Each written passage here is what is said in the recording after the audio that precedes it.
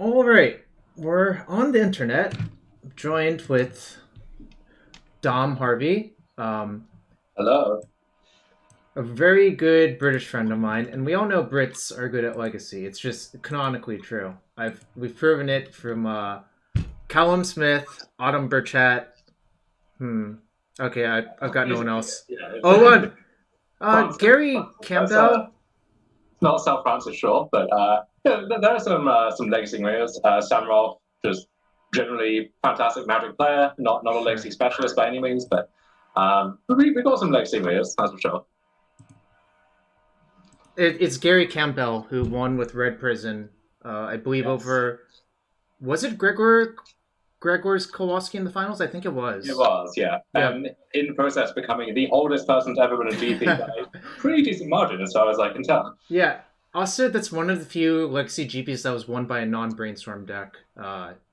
Obviously, I claim that dubious distinction as well, but I would say Lands is probably more consistent than that deck was. Travis, you had Sylvan Library. That was brainstormed every single time. I did not have Sylvan Library in that deck back then. Okay, well, I guess you didn't. You just luck I of the draw, had I suppose. Gamble. No, Gamble and Crop Rotation did a lot, and Life from the Loam obviously did a lot. But That just sounds central legal, Travis. Ancestral Recall, Yeah. yeah. All right. Joking aside, I figured there's still a bunch of legacy events people can play. There's a legacy PTQ for those who you care about that sort of thing on Thursday. I technically have to work, but I figured that this is valuable to someone. Even though I think Kaldheim is likely to either bring changes in the form of new cards entering the format, or perhaps WotC might take action. One of the two, I believe, is going to happen. I'm not sure which. Okay. I think it's It's more likely that WotC just lets Kaldheim ride for a bit, then sees if anything changes, you know? Yeah. I don't see any obvious candidates in Coldtown that I think are really going to rejuvenate things. And in terms of the format at large, I'm at the point now where it's like if they haven't done anything already, why would they change their minds? Right? It kind of feels like they're Right. just letting the format stagnate. But here's hoping, I suppose. So I think something does need to change, and I think Delver is the best deck by a decent margin, and you can discuss Snow as well. I think those two are Yeah. clearly head and shoulders above everything else. And Mm-hmm. if you just care about maximizing your chance of winning this PTQ, winning some other legacy event, I think you Mm-hmm. should get proficient with one of those two decks. All right. So, obviously, I'm really happy with how I built this deck, and I think everything's great. But from an outsider's perspective, and that's what I wanted to get from you, what do you think of this deck? Some specific choices I've made. What are the questions you So have? one debate, it seems like most of the deck within a few cards is basically fixed at this point, at least the starting 60. But then you have this choice of tertiary threat. So you've got Mm-hmm. four Delver, four Arcanist, of course. You've got some Okos. But then do you want Young Pyromancer? Do you want Tarmogoyf? Do you want Hooting Mandrills? You have decided not to make that choice whatsoever. You're splitting the difference there. So can you get into the relative merits of those three cards and why you decided on the split that you did? All right. So a lot of things were going through my mind for this PTQ. First off, here's what I expected to play against: Snow, Rug Delver, maybe some weird Chalice decks. Like Karn Echo is in that category for me. Like Dark Depths maybe. Like the first two I think are a lock, and then number three, four, and five are like less clear to me. But in that vein, I kind of think just overloading on Tarmogoyfs versus Snow is a mistake, but also overloading on Young Pyromancers versus Rug is also a mistake. So in that vein, I'm just like, okay, what if I just split the difference and just played one of each? I don't know. That's like kind of a crazy way to put it, but when you play a deck with 10 cantrips, I think you're allowed to like hedge in that sort of weird scenario. And to me, Hooting Mandrills I think is actually really, really, really good card. Um, Mostly because it actually does cost one mana a lot of the time, while being good versus Chalice, being decent versus an Ice Fang still, even if it trades with Knife Fangs, you still get to deal 3 damage. Um, that is mostly why I chose to split that way. And the one last thing that is kind of not traditional is playing one main deck Pyroblast. I just expected once you get to the winner's metagame, Pyroblast is going to be so good and unexpected in the game one, you know? Mhm. Yeah, I think I've seen enough people coming to the same conclusion that I don't know if it's that unexpected anymore. I wouldn't call it Right. stock just yet, but Sure. I think that makes a lot of sense. Regarding that split of threats, one of the things that stood out about Hoodie Mandals to me was being resistant to Abrupt Decay against Snow. But it feels like the Snow decks are moving away from not just Decay, but Black in general. Yep. And so that isn't so much of a concern anymore. And then obviously you do have diminishing returns on Mandrels more so than the other cards. Mm-hmm. Sometimes it gets stuck in your hand, and if you draw two, it's going to be pretty hard to cast a second one, and like you don't want to delve away your Arcanist target. So it's in that sense more limiting, but in another sense the upside is higher in a way. So one more thing to that point is I think the Tarmogoyf, Pyromancer, Mandrill spots are sort of fungible. If you believe you have a different read on the metagame on what's going to happen, I think you're allowed to swap those around the way you want to, essentially. I don't think I clearly was happy with what I did, but I think you could justify any sort of configuration of threats in that vein. They do have to cost 2 or 1 mana. I don't think you're allowed to put more 3 drops in the deck as constructed in game 1. More to that, we'll talk about that a bit when we get to the sideboard. But yeah, I don't think I think four more threats that cost 2 to 1 mana are allowed to be played, and really what you want them to be is maybe personal taste or personal design. You know? Yeah, I saw. I don't know if it's his innovation, but Edgar was the first person I saw really pushing Pyromancer hard. Yep. I think he's moved off of that a little bit, but one of the arguments initially was that Pyromancer over the green threats means you're basically an Izzet deck splashing for Oko and a handful of sideboard cards. And at that point, especially in the mirror, but also any wasteland deck, it's much easier to just like start fetching volcanic islands and not be as worried too much about one wasteland or one wrong decision on a fetch land kind of screwing you. Yeah, so you can make that argument. One of the issues I found trying to play that mana base is if you play against a deck with Rishadan and Wasteland, say Death and Taxes, spoiler, one of the Showcase defeated me in the finals, it actually doesn't really improve your scenario, because especially since the green cards are so good versus them. So I think there's actually a drawback to doing that. And if you naturally draw Mountain, it's horrific. It's just... I really wish Mountain wasn't in the deck a lot of the time, you know? But I don't mean so much that you're priced into playing a Mountain, but just sure. that with this exact mana base, you would be less priced into fetching Tropical Island when you had to. Yeah. Actually, in that regard, I actually chose to cut the 9th fetch for the 4th Volcanic, because I was noticing a lot of the time that people were trying to waste me off red, so I'm just like, okay, they all know I only have 3 Volcanic, so if you actually have a 4th Volcanic, you sort of get them at a certain point. And spoiler, that actually happens later in the tournament, where my opponent's like, oh, you're out of Volks, and I fetch a 4th Volk and like bullet something. He's like, what the hell? No one does that. Did you ever get your Volcanic surgical extractions? Oh, no. I'm glad people don't try to do that shit anymore, because I think I would lose my mind if I lost to that. But people always try. As long as you can put surgical extraction in your deck, people will try. I mean, people have tried much more ambitious things than that with that card over time. But I guess looking at the sideboard then, because that we covered most of the main deck.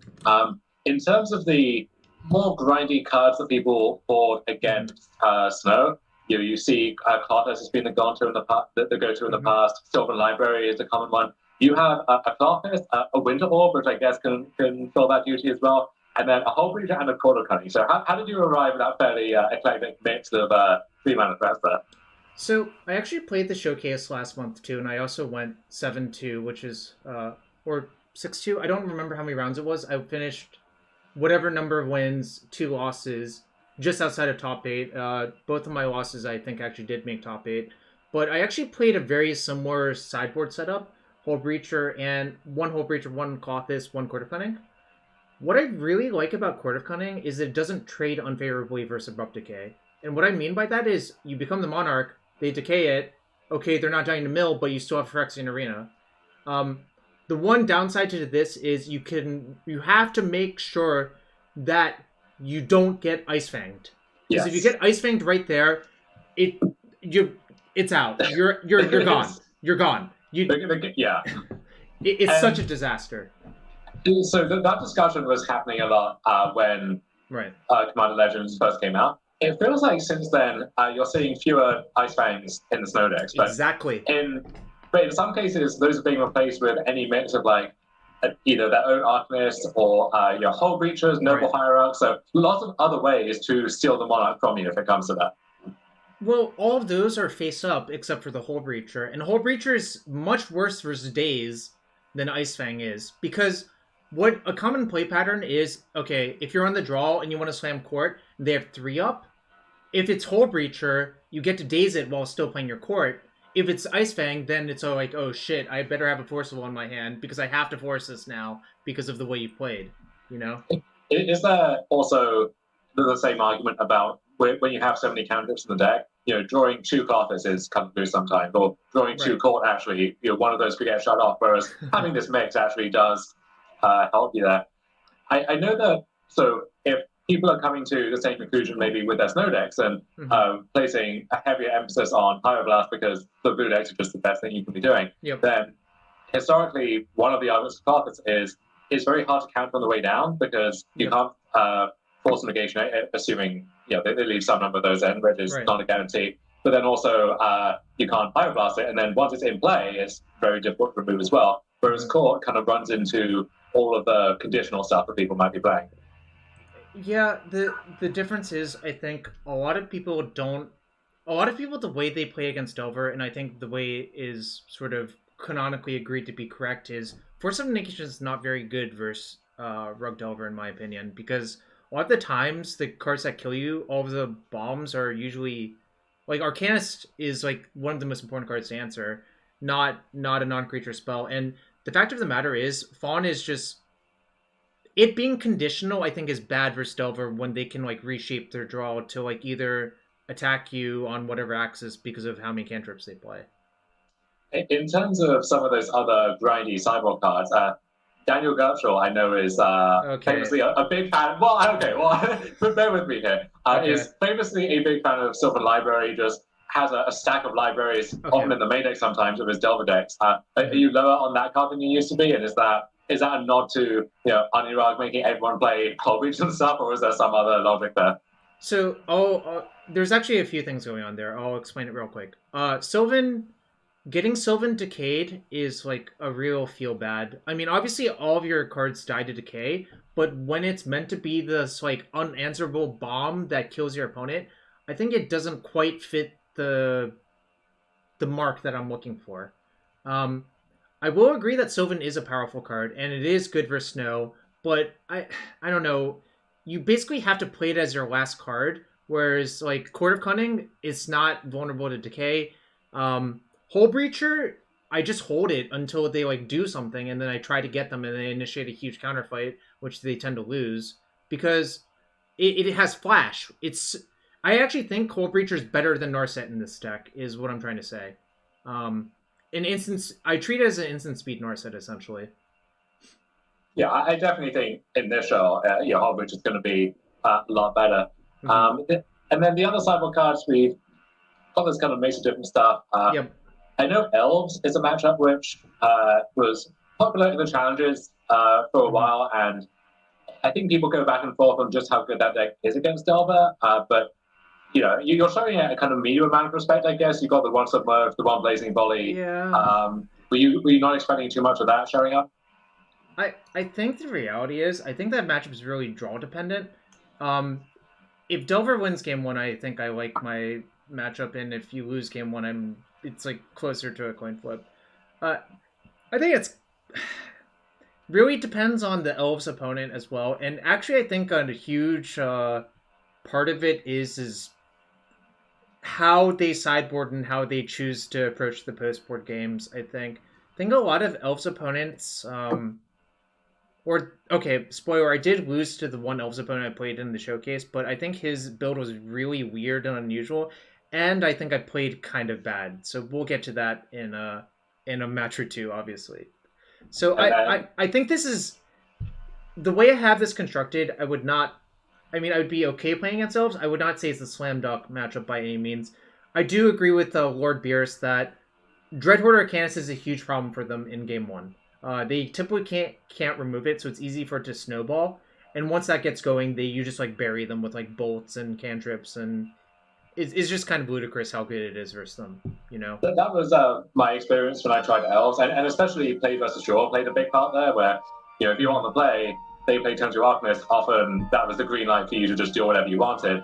Mm-hmm. If they want to play, they had turn to Arcanist, unless you had the nuts on turn 2 through a counter spell, you had Shepherd or something, then if they untap with Arcanist, you were basically dead if they had anything at all. So that is very swingy in those terms. Winter Orb is a card that I've seen in your list on and off for a while, but it doesn't seem stock at all. So is that just another Kingmaker against Snow, or does it have against if you really hate Tony, you just want Tony to get yeeted out of the tournament? I'll give you a hint. It was actually for Tony. Okay. It wasn't actually just for Tony. I actually expected a few more people to play 12 posts in this showcase. And I think depending on how you construct your deck, if they have a load of needles versus you and name Wasteland, I actually think game one can be very difficult. Because if they just needle Wasteland, you have to Oko the needle before they play a big thing, and then that's just like a lot to ask of your deck, right? Like, yeah, I watched Tony stream that deck a lot. Mono Green Carpos, great guy, good streamer. That's into _play on Twitch and Modo, and so often when he gets played against Delver, it's like, well, this should be difficult, but he needles Wasteland, and then the opponent just doesn't really do anything. Exactly. They're just like attacking with an Arcanist 3 turns in a row, but nothing they're doing actually matters. So having the 1 bullet for Tony and his minions, I think, is a pretty heads up. Yeah, I think the way I had it written down, I expected Post to be like the 7th most played deck, and then that just wasn't true, which is okay, that's fine. Winter Orb has like some weird other applications depending on what matchup you play. I don't generally love it versus Snow, but it depends a lot on how they're built. If they're built more Bant, I actually like it a lot more. If they have Black, I don't love it as much, is how I would put it. Do you like it against a Nurog deck with like a billion 3-drops? I probably would side it in, yes, because I think once you daze one of their 3-drops and play Winter Orb, it's really hard for them to recover without Carpeted Flowers. If they have Carpeted Flowers, I'm not even interested in playing the Winter Orb. That's just such a bad plan then. Mm-hmm. Well, that all makes sense. And then I guess Nullrod for Urza, which is semi-popular, also like Brian. I don't know if Brian's in this tournament, but sure. Just a good thing to have access to. And then Soulguide Lantern, I do want to touch on quickly. We got 2 lanterns, a surgical and a return to nature. Yep. So for the graveyard decks you expect to face, there's, I would say, Hogaak and Oops, the 2 most popular. Yep. And then, so against Oops, there's a pretty, return to nature often is just not going to be castable in the game, right? Yep. And even Soulguide Lantern on the draw sometimes, if they're just shoving on the first turn. So you kind of need it to be exactly Extraction or Trap or even Leyline or something like that in that matchup. And then against Hogaak, I found that the kind of piecemeal stuff, Surgical Extraction with Arcanist sometimes can remove all their threats or something, but you really need to have an actual poser card unless you're just relying on their fail rate, which is pretty high, I think, with the stock list. Sometimes you counter one enabler or you just wasteland them and that's game. But in the games where they have a functional draw, I tend to think you need the more heavy-duty graveyard hate. Mm-hmm. So to answer all of that, I was not planning on that much Oops. I didn't think that maybe would register. Maybe 3 to 4 people. I mean, which is I guess out of 166 people, that's still a few percent. But if I wanted an anti-Oops package, it would not look like this, obviously. It would just be, I think, 4 surgicals, and I'd be like, all right, come at me. I'll probably beat you with my 4 surgicals and forces now. But as it is, I probably am slightly soft to Oops. It's not unwinnable. Daniel, I think, does the thing that I hate the most, which he plays Relic of Progenitus, and I understand why he does that. But as a graveyard hate card, oh my god, does it have so many problems? Relic costs 2 mana as a graveyard hate card. essentially, versus like the dedicated graveyard decks, which is often too slow. I think that's just like asking for trouble there. If you want it as like an anti-Uro card, that's a lot better. Obviously, I'm not. I will give him that, and that's what he says he wants it for. But then when he doesn't have any other graveyard hate to try to address his matchups, I'm just like, I don't. It seems kind of weird to me, you know. Do you also view the Surgical as an anti-Euro card? Because Yeah, I do actually. Because it seems like the snow decks are diversifying their threats a little bit more these days, but they're still at the point where if you Surgical Uro and have enough on board to contain Oko, then there's not actually that much that you can do to threaten you a lot of the time.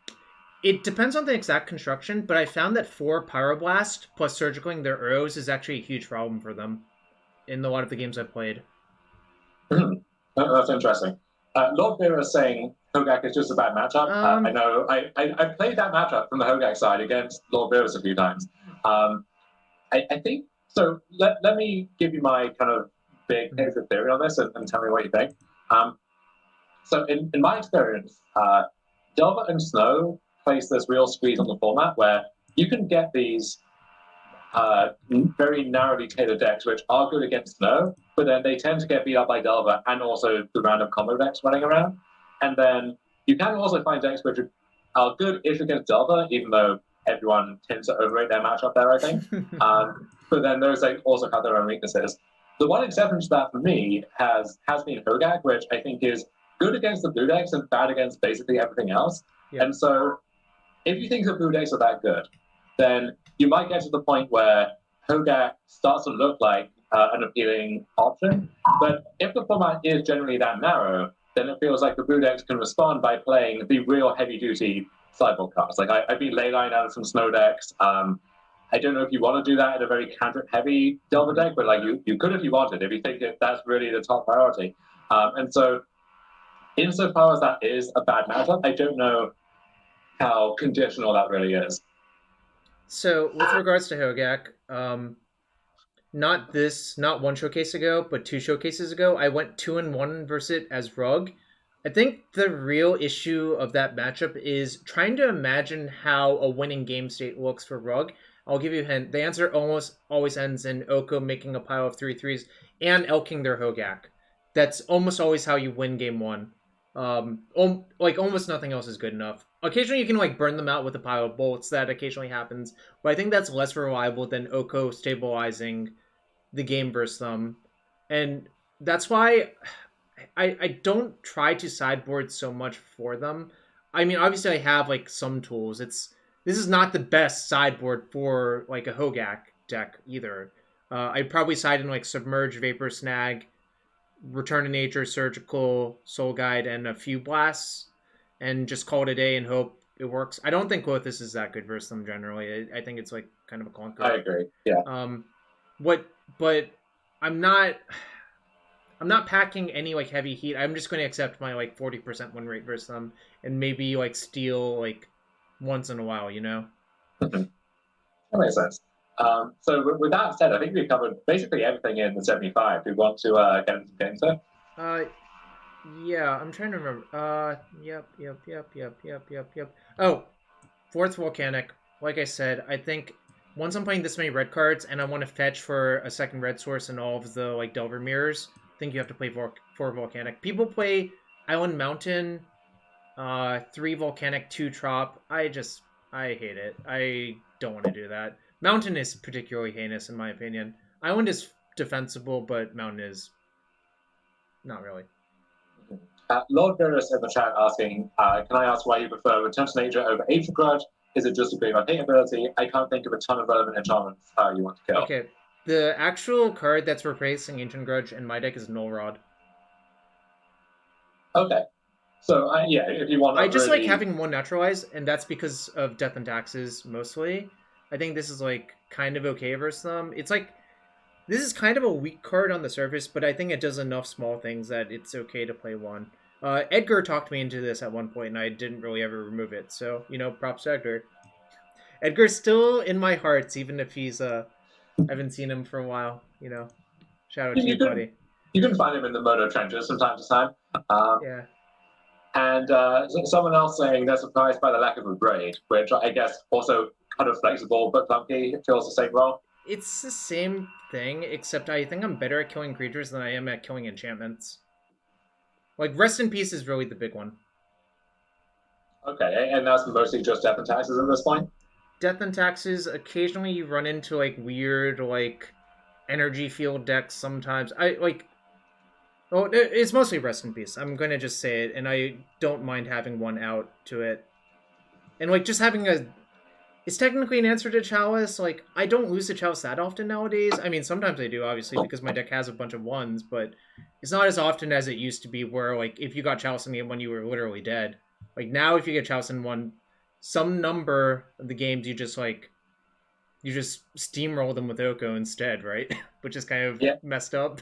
Yeah, I found testing decks like the Urza deck against Delver, you often feel like you're obliged to keep average-ish hands because they have a Chalice, and also because against a deck like Delver, the deck doesn't mulligan well, but it's like, you're not expecting the Chalice to be that great often, even if it does resolve, you know? Sometimes it just ices the game, but often it just doesn't really do anything. So it's certainly a lot worse than it used to be. One big picture thing I think is really worth covering is, if you agree with that premise that it's Delver and Snow and then everything else, what do you make of that Delver versus Snow matchup? Because it does seem like you talk to the Delver players, they think Delver's favored. You talk to the Snow players, they think Snow is favored. And then, depending on where you come down on that question, like, that is the most important matchup, right? In a way, that should decide what you register for a tournament. So, what are your thoughts on the matchup overall? I'm going to give a cheating answer, which I think the better player wins often. Okay. So the actual reality is, I think that matchup is really complicated, and I think if you wanted to make a Snow deck that's better versus Delver, you're allowed to. It would be lower in the mana curve, not play so many 3-drops. I think Daze is the huge advantage Delver has over versus Snow in that matchup, but it's all contextual, and they both have so many cantrips and moving parts that's why I think the better player always wins. That's why I think people like Edgar and like Honorog and other people, they are like, okay, yeah, of course we crush the other side, because they just don't make that many mistakes and often win. When I think the reality is, I think it's actually super complicated on both sides, and it's probably close to 50-50, honestly, and I wouldn't blame you for choosing one or the other. What I think the advantage is, Delver is better versus like fast decks, like fast, like hyperlinear decks a lot of the time, because it can prevent a faster clock, and Wasteland and Daze are so important there, that I think that's why I prefer to play Delver in these tournaments rather than Snow. Yeah, I'm sure Edgar has crushed his fair share of Snow players from the Delver side as well. And vice versa for him as well. Yeah. He's definitely crushed his fair player Delver players as Snow. So it's just like kind of, I think it's a nuanced question. I'm glad you asked it, but my answer is cheating, and I'm just like, yeah, the better player wins. It seems like Delver, on balance, is better against just random stuff as well. Exactly, yep. Like, you always have the out of just fast starts with Delver, or you stick an early Arcanist, or you just wasteland them into Oblivion, and right. Yeah, so you get your share of free wins that way. What is your approach to the Delver mirror in general? Great question. Glad you asked it. So going into this tournament, I looked at all of the other lists that weren't mine, because that's what I expected people to play. They all played 3 Young Pyromancer instead, and that's extremely abusable. And it's actually what I don't love about that build, is that one Blazing Volley can eradicate like 3 or 4 turns worth of setup if you only play Young Pyromancers. And Plague Engineer is also a huge problem. This is why I didn't want to play the stock 3 Young Pyromancer, no Tarmogoyfs, no Mandrills build. I think it's just so easy to get abused by things like that. Heaven forbid somebody like shows up playing mono black, like Curse Stomping, like Knight of Souls Betrayal. Knight of Souls Betrayal you! Then you're like completely dead. Obviously, I'm like that. I'm just saying that for comic effect, because I don't really expect that to happen. But by playing just only 3 small creatures and no diversification, you run into a lot of problems that you could easily avoid by just even splitting off by 1 or 2. You know? Yeah, I feel like I don't see Plague Engineer really at all these days, but cards like that, it does make it a lot more exploitable. So let's say you play game 1 in the mirror, you see a copy of Young Pyromancer. Are you immediately reaching for that Blazing Volley, or is it more conditional than that? A little bit more conditional than that. I probably would, especially on the draw.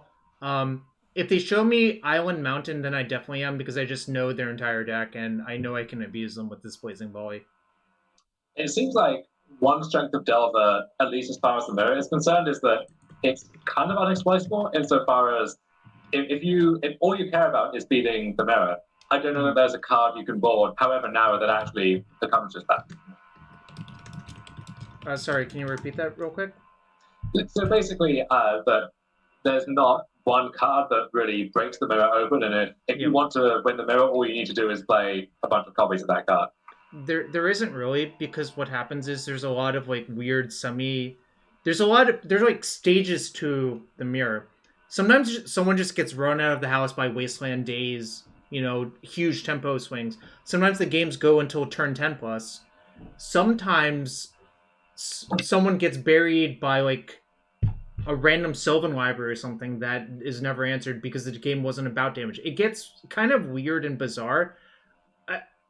The games, you have to play flexible. You just have to identify what you think this particular game is about and play accordingly. You know what I mean? Yeah, so I think that covers most of what I had at this stage. If chat has any questions, happy to... I guess you'll be the one asking them, but I can ask them on their behalf. But yeah, otherwise let's watch the games. All right. So going to the showcase, spoiler for everyone, I had a nice run last weekend. I won a lot of matches, which put my rating reasonably high. The bragging just never stops. Look, I knew what I signed up for, though. It's okay. It's accidental bragging this time because this is the page where you get to the games. So we start off with, I guess, is it a team kill? It is. Okay, funny you asked this.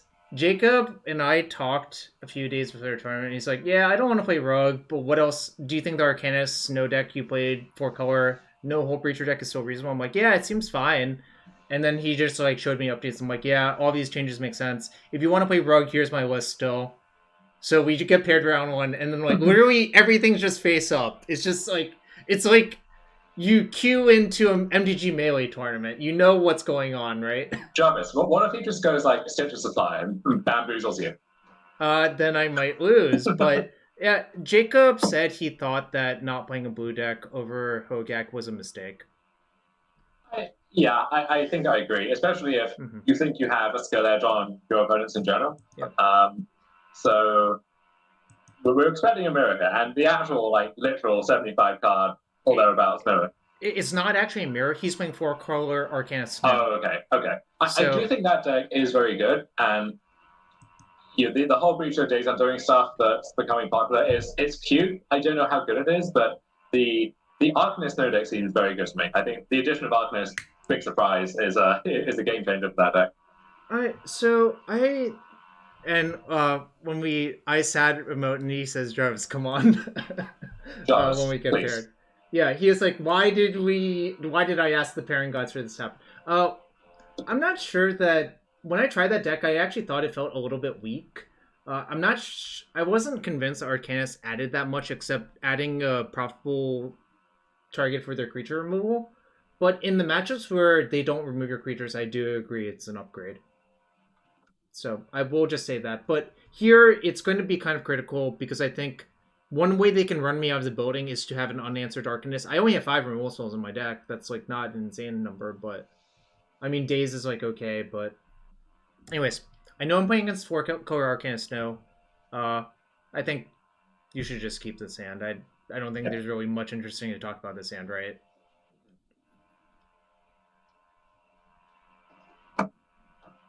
And so we're firing off Ponder on turn one. Just are we looking for a threat? Are we looking for like more interaction, brainstorm to kind of fix things up? What are we looking for? I think Arcanist would be great. Brainstorm would be decent. Even like one bolt would be fine. If I see multiples, it's not great. But really, I just want to be able to play my Okos on like a safe board or curve Arcanist into Oko to force them to line up their interaction as well. Interesting to note, I talked to him. I convinced him to play 1 days because I'm like, yeah, days is insane right now. So there was just randomly a days in his deck. Oh, I love it. And because the stock 4-color Arcana Snow deck doesn't play 1 days, I think you can actually abuse people sometimes. Oh, definitely. And you daze them once, that causes lasting trauma. Go into the post-board games, and they will always be living in fear of that 1 day. Well, so it's weird. It's the MTG melee effect again, right? I know they have 1 days. Am I allowed to play around it? And I'm just like, you're probably not supposed to most of the time, but we'll see what happens. Anyways, let's just start playing the game. I know I've advanced this theory on your stream before, but to me, one of the most subtly broken parts of Amulet was always just the one sort of patch. Just they know about it, and it's impossible to play around at any kind of optimal frequency. You just get it sometimes, one way or the other. So we find Delver as a threat, and Delver seems like the kind of threat that has pretty severe diminishing returns in as far as turn 1 Delver that flips immediately is very strong and applies pressure. A turn 2 Delver that you haven't rigged just yet is much less threatening. So I actually thought about this. I actually believe in retrospect I should have just shuffled and not drawn this thing, but well, we'll see what happens. Days is nice.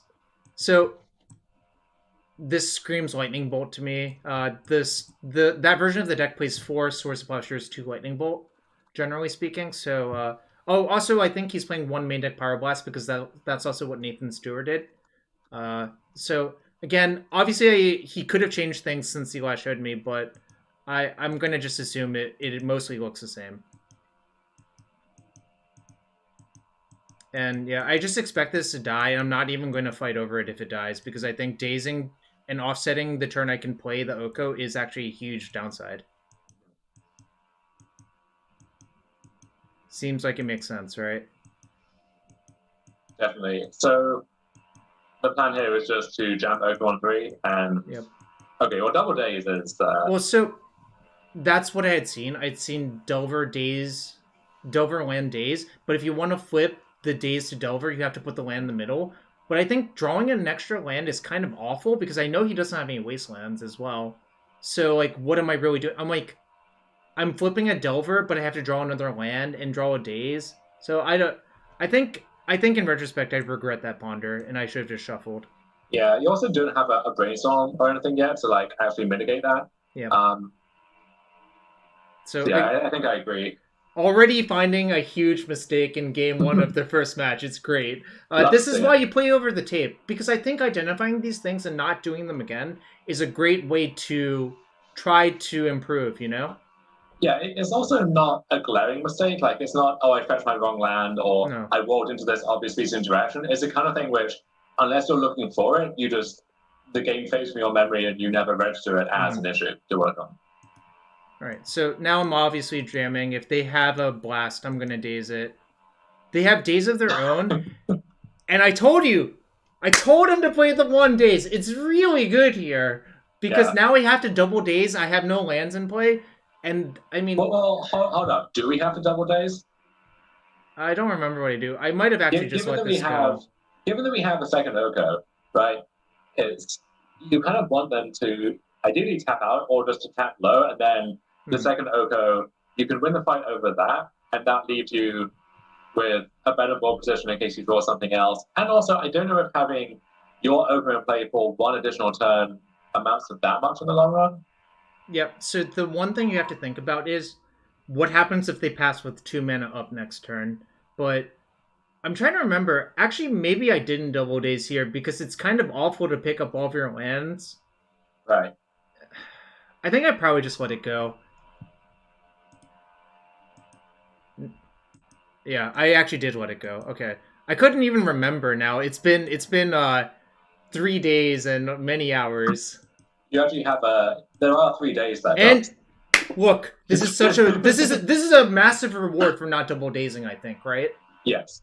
So now you get to fire this off and feel good. You just completely overlooked my incredible pun, but we'll ignore that. So how many main deck Pyroblast does this 4-color deck have? It has 1. It has 1. I think even if they had it, they probably would just daze instead there, right? And they fawn here, so that's great for me. I'm just like, okay, this is like the greatest days ever, Yeah, drawing the fifth land is really brutal there, so we're kind of all in on the Oko at this point, but Yep. I think there's a decent chance that's good enough given how this game has gone thus far. If they can trip into Pyroblast, I think that's a way I could lose. Or if they have their own Oko, then the game gets weird, right? Yeah, you do have the I have the Oko advantage, but... yeah, this is... So, yeah, this is a little bit unlucky, but remember that Ponder where I saw Days Land Delver? I could have shuffled. The second Days turned out to be really good, but the other two were like fairly bad, you know? And yeah, like, even though that Days was great, it's Days plus 2 blanks versus the average 3 cards. I think the average 3 cards is going to do a lot more for you there. Yeah. Obviously, I have to attack the Oko, and now I just hope they don't have no good follow-up, because they do. And they don't play anything. Oh, no, they attack first. Okay. If they have something, and they have nothing, and I have a Wasteland, that's better than drawing a dual land for sure. But this is sad, because you know what this means? This trades with that. Yeah, so I saying kind of break serve on the Oko fight here, which is really bad. Unfortunate. It's bad. I don't really think I'm allowed to attack. I think that's just like not even that good. So now the game is in this weird holding pattern where, honestly, the first person who draws Brainstorm might be ahead, but this Pyroblast is, yeah, disgusting. So they must have drawn the Pyroblast off the Ice Fang, but they're waiting until my turn because it overloads my mana if I have to hard cast like Fawn or something to do that. Yeah. So, yep. And yeah, I feel pretty dead here. You know, it's not good. I have to like draw a Brainstorm and Brainstorm into my own Pyroblast and like a Bolt to have a shot, I think.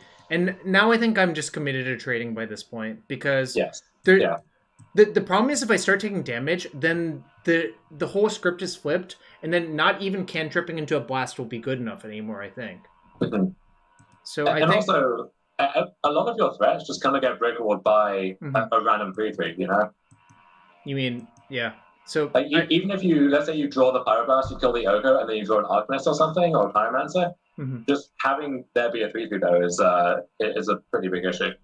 Yeah, so I have to kill this, and like, basically I think it's important to identify, yes, I'm the beatdown, but in this scenario, hell no, I'm not the beatdown. I need to elongate the game for me to draw a Brainstorm and try to get back into it, you know? You do, and also, against an Oko, a player who controls Oko and other resources, like, it's really just tough to be the beatdown, right? Regardless of anything else that's going on. Right. Okay. So, yep, force the trade. That's fine. Just hoping for this Brainstorm card, and this is not nearly good enough. I mean, obviously I'm going to play it in hope, but I like, it's a disaster. Hell, they can even exchange it, and that's like really good for them, right? So we'll see what they do. They have their own Brainstorm. Like, that's bad news, Bears. And notice they didn't even shuffle in between. That's just like a terrible sign. That means all of the cards they have are good, right? You really hate to see it. Yeah, I do hate to see it. It means I'm probably dead. This is where you fire off the Jacob command in the chat. So, actually, he doesn't even bother with that. He's just like, yeah, I'm not even going to risk like exchanging. If I just push the Oko advantage, it's much safer. I like that from Jacob. Do you find that in the list without Young Pyromancer or with heroes that you have less just material for Oko, where it makes it harder to get aggressive with it? Yeah, that's why I like exactly wanting Young Pyromancer. It generates enough often for the Oko. That's why I think the first copy is good, is what I should actually say, you know? And yeah, I don't, this is not really good. Like, it's actually an elk. Everything's an elk, right? It's all elks. Elks everywhere. It seems like he has Hardcast Force because, like, I mean, this is not good. And I'm like, yeah, okay, we're done here. I don't think I can actually come back now. I think it's too far gone. And I just want to save time. Like, Yeah, he's behind on time, but like I don't think he plays fast enough. I just think he was thinking about a bunch of things. I don't think it's actually going to come down to timeout, so I give it up there. All right. So game 2, first thing I want to look at is how did I sideboard? All right. So I don't like Tarmogoyf for Ice Fang. I think it's pretty bad. Like it's just not that good versus him. I think. Period. I also don't think I need a lot of forces. I think I can abuse with Daze and Pyroblast enough. And I think one force is better than the Chain Lightning, essentially. You could make a case... Oh, so his deck has exactly 1 Uro in it, and I told him to play 1 Uro because the first copy of Uro is the best versus Delver, and it still forces them to have Surgical, but you're not relying on a plan. Sure. I guess it has like marginal uses against Arcanist, but I don't think that's what the card. No, so I didn't bother with it. I generally don't do this unless if I think they're like heavy on Uros, you know? Notice I did side in Court of Cunning because I think on the play you can maybe get them. I'm not sure if that's correct or not still, but I wanted to see, you know? There's also less downside to milling them when they don't have as many Uros in the deck. Exactly, right? yeah. Also, you don't have to mill them if you resolve it. You can just mill no one or only mill yourself to clear out a brainstorm, right? Yeah. All right, so let's take a look at my opener. And speak of the devil. So, one thing is, I think Jacob is likely to shave a lot of the forces as well. And I have a win con, and I can keep the board clear. So I think this is a pretty easy keep, right? Yeah, so the merge is that mainly with Arcanist in mind, just as a way to contain it. Submerge, like, the way his deck is constructed, I think he has to fetch Forest pretty often, because you want to fetch Snow Forest to get your Astrolabe and play around Wasteland, right? Mm-hmm. So I think Submerge is almost always alive. Obviously, if he has like a double Astrolabe draw, maybe he can avoid it, but I think it's just too good.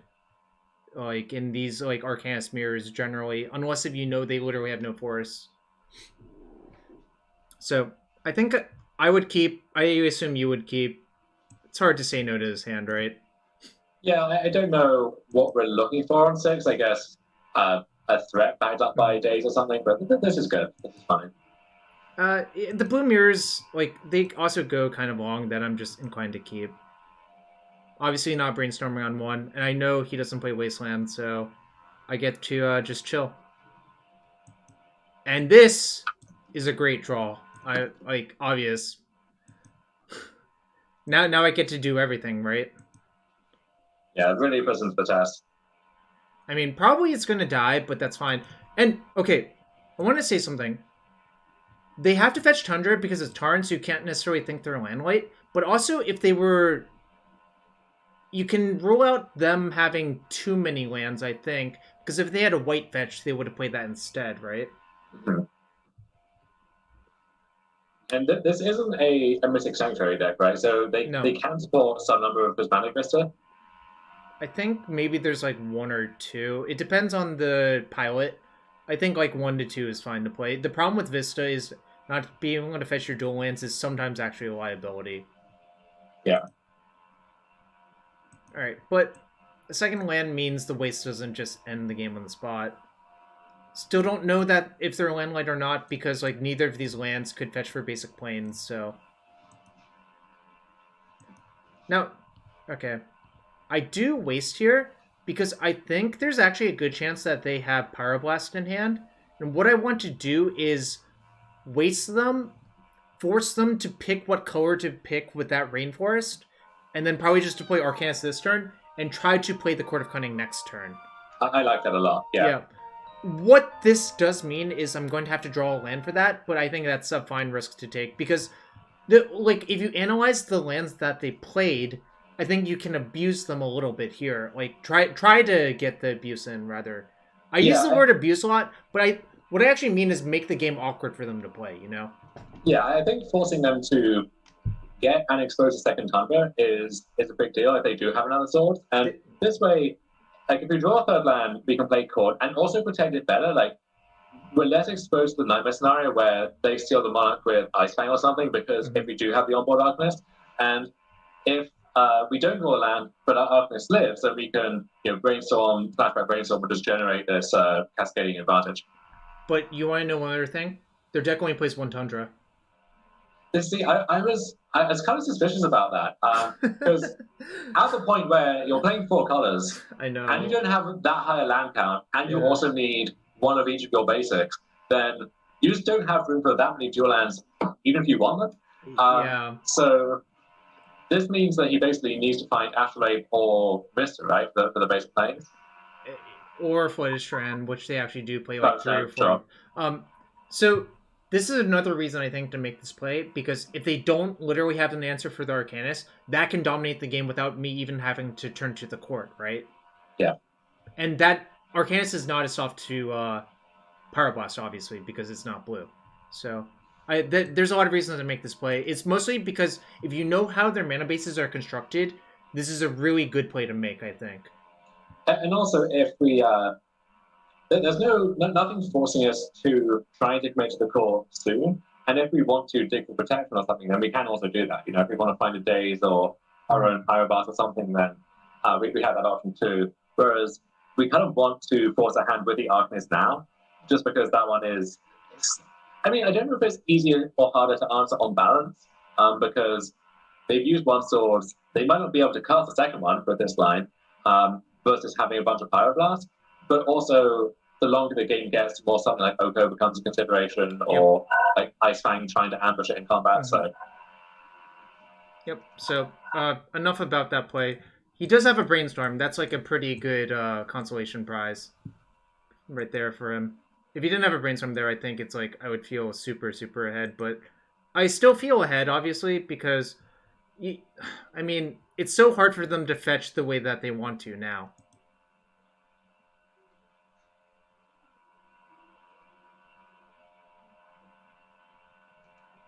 They do have so I think they brainstormed into this Flooded Strand. Otherwise, the game doesn't make a lot of sense. Because if you had Strand in your opener, you just played on 1, right? Well, so let's say you had 2 lands with the Strand. At that point, you don't have an Astrolabe. You might have one effect of basic planes. If you have, let's say, Pyroblast and a green card or something. Oh, sure. I see.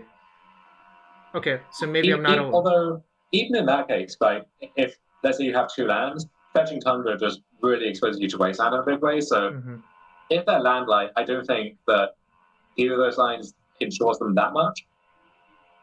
Because that's the classic misconception, right? It's that, well, I need to fetch basics so that I'm not exposed to Wasteland, but often in a lot of situations, what that means is Wasteland now is better at cutting you off a color because, or really screwing up your mana in some other way. So, yeah, I mean, these decks are really, like, if they don't draw Astrolabe, I think these decks are horrendous versus Wasteland, is my actual experience. Yeah. And they didn't draw an Astrolabe this game, so it's, like, kind of awkward. And well, it's also that when you have all the blue cantrips and Astrolabe, you kind of have to run fewer lands so that your deck has less air in it. Exactly, yep. But at that point, if you don't have the Astrolabe tying the room together, then your color situation gets quite awkward. Yep. Anyways, let's see what happens. I draw a Delver. I actually lead on Brainstorm because I'm like, if they blast it, it opens a window for me to try to court this turn. But if they don't, I can try to maybe set up court plus Pyroblast. And this is like pretty ideal too, I think. Yeah, this is money. But now we do have options though, right? We could... I think this should go now. Like, it looks so unexciting. We could go for third Arcanist, or we could Delver with Pyroblast backup, and try and bait a Pyroblast on the Delver instead. Yep. Anyways, I think I put back the Submerge. The second card is more debatable, I think, here. I think probably the Lightning Bolt is the second worst card, because I just want to shove threat until they run out, is how I feel about this game. It depends on the plan for this turn, right? Because if we could Delver, hold up Pyroblast, and then if they have Arcanist, we can just plan to redraw the bolt and cast it. On the other hand, if we want to play Arcanist this turn, then maybe that means the Delver itself, we're not going to have a great window for it, and we want the bolt as assurance. So with that in mind, I think you need to make that judgment call first before deciding. Right. I think I probably end up playing the Arcanist because I'm like, they've used 2 plows, they didn't bolt this end step. it feels like the Arcanist has a decent chance of sticking. So I think that's probably what I decided to do, but I would not. I think there's also merit to that. So let's see what happens. And yeah, I put back bolts. Oh, interesting. So I do go with the other play you described. Huh. Yeah, I kind of like this, I think. Guess this is safer versus Oko, actually, is one of the big reasons, right? It is, although against Oko, you untap, you blast it, you have a 3/3, that's still fine, but you also do want them to tap out for the Oko, right? You want to try and force that commitment, and this can draw out the Pyroblast in a way that obviously Arcanist doesn't, which usually Arcanist not being blastable is fantastic, but here it's actually like weirdly a downside. Yep. So we'll see what happens. And nothing happened, so I think I just reveal Submerge. Oh, whoa. Why did I redraw this? well, not just that, but also why did we keep that instead of the bomb? That's a mistake. I'll flat out just say it's a mistake. That was bad. This should have been a bolt. Really, what should have happened is I shouldn't have drawn either of those and just revealed a card. Yes. Okay. Good to check the tape. Don't do this at home, kids.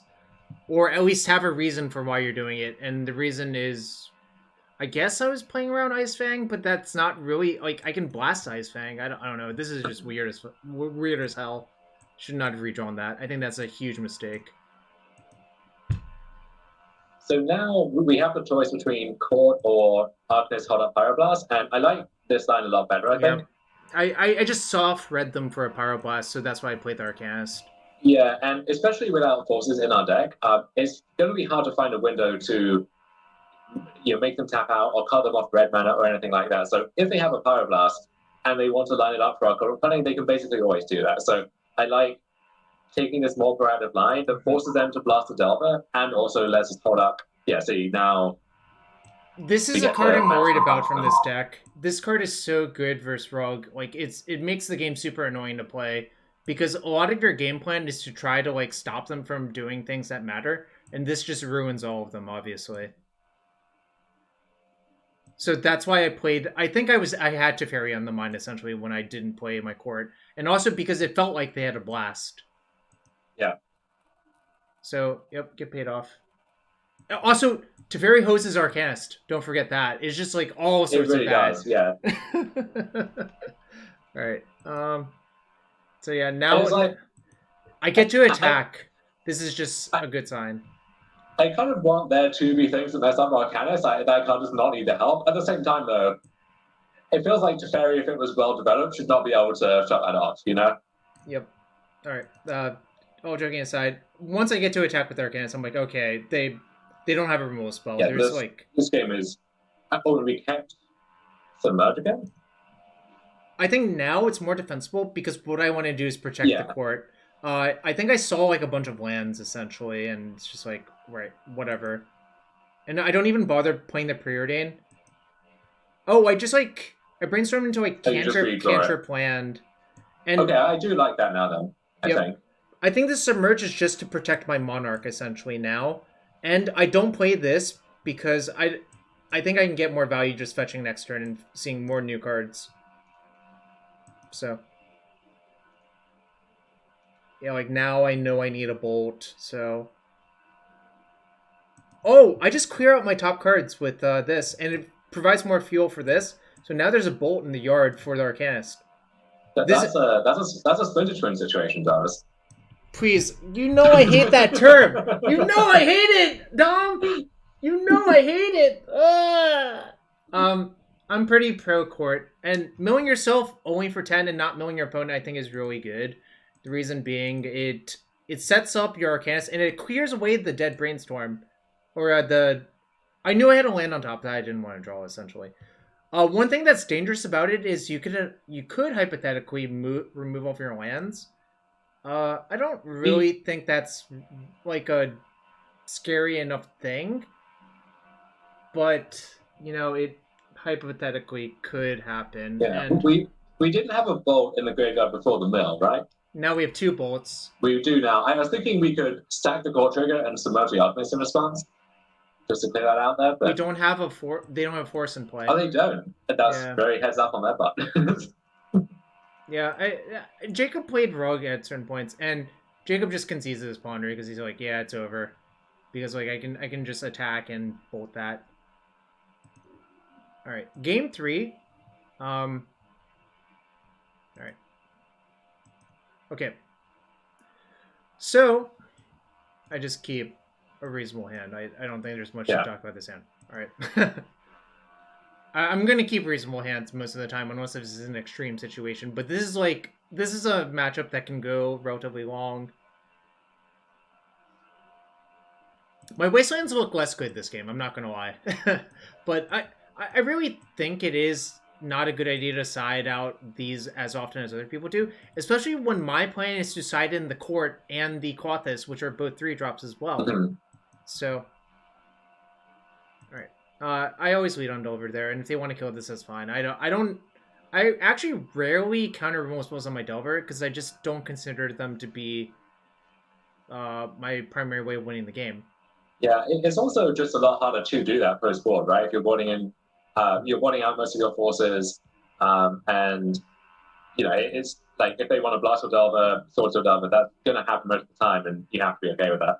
So I actually sided in more forces on the draw and cut the mandrills. Oh, interesting. That makes sense. It's sort of a play-draw situation. Sukanek, I think, also used to do a similar sort of thing, where Forcible is actually better on the draw a lot of the time, especially when you're playing this weird sort of... Like, you have an extra card, so you can maybe leverage the extra card by protecting a key card at some point. We don't have a set plan, we sort of just play it differently. But also, like, if your opponent thinks you cut all of your forces in Game 2, and in Game 3 you have, like, a few of them at critical points, it can really mess up their game plan, you know?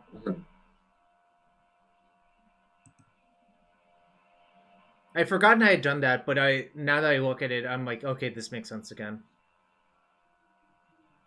They have a lot of astrolades this game. These are really not looking good. They will cast my Oko, but... Also means that his Oko is a lot stronger, potentially, where like it can immediately convert on-board material into threat several turns in a row. So, one thing I want to point out, Jacob did not blast here. It doesn't actually mean they don't have blast. They might just be like, okay, Jarvis probably has days. Now I'll just untap and blast it, which is a lot safer. So I just want to point that out. Yeah, and depending on the interaction that he has, he might want to like find some kind of backup for the blast or something if he doesn't have plans for the mana yet. So I love this. Jacob plays Oko first to play around days, then plays Bolt, because if the Bolt resolves, then he can just plus and kill it, which is a super good sequencing. Obviously, you could have bolted end step, but I think he knew the card underneath from the Ponder, so I think he wanted to draw that one as well. So here's an interesting question now. Do you think Jacob, depending on what's in his hand, should he animate and attack Oko 3, knowing that results in his own Oko dying if you have a bolt? Versus otherwise you would have to bolt the 3/3 if it stays back on defense and then can't get through? Really complicated question. I think it really depends on his hand. I don't have a clear answer. I think if he has another bolt, I would make that attack. No, maybe not. It's really complicated. The chat is asking an important question here. Are there non-mathematical statisticians? Yeah, there's plenty. There's like econometricians, which are basically half economist, half statistician. There are like biostatisticians. There are biostatisticians. There are sabermetricians. I don't know if you know that term. I do. I guess the objection would be that the field of statistics is inherently mathematical, unless you're taking some philosophical stance on things. I mean, I could talk more about that at a different point, but there's the real line you draw is, do you know how to prove if things are true or not, given a bunch of axioms? I don't. I can. Okay, then you are not a mathematical statistician. God damn it. All right. Joking aside, we'll see what happens. So he animates and attacks. No, he animates and doesn't attack. Okay. So I think that actually means What does that tell us? it means he wants to protect his Oko from a lightning bolt. Yeah, so we can't really deduce any additional information from that. I guess if you had a second Oko, you'd be more inclined just to attack this Oko now, right? Yep. Yeah, but I think given my hand, I should just cast Ponder and see if I draw a blast before doing anything. I agree. And also, knowing that he has a second Oko doesn't change our line too much at this point. So unfortunately, I fast forwarded a little too fast under the third card, but this is good enough that I would keep these two cards in a heartbeat as well. So yes. So and I'm throwing caution to when I don't think you're allowed to play around days by this point. If he has his 1 day, so be it. Is the 1 days a play versus draw thing for the snow deck? I don't think so. I think it's just like, well, maybe, but he's on the play game 3, right? Yes. Yeah, that's true.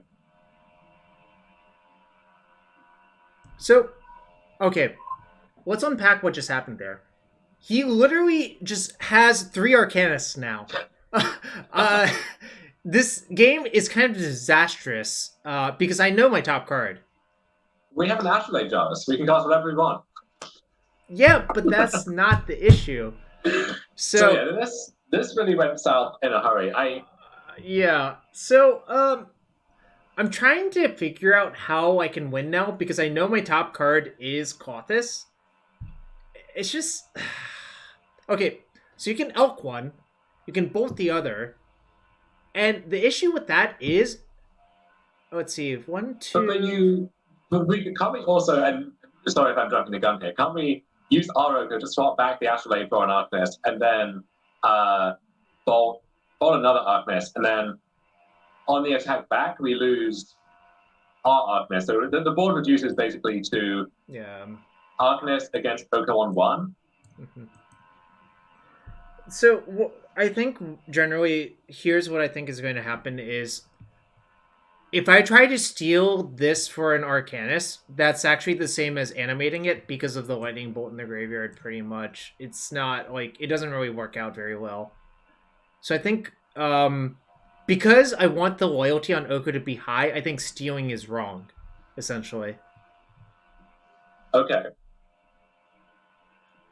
So I think what I'm supposed to do is just bolt one and plus on this Astrolabe and just play my Kothis and start munching at their graveyard to try to reduce the efficacy of Arcanist, assuming they flood out. I mean, flooding out is going to be harder because they can always just have one Arcanist. Yeah, I know. So, yeah. We'll just see what happens now because I think the game has gotten really weird. So I bolt first. Oh, I plus on their Arcanist. Maybe... Actually, plussing on an Arcanist is better than plussing on my Astrolabe because now they have to choose between Bolt or... Bolt on my Oko or Cantrip. And if I steal, it just really makes the removal spells in their graveyard way too good, I think. I think stealing is not allowed. Maybe my it is issue allowed, is... actually. Yeah, my issue is that every additional... I guess in this scenario... One Arcanist always gets bolted, and then a second one either gets out or gets switched for an Astrolabe. So they're getting the same number of Arcanist triggers net regardless.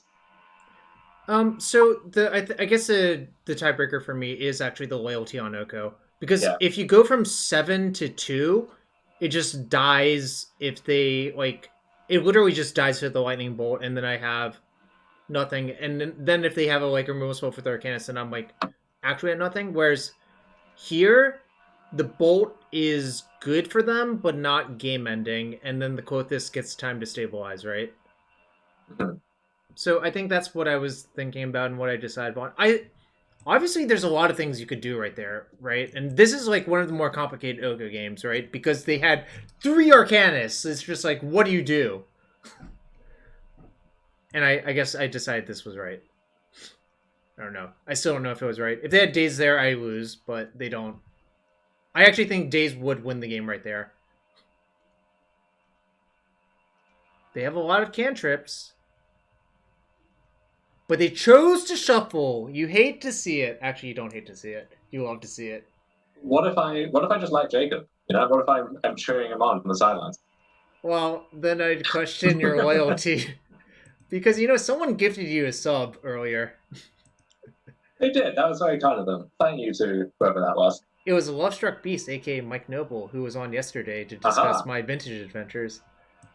So now the game is getting interesting. Last turn I went after a cantrip because I think the way I win is, okay, sure, you can have a removal spell, but you're not killing my Oko this turn.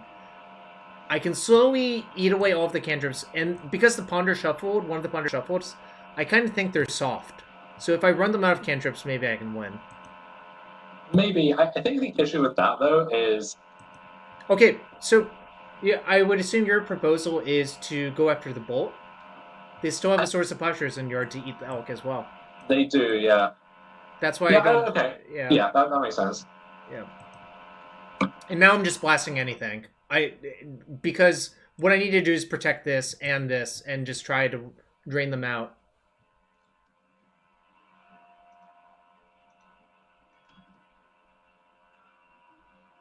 Someone asked, why not elk the other Arcanist there? Isn't it just better to elk my own thing and... because if I elk their Arcanist, my Oko dies. I think. Right? If I elk their thing instead of my thing, my Oko dies. Is the actual answer. Mm-hmm. So I think elking my Astrolabe was better. And wow, they fight over a bolt on an elk. It makes sense because they want to kill the Oko, right? And look at what they had to pitch. Oh wow. That I actually am not sure about. Oh, so okay, actually let's unpack that. For them to play that safely, they need 7 lands, right? Because of this. I guess you can cycle it and then force the Clockers to eat the Uro for a turn, which frees up potentially another card for Arcanist. Although if your Bolt resolved, they didn't have an Arcanist anyway, so that's out of consideration now. Yep. So let's just fast forward the tape a little bit because now obviously this is going to die. They only have a plow in the yard because we went after their cantrips. Remember? And I actually think this forces a decent draw. Because what I want to do is just buy time for this to go up. I force this immediately. And that might look crazy, but I'm trying to just trade all my stuff off and try to deny them for as long as possible while this goes to town on them. Because I don't think they actually have an answer to this most of the time. You would need like an Oko of your own. The Uro is gone. Sometimes they play Celestial Purge, but I don't think Jacob chose to. Pyroblast...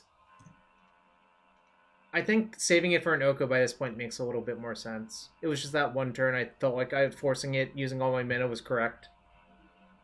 This is good. This cuts a turn off the clock. Oh, that's nice. Quote this is sort of a stab wound. Yeah, well, people who refer to it as a stab wound card played a lot of RTR Limited, I think. Which I did as well. Vortex, except you gain life instead of, Yeah. It's perfect.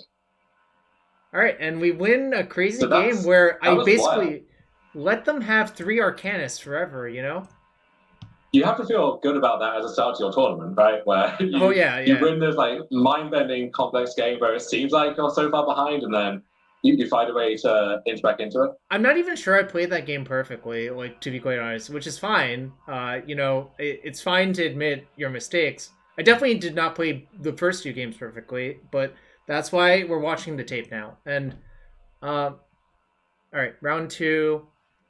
I don't know what this person plays, so I'm just like, all right, whatever. I'll just pretend. It's most likely to be a blue deck, but you don't, So I do know this player. I played against them on in the Hogaak Mirror before, most recently. But I think they jump around a lot, and they also do like to play the kind of default best deck in a given format. So, would not be surprised to see the Mirror or Snowhead. This hand's great, though. This is just good versus almost every deck, so... Yeah. All right.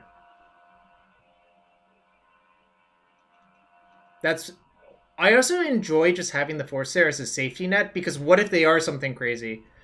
And now I'm like, okay, some sort of snow deck? This doesn't tell you a lot. And they force here, so I'm just like, alright, if they're willing to force, I'm certainly going to daze them here, because that smells like weakness to me. And then they play carpet after I daze. I'm like, oh my god, that's so good for me.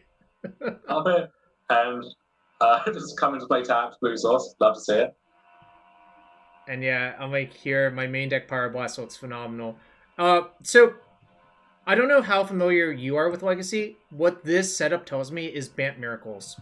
Yes, you're thinking it's like the Mark Devok deck. Yeah. Yep, exactly. I think it's probably close to that. Maybe has Hole Breacher, maybe doesn't. It doesn't matter. Pyroblast is just insane versus them, so I'm willing to shuffle with other cards away and take the Pyroblast. Is there any consideration there to wasting them and just playing a fetch and passing? No, because I want to get them dead while I have the advantage. Remember, they Force of Willed my Arcanist. You generally don't do that if you have removal in hand. Right, but I'm thinking if this shuts them off basically any mana development for this turn, and usually if, I guess, playing Sanctuary there either means a lot of lands with nothing to do with them, at which point you want to get the town out of the way, or it means you have a land light hand and you just have to play this out, even though it exposes you to Wasteland. In the second scenario, it seems like there's a lot of upside to just basically getting a free turn with your Arcanist, but then you don't have another 1 mana thing to flash back unless you want to use a Brainstorm, and at that point, you have to crack your turn or play a land out, and you're not casting the Tarmogoyf. So yeah, maybe this just uses your mana a lot more efficiently. So it does that, and it also allows me to shuffle away the other 2 cards, which were not that good. It was like a Delver and something else. So the other thing too is that if you're relying on using the Brainstorm to then flash back, if you have to force, you lose your blue card, and then your Arcanist actually isn't doing anything for the meantime. So. Yeah, so I think I'm gonna do this, and I think it's reasonable. Obviously, the fear is if they Miracle Terminus right there, it would be kind of a disaster, but it's like, whatever. And I actually let the Teferi resolve here. Let me explain why. My opponent did not plow me on turn 1 or 2 on this Arcanist, and remember, they forced. This is still my read that they have no removal. And now I'm scared because they floated white, and I'm like, oh no. Oh no, did I misevaluate this situation? I don't even know if that would be. But it's just another Astrolabe. I'm just like, that's okay. Like, if you blasted a Teferi and play Goyf with Force Back, I think you're still in a decent spot there. But so yeah, here I don't even spend a red spell on it. I don't think it's even worth it. And now I actually make the play you describe. Yeah, I wonder if vaulting there just to free up this Arcanist activation this turn is worthwhile. Just getting to Brainstorm again, given that you also have Ponder to for the following turn. Yeah, I thought about it. Because what more appealing Lightning Bolt targets are likely to present themselves, right? Ice Fang Collateral's the big one, I think. But obviously I'd rather Pyroblast it. But I think it's just... I'm trying not to use cards when I don't have to, is my thought process. Yeah, the thing is, I think by using the Bolt, you're gaining at least a card back from the Brainstorm, and depending on what value you assign to that card filtering, like, that could amount to a lot more on top of that. Yeah, maybe. I think I thought about it for like 5 seconds and decided it was better to just save the cards, but I definitely could see that being better.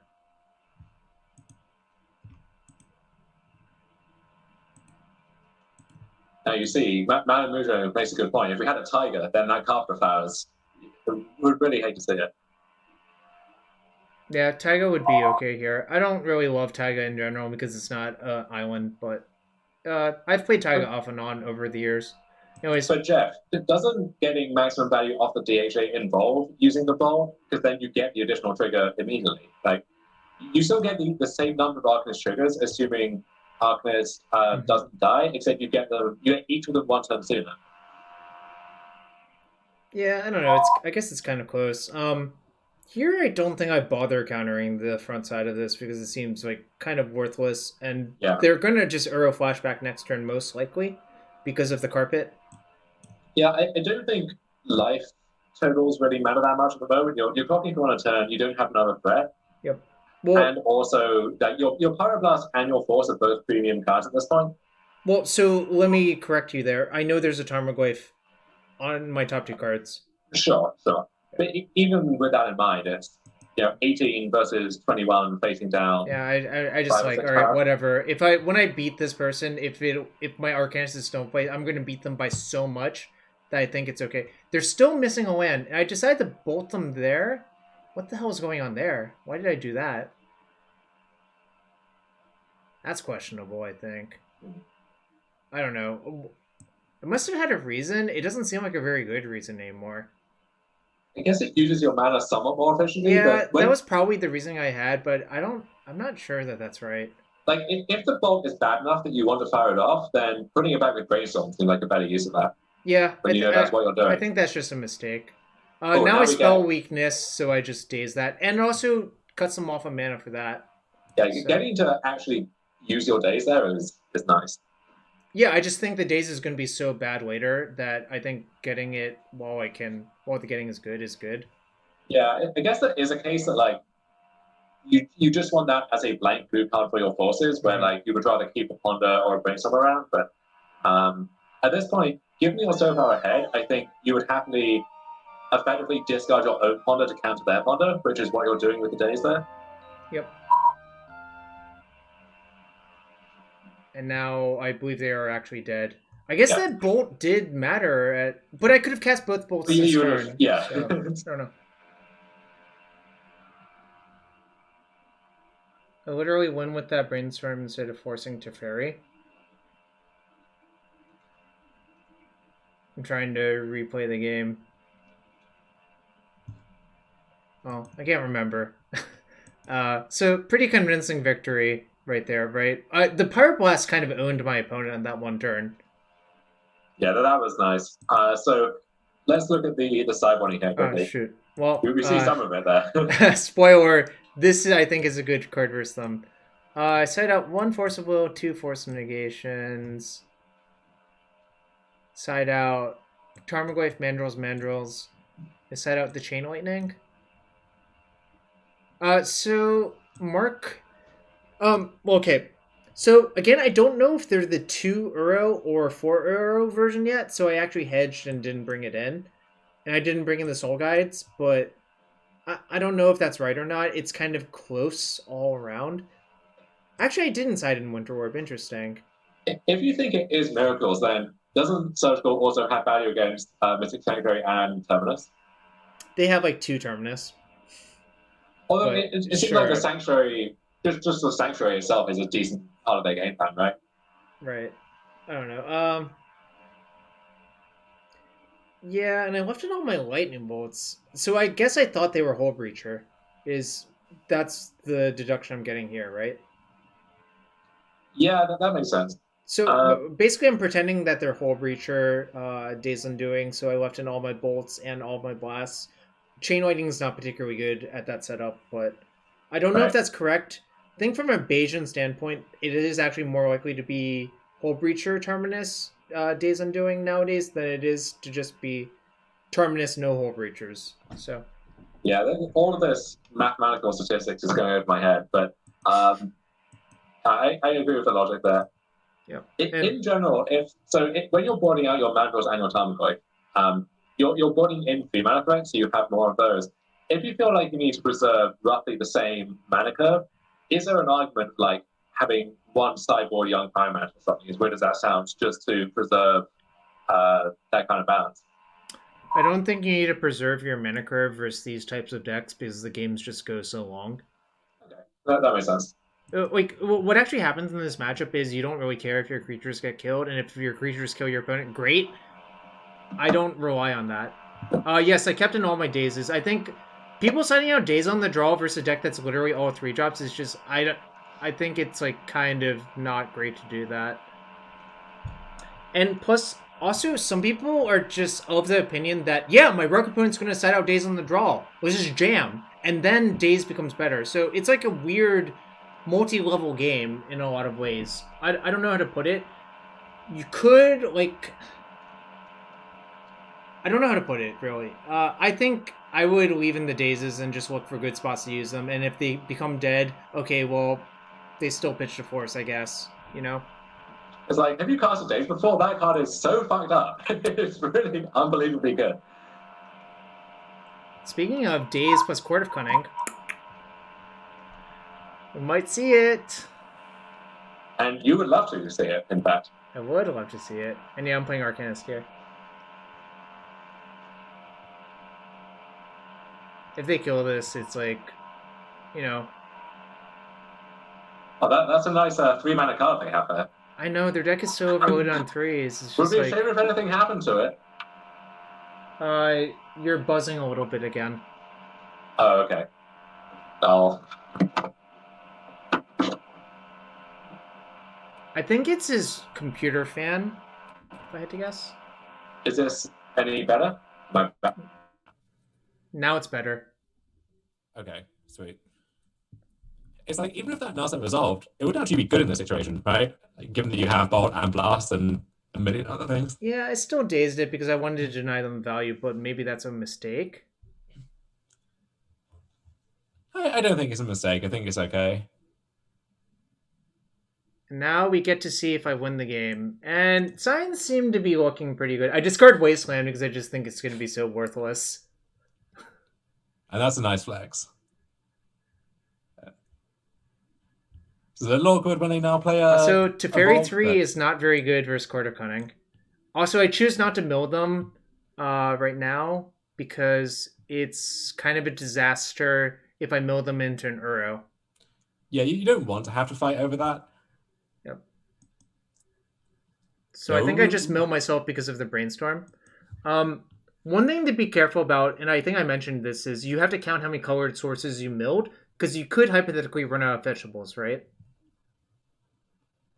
Mm-hmm. So 1 volt. Well, why 2 are volt, we 3 milling volt. ourselves here? Because I brainstormed. What is the argument? I brainstormed last turn, just right? As a shuffle. Yep, I brainstormed off the Arcanist. Yeah, this is officially garbage time now. And so now we have 3 high impact threats, and we have Clothis and Hullbreacher. I played the Arcanist to leave up Power Blast. I don't know if you agree with that. I do agree with that. I'm thinking, are we making an effort to prioritize, let's say, baiting with the Clothis so we can stick the Hullbreacher, or vice versa? I don't know. I didn't think that far ahead, I guess. I think, like, I don't think baiting with this will make this more likely to resolve, because I think this gets blasted almost every time instead, if that makes sense. Mm-hmm. I think I'm actually at the point where I could probably click buttons at random and my opponent would lose. I agree. I mean, that sounds like kind of like weird to say, but I think they're really, really, really far beyond. I had 4 Volcanics in my deck at this point for this event. And this actually now is somewhat threatening, right? Like, if we lose a fight over this is how we lose the game, but now the Bolt just...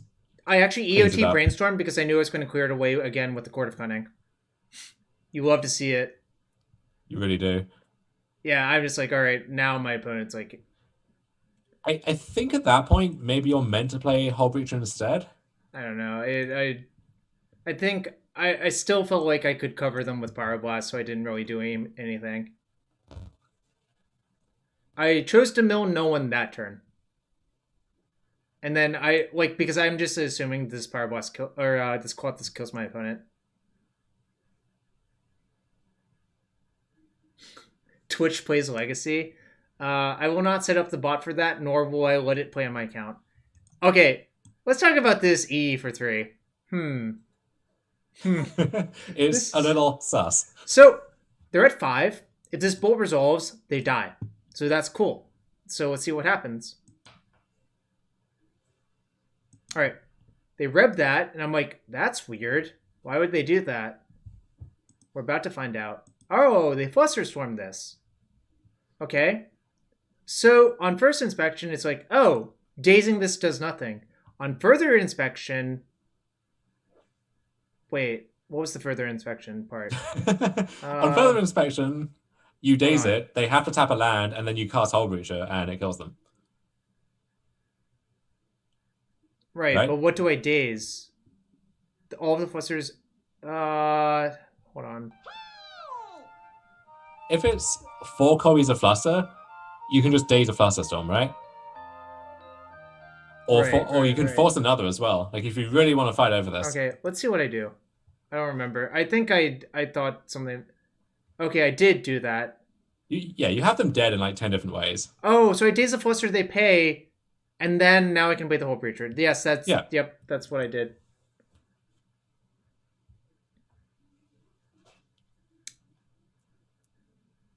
And they die. See ya, mate.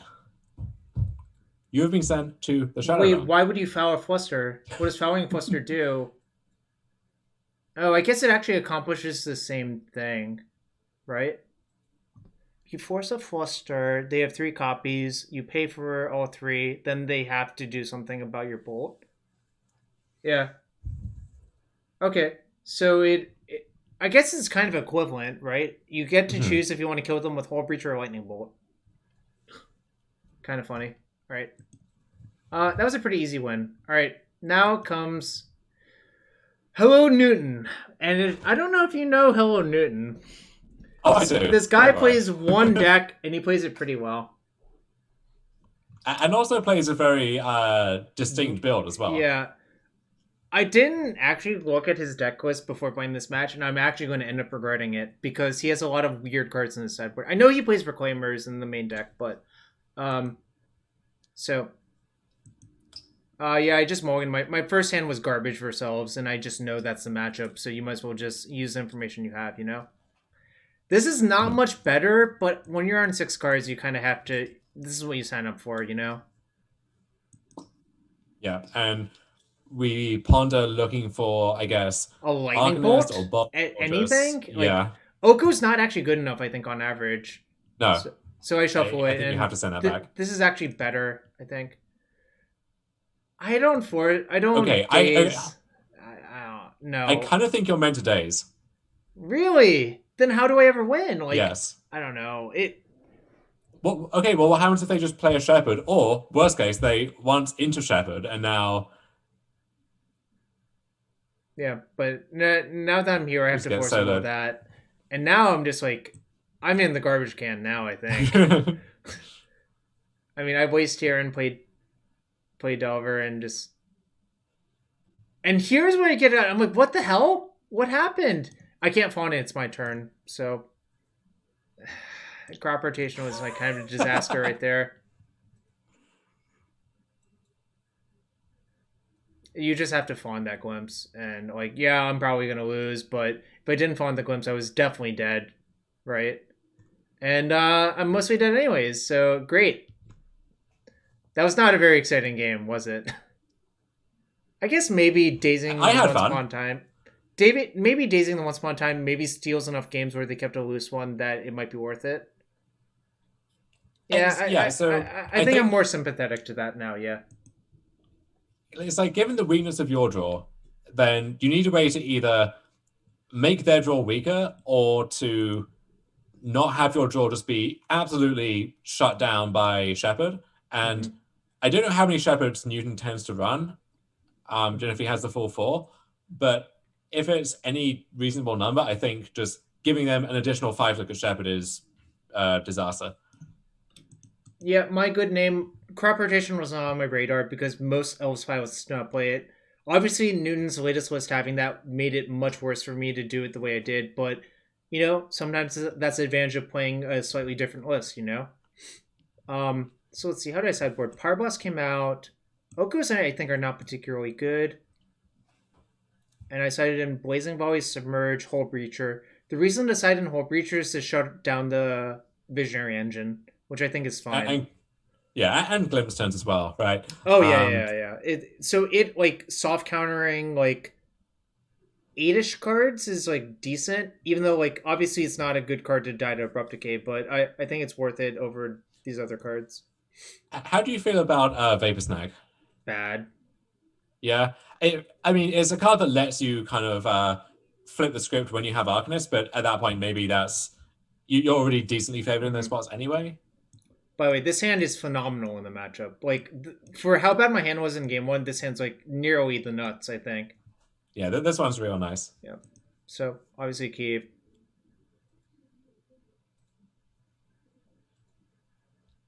So, how do you feel about that one? Got him. Got him. Yeah. Come on, blind flip. Blind flip. Got him. I don't want them untapping and searching for a cradle. I think that's just like an easy way to lose. Obviously, this is like kind of semi-punish, but now I'm thinking maybe I can just kill them with damage. This is kind of nice. But I cast the priority in there because I think, yeah, you might need it to pitch the forest, but I hate not generating the velocity where if I find another bolt, it shaves to turn off the clock and so forth. So that's why I just usually cantrip there. It's a little bit risky, obviously. Well, what if... Okay, I think we need to... Yeah, let's see, this is my issue. If Newton...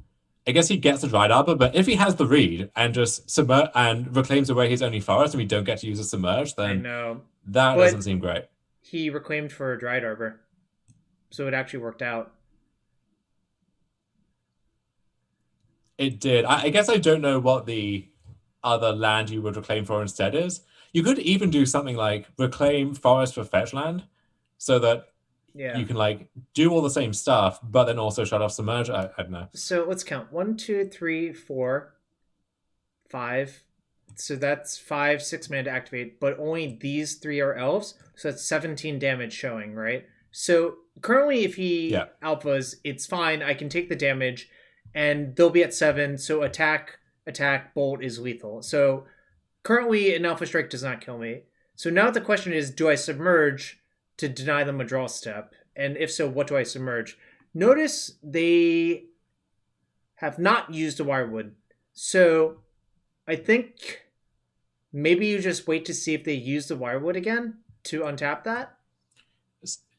So if the goal is, so if we want to proactively submerge, then we have to hit a non-elf because otherwise Symbiote can deny that. So you end up in this odd waiting game, right? Where like you're hoping that they pull the trigger on Symbiote so that you can submerge. It feels like if you're fetching Arbor there in the first place, you're not going to play around submerge, right? Because you could have done relatively easily by just not doing that. Yeah, I don't even know if he was thinking about submerge there. It's obviously like there's a lot of things to think about at every point. So if I'm in his position, sorry, go ahead. No, I'm just thinking about if I want to submerge the symbiote or not by this point because it's my priority because it's my end step passing back to him because the ability is resolved. So should I submerge the symbiote? I'm inclined to say no because I think he's so likely to reclaim this away for another land. But maybe he doesn't do that. I don't know. It's a weird situation, you know. Actually, does he even want to pick up? Hold on. Does he even want to pick up a creature? I don't think so, right? I doubt it. Like, also, what are you hoping to reclaim for? Because you can't get second cradle.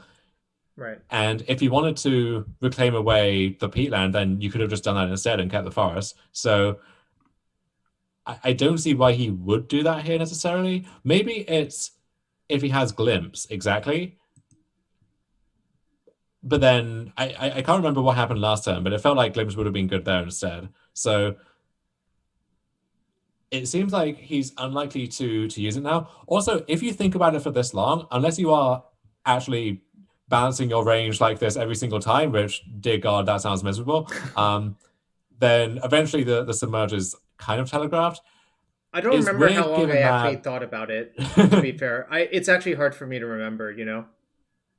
Yeah. Also, a lot of Delver lists either don't play submerge anymore or maybe have one maximum. He actually went for it, and then I submerged the Reclaimer he tried to untap in response. So it actually worked out really well for me. Yeah. I think I just like I spent 27 seconds thinking, or it looked like 17 seconds thinking about it, which is actually enough to give a tell. So I kind of regret it. And then he just went for it anyways, because maybe he's like alt tabbing and doing something else because that's what happens in online tournaments, you know. All right, so I didn't really get punished, and I think me getting to submerge the reclaimer is actually kind of nice. It is so reassuring that people are not actually tanking there for 27 seconds as often as they should be, in order to balance their ranges Right. properly, because that just sounds like I a agree. miserable time for everyone. But So if I brainstorm, that waste is actually, I think, probably good enough. I actually shuffle away all my forces because they have 2 shepherds now. yeah. I think that's probably correct. And I just waste the cradle. And now I'm like, okay, well, if you let me attack with the Arcanus next turn, you die. So let's hope. That's kind of scary, but they can't play cradle now because. So now I think. Well, now the issue would be bog, right? Like if you Yeah, send in I mean, with both. I force the bog, but it's obviously if I lose to bog, it sucks. And yep, there's the bog. Kind of sucks, but and then there was no block. I'm like, what the hell happened there? Why Well, wasn't there so block? so you eat one of their creatures, and then they can't swing back for enough, right? And they're But just dead to the they're Delver taking next lethal turn. damage. Oh, right, yeah. I mean, I think the game is lost regardless, but maybe he just realized that and packed it in. I guess the waste is actually decent for me because I can waste one of the dried arbors. Yeah. That was weird. You could also, if you're scared of decay, you could just waste the bog, right? Yeah, I think actually by this point I should waste a bog. They're at 1 And because that cuts off any fetch. So it's either Birchwood Rangers or the bog or Zenith for Birchwood Rangers, right? and you didn't have another bolt in your graveyard, right? So the Arcanist Yeah. doesn't immediately do anything. So Right. I guess you didn't have a graveyard at all. So there we go. All right. So game 3 is the weird one, and I think after game 3 we should probably take a short break because Yeah, I'm down. there are 11 rounds of this. Spoiler. Jeez. I mean, this is what happens when you go in a deep run, right? Good brags, Jarvis. We can skip over the less interesting rounds when it comes down to that. But this hand's pretty good for some. Like this is like close to nuts again, right? In a different way, except I don't have land, so I have to cantrip for lands, which is the one downside of this hand. Days is like a constellation prize, but I don't know. Like, okay, so first question is, given that we're landlight and just want to hit a land, do we ponder or do we preordain? Because what we don't want to happen is we see like Volk or Trop plus 2 bad cards, and then we're priced into keeping at least one of the bad cards. Right. And then preordaining away the other one next turn. So maybe we're meant to preordain first there? Maybe. I didn't actually really consider that. Anyways, sort of fast forward through the game a little bit. I got a 2-for-1 with volley, except they crop rotated, so I dazed the volley or dazed the rotation that sacrificed the arbor that would gotten killed by volley. So it wasn't nearly as disastrous for them as it could have been. All right, I finally find lands, and here's where the game gets weirder, I guess. They have nothing, and I'm just like, what is going on? So it could easily be decay. Yeah, that was my read, so that's why I didn't play anything there. It's because I want to choke them on mana. So I play Hull Breacher here to force the decay out if they have one. Yeah. Which I think is relatively likely. And yep, lo and behold. And I think, is it maybe a mistake to get Trop there? For them or me? For you. I guess if you know you have the land, it's whatever, but... Yeah, no, well, this land was unknown. Okay, because you kind of do want to play Arcanist and Bolt in the same turn, potentially. So, all right. I want to unpack this. This is where the game was lost, I think. I actually believe this is where the game was lost. Spoiler, I do lose this game. I didn't even think about forcing that, and then a Grasping Doom arises, and I'm like, oh shit, this is actually really bad for me. That's hilarious. I know this card is played in lands. I didn't think my opponent was playing it in their Elves sideboard because it's a colorless land. I don't know. It's like a real cost to put that in your deck. It really is. Although at the point where you start adding the first crop rotation, maybe it makes a lot of sense. Yep. So let me explain what's going on with his deck list when I looked afterwards this match, because I was kind of like salting a little bit inside because I'm like, oh shit, I got killed by this card, and I looked at his last list. It was literally there. I could have just done a search and found out about it. So I have no one to blame but myself. Yeah, I've seen the Cabal pit before, but June's actually seems substantially better than that for the He most plays part. both, by the way.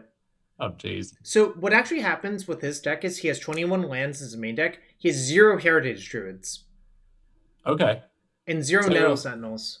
so So his glimpses are a lot less threatening a lot of the time. exactly. That's why I don't usually counter Glimpse versus him. Versus other people I might, but versus him I usually just treat it as a divination. I'm like, okay, I can be a divination. Yeah, I was going to bring up not negationing that, but that makes a lot of sense then, especially if But you're also cognizant of natural order. this I believe is where the game is lost because now my card that's supposed to beat them is literally a blank now, right? Hmm. So, I obviously could have Googled and this would have been fine to use there because From this starting position, I think you're actually still favored, I right? Like if you agree, find, but let's see what happens. yeah, okay. Green Sun for 1, I should have forced that one too. Oh, because now they get a 3/4. Yeah, No, this but is suppose I don't even force it. What I mean, like, what if they just got a Shepherd and I didn't have bolts? Like, I think this not forcing that one is also ludicrous. So yeah, I think I lost this game in multiple ways on that turn cycle, which is kind of impressive because there weren't really that many decisions to make. So I found out what the blue was for in his sideboard. He has Stifle in his sideboard for Doomsday and Leovold. huh. He went really deep on trying to fix bad matchups, which is fine. That's like great. I love to see it. So there's a running joke I have in the depths and lands Discord where the depths players keep agonizing over how they're losing to Doomsday, and I'm like, you guys are playing against Doomsday 10 times as often as I am. I've played against it, once or twice in God knows how many matches, Yeah. but they seem to be running into it constantly. It's like it's moth to a flame, it never stops. So the idea of playing narrow cards just to beat Doomsday seems wild to me. But if it's happening to you that often, then go off, I suppose. And yeah, I'm mostly dead here. It's just like kind of crazy. Okay, I want to unpack that play. By wasting the Cradle inside combat, that means I get to use 2 bolts to kill a creature. Whereas if they just pass priority, I can't really kill anything, right? Or it's like a little bit more difficult, anyways. Sure, I guess if you don't think you're gonna, yeah, you may as well just force issue now. Yep. So I bolt that, and I think I bolt the Shepherd, and I'm just like, okay, maybe if I find like a Submerge for the Reclaimer, I can get back into this. But it's still going to be really hard because it's a 7/7. Because the +2/+2 applies after the base power and tough. But then a second Shepherd, I'm like, okay, I'm mostly dead. And well, I believe this game was lost when I didn't counter that goddamn crop rotation. Yeah, that's wild. All right. Let's take 2 minutes and be back for round 5, round 4. All right. Okay. Let's take a few minutes. So be Perfect. right back.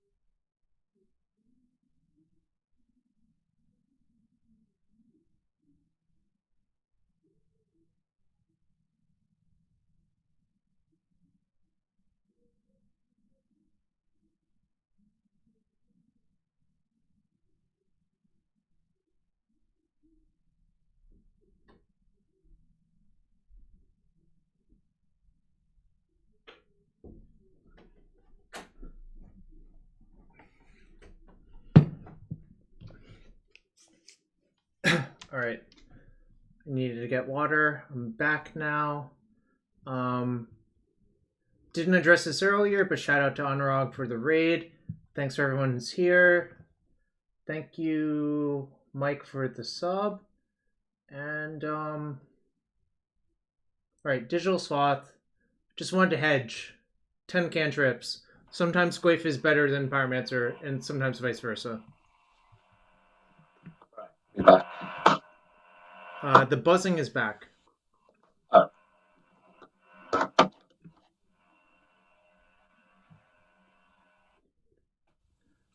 All right, it appears to be gone.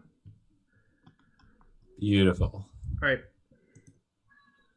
I think I remember this match being faster. Oh no, this match was not faster. Never mind.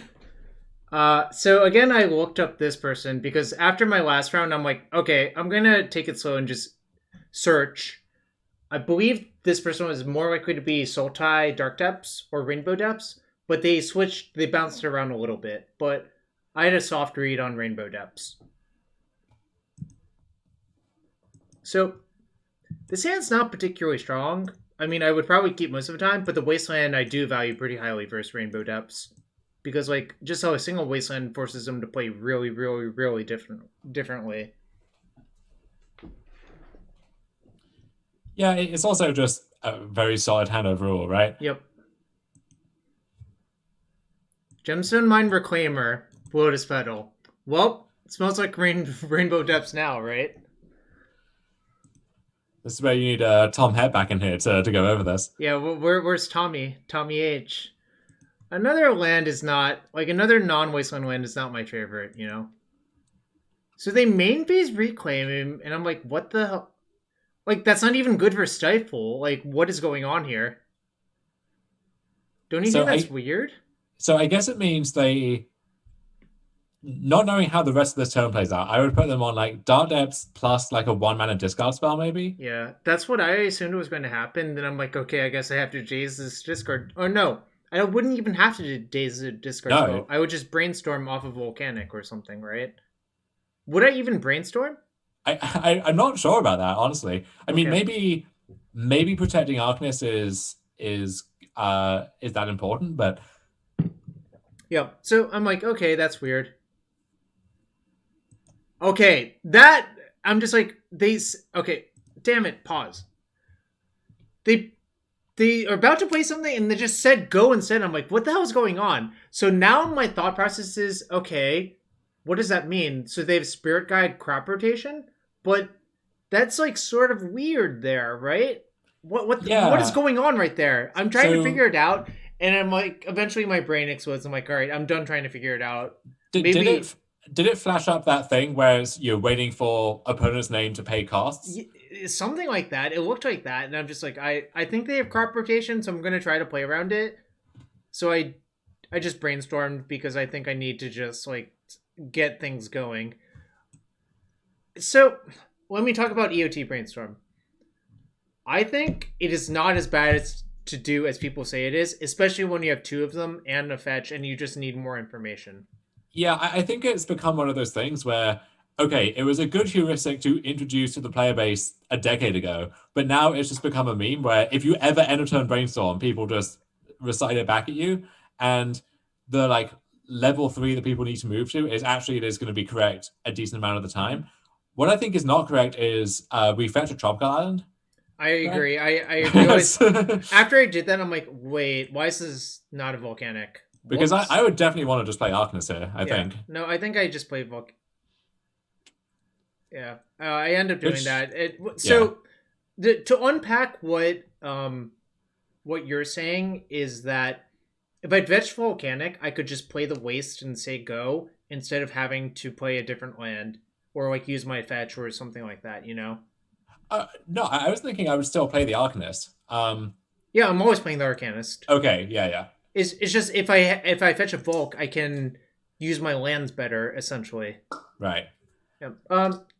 So they play Petal, and I think bonding it is actually weirdly correct. Yeah, so the downside would be if you can set up like you waste on their turn and then get to force exactly crop rotation or something, or a stifle. So my fear is Flusterstorm and Stifle from them. Yeah, I mean, now that so they've gone through one petal and one gemstone mine. Yep. They don't have many colored mana sources in their deck to begin with. And forcing them to reclaim for one if they want to have access to it is actually a big deal. So I do like using this forcer. So my other reasoning was like I get time to the brainstorm. I just buy a lot of time. I think a lot of people would never fawn this petal, and I think it's actually really good to fawn it right here. If it's forcible instead, you're not doing it, right? Because just being able to counter hex mages is so important. Yeah, I think that was the other thing that was going through my mind. What if they just have hex mage depths and then I get like kind of reamed?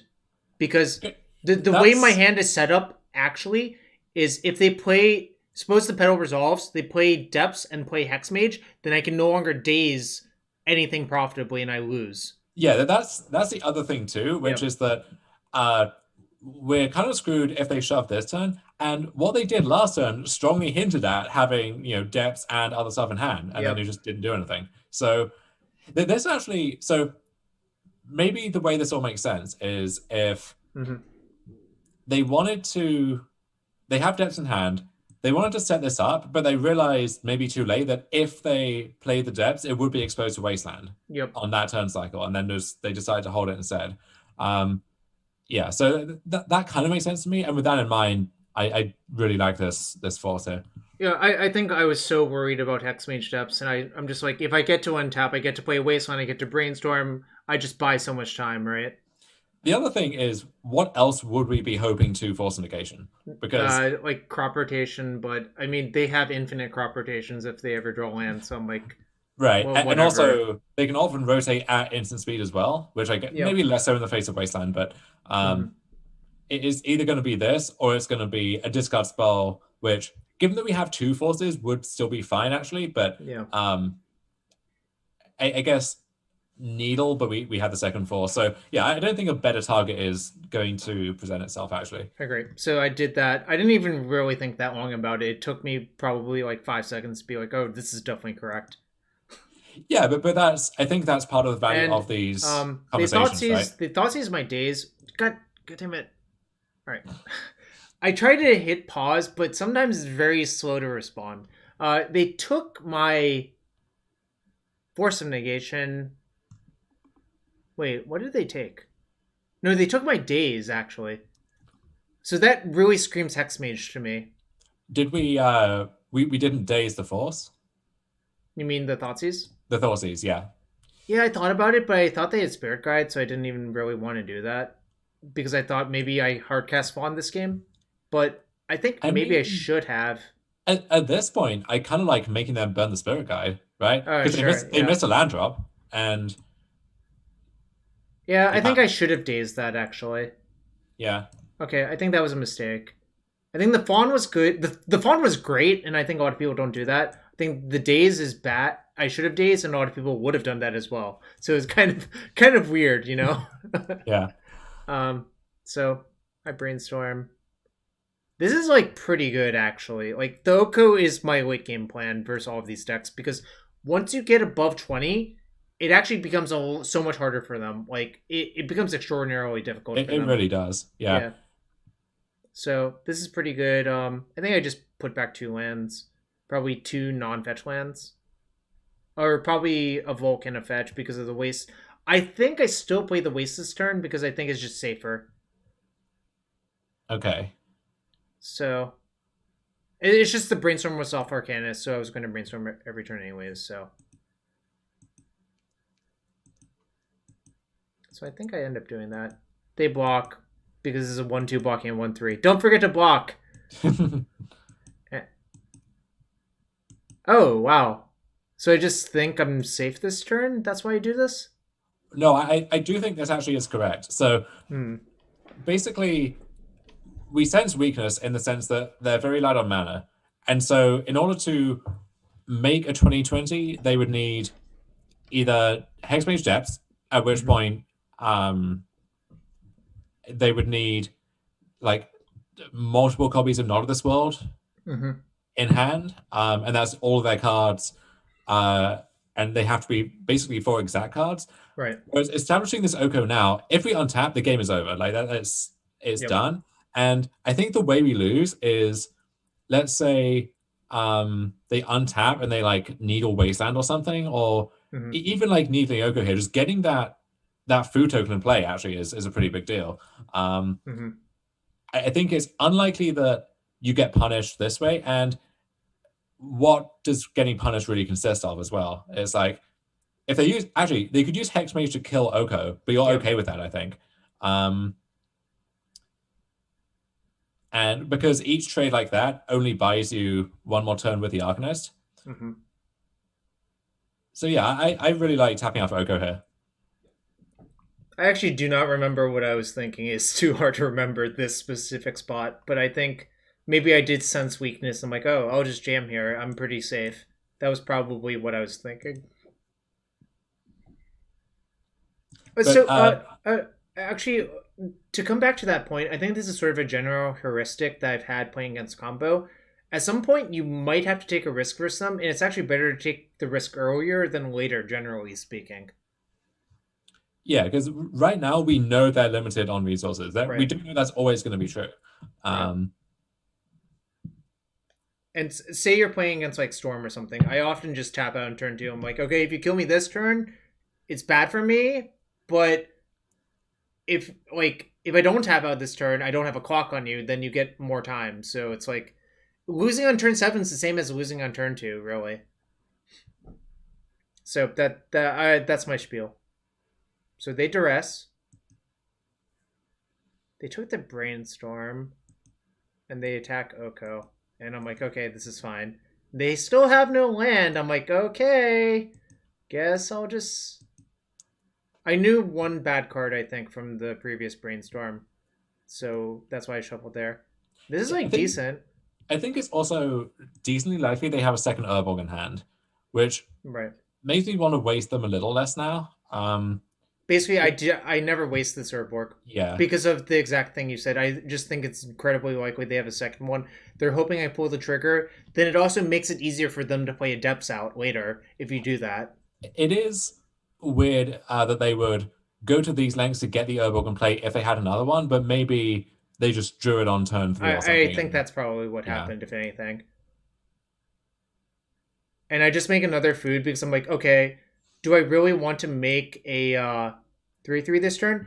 The problem is I'm at 17 because I cracked another fetch.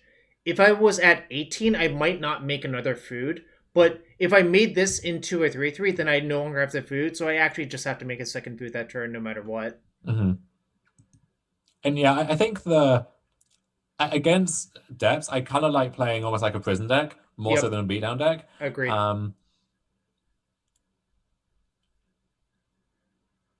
Also, I mean, you see me doing that here. I'm just like sitting here. Also, the downside of wasting earlier is you don't want that Reclaimer to become a 3/4 and potentially shut off the Arcanist from attacking either. So, hold on, what? Okay, so here's what happened. They have Reclaimer. It's a 1/2. I bolt it. Oh, I preordain into a bolt. Oh, okay. And they Hex Mage their Depths in response. I let the trigger resolve. It goes to 0 counters. Then I waste it because that's the better, technically correct way to do it. In case if you're wondering, here it probably doesn't matter. But I was trying to rack my brain about what could potentially happen. I'm like, all right, I'll just let it go to 0 counters and waste it with the trigger in the stack. And now they're essentially dead. I worked out that it was lethal damage if all of that happened because of the second bolt. And 8, 11, just all right. Yeah, you're dead. Perfect. Yep. So that was an easy... I think I got a freebie there. I think game 1 is normally more difficult than that. They were on the play and kept 7, so that's like... I really did not expect them to miss their second land drop when they were on the play and kept 7. Yeah, that's odd. I don't know what... Maybe they clicked the wrong button? I can't explain it. Alright, so that was a freebie. I think this game is... Alright, let's see how he sideboarded. Power Blast out. Mandrels, Tarmogoyf out. I left in 1 Mandrels. The reason to leave in one Mandrills is I think on average it's going to be cheaper to cast than Tarmogoyf, and leaving up mana is a premium in this matchup. Yeah. There might be a minor case for Wind Orb just because it makes I don't exactly Reclaimer or Sage or something tougher, but I think that's very marginal. You know they only have one Reclaimer, right? Yeah, it's weird where like the one Reclaimer can come up a lot, but because they only play one, you can't really take measures against it, even though it's usually one of their better cards. So yeah, I agree with that. So yeah, I think I sided in Vapor Snag. And let me explain. I sided in Submerge, but I sided it in as 4 and a blue. Try to remove your Merit Wage because I know that's what it does in this matchup. It's not great, but I think it's better than the cards I took out. So those cards being the additional expensive threats and obviously the dead Pyroblasts. Yeah, I think so. Someone depths on 27 lands. I don't think they're on 27 lands. If you check Tom's list, I don't think it looks like that. It's closer to 24, I think, and that includes. It's 24, but there's 4 Petal and 4 Spirit Guide, so effectively it's a 32 mana source deck. So that's why I don't know. It was kind of weird.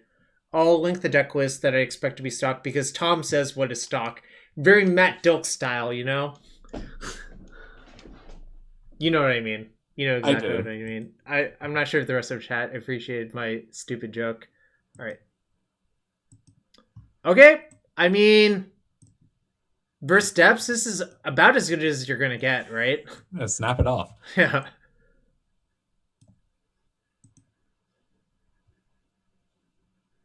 That made me kind of displeased, but I'm like, okay, maybe I get to Oko it and then have my waste. My actually favorite interactions with Needle is the last time I played against this in like a local event, my opponent had Pithing Needle on waste, and they like tried to do their thing. Then I grudged their Needle and ended them. Oh yeah, yeah. That's the stuff, you know. That's why we have the Return to Nature, right? Like, it's basically just a Needle. Damn it! This is such a beat, but because if I got to fall on that puts me in a much better spot, obviously. Actually, do I even fawn it pitching either of these? Okay. I don't think so. This main phase crop rotation, I'm looking at my hand, I'm like, man, do I fawn this? It's so tempting. Also, I'm thinking, okay, why did they do it on my turn instead of their turn? All right, they're either getting Urborg or Dark Depths, I'm pretty sure, and they're probably going to try to play Hex Mage, is my read on the situation. So what do you do? So this now is on their main phase? Yep. I want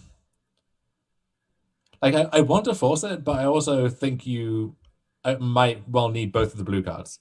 So even though it's unlikely that another good force target will present itself in the short term, I kind of like letting this resolve.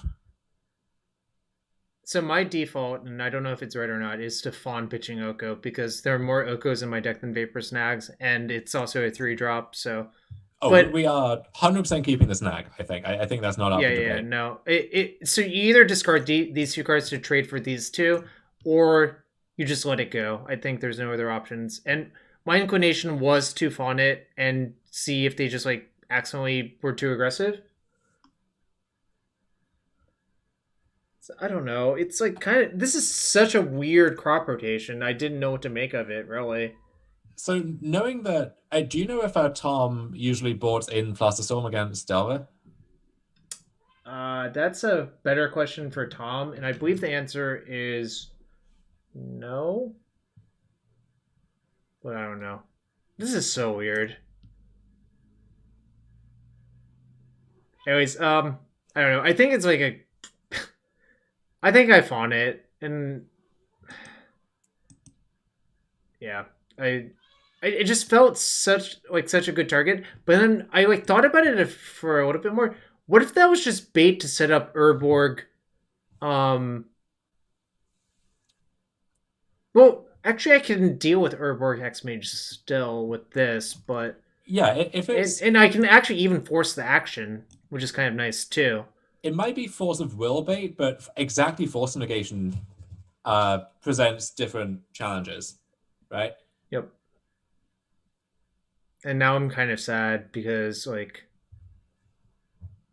Now I'm really sad. That actually was a huge, huge, huge problem. And now I'm like, okay, now I'm dead in the water. Yeah, I don't know. It played out poorly, but I'm not even sure that it was wrong to do what I did. Does that sound crazy to you? No, I. Mm,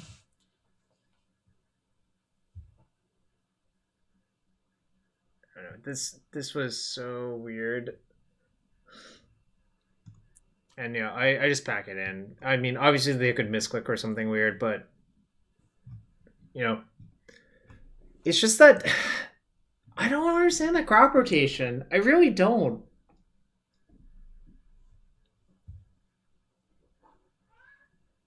yeah, it's curious because if they had it rolled up, then you just wouldn't do it, right?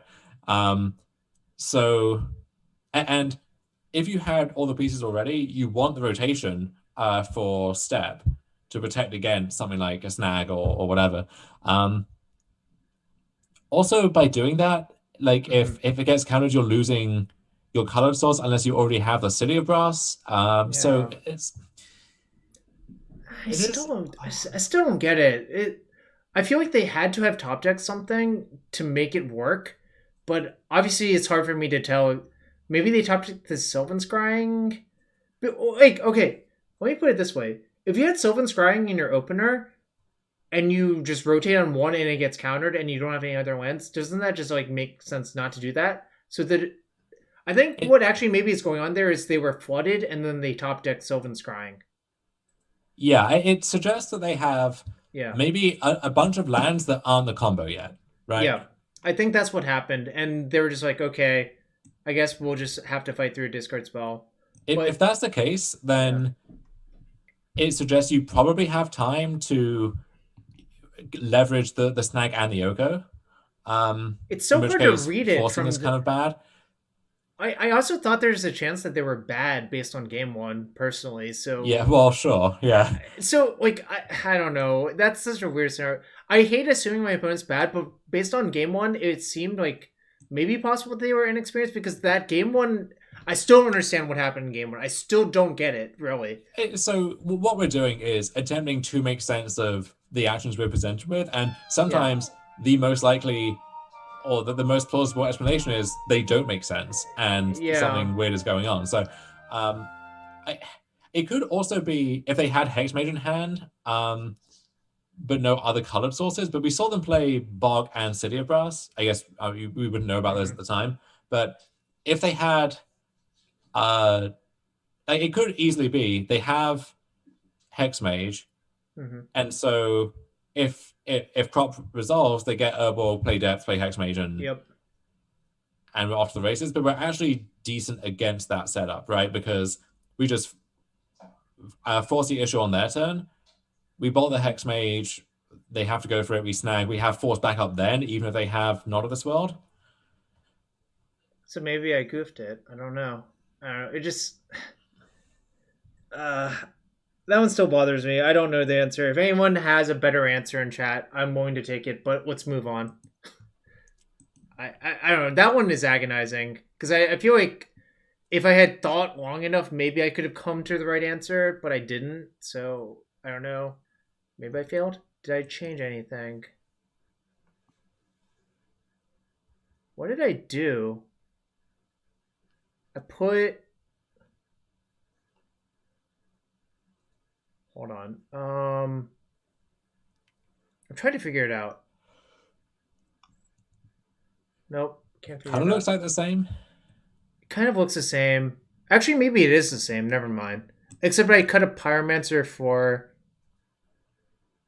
a mandrels. I thought you had done that already, Oh, right? maybe I Because did that Mandrels is before. more efficient. Yeah. Yeah, it's a steak knife review stream, except top 8 is good enough in these tournaments, so it's not really steak knives. I just lost out on some number of chests. Yeah, this is a scoreboard review stream. Yeah, it is. All right, great hand. Yeah. Opponent's going to 5, so like I'm already like, okay, just have to be sure not to fuck it up, and I'm probably okay. I mean, like this game, I just want to make sure variance is cranked down to 0 because if it's at 0, I probably win. So I brainstormed there. I hide the Oko because I think Oko is my best card. But Yeah. Well, I what was actually, the second card you had? we'll find out in a second.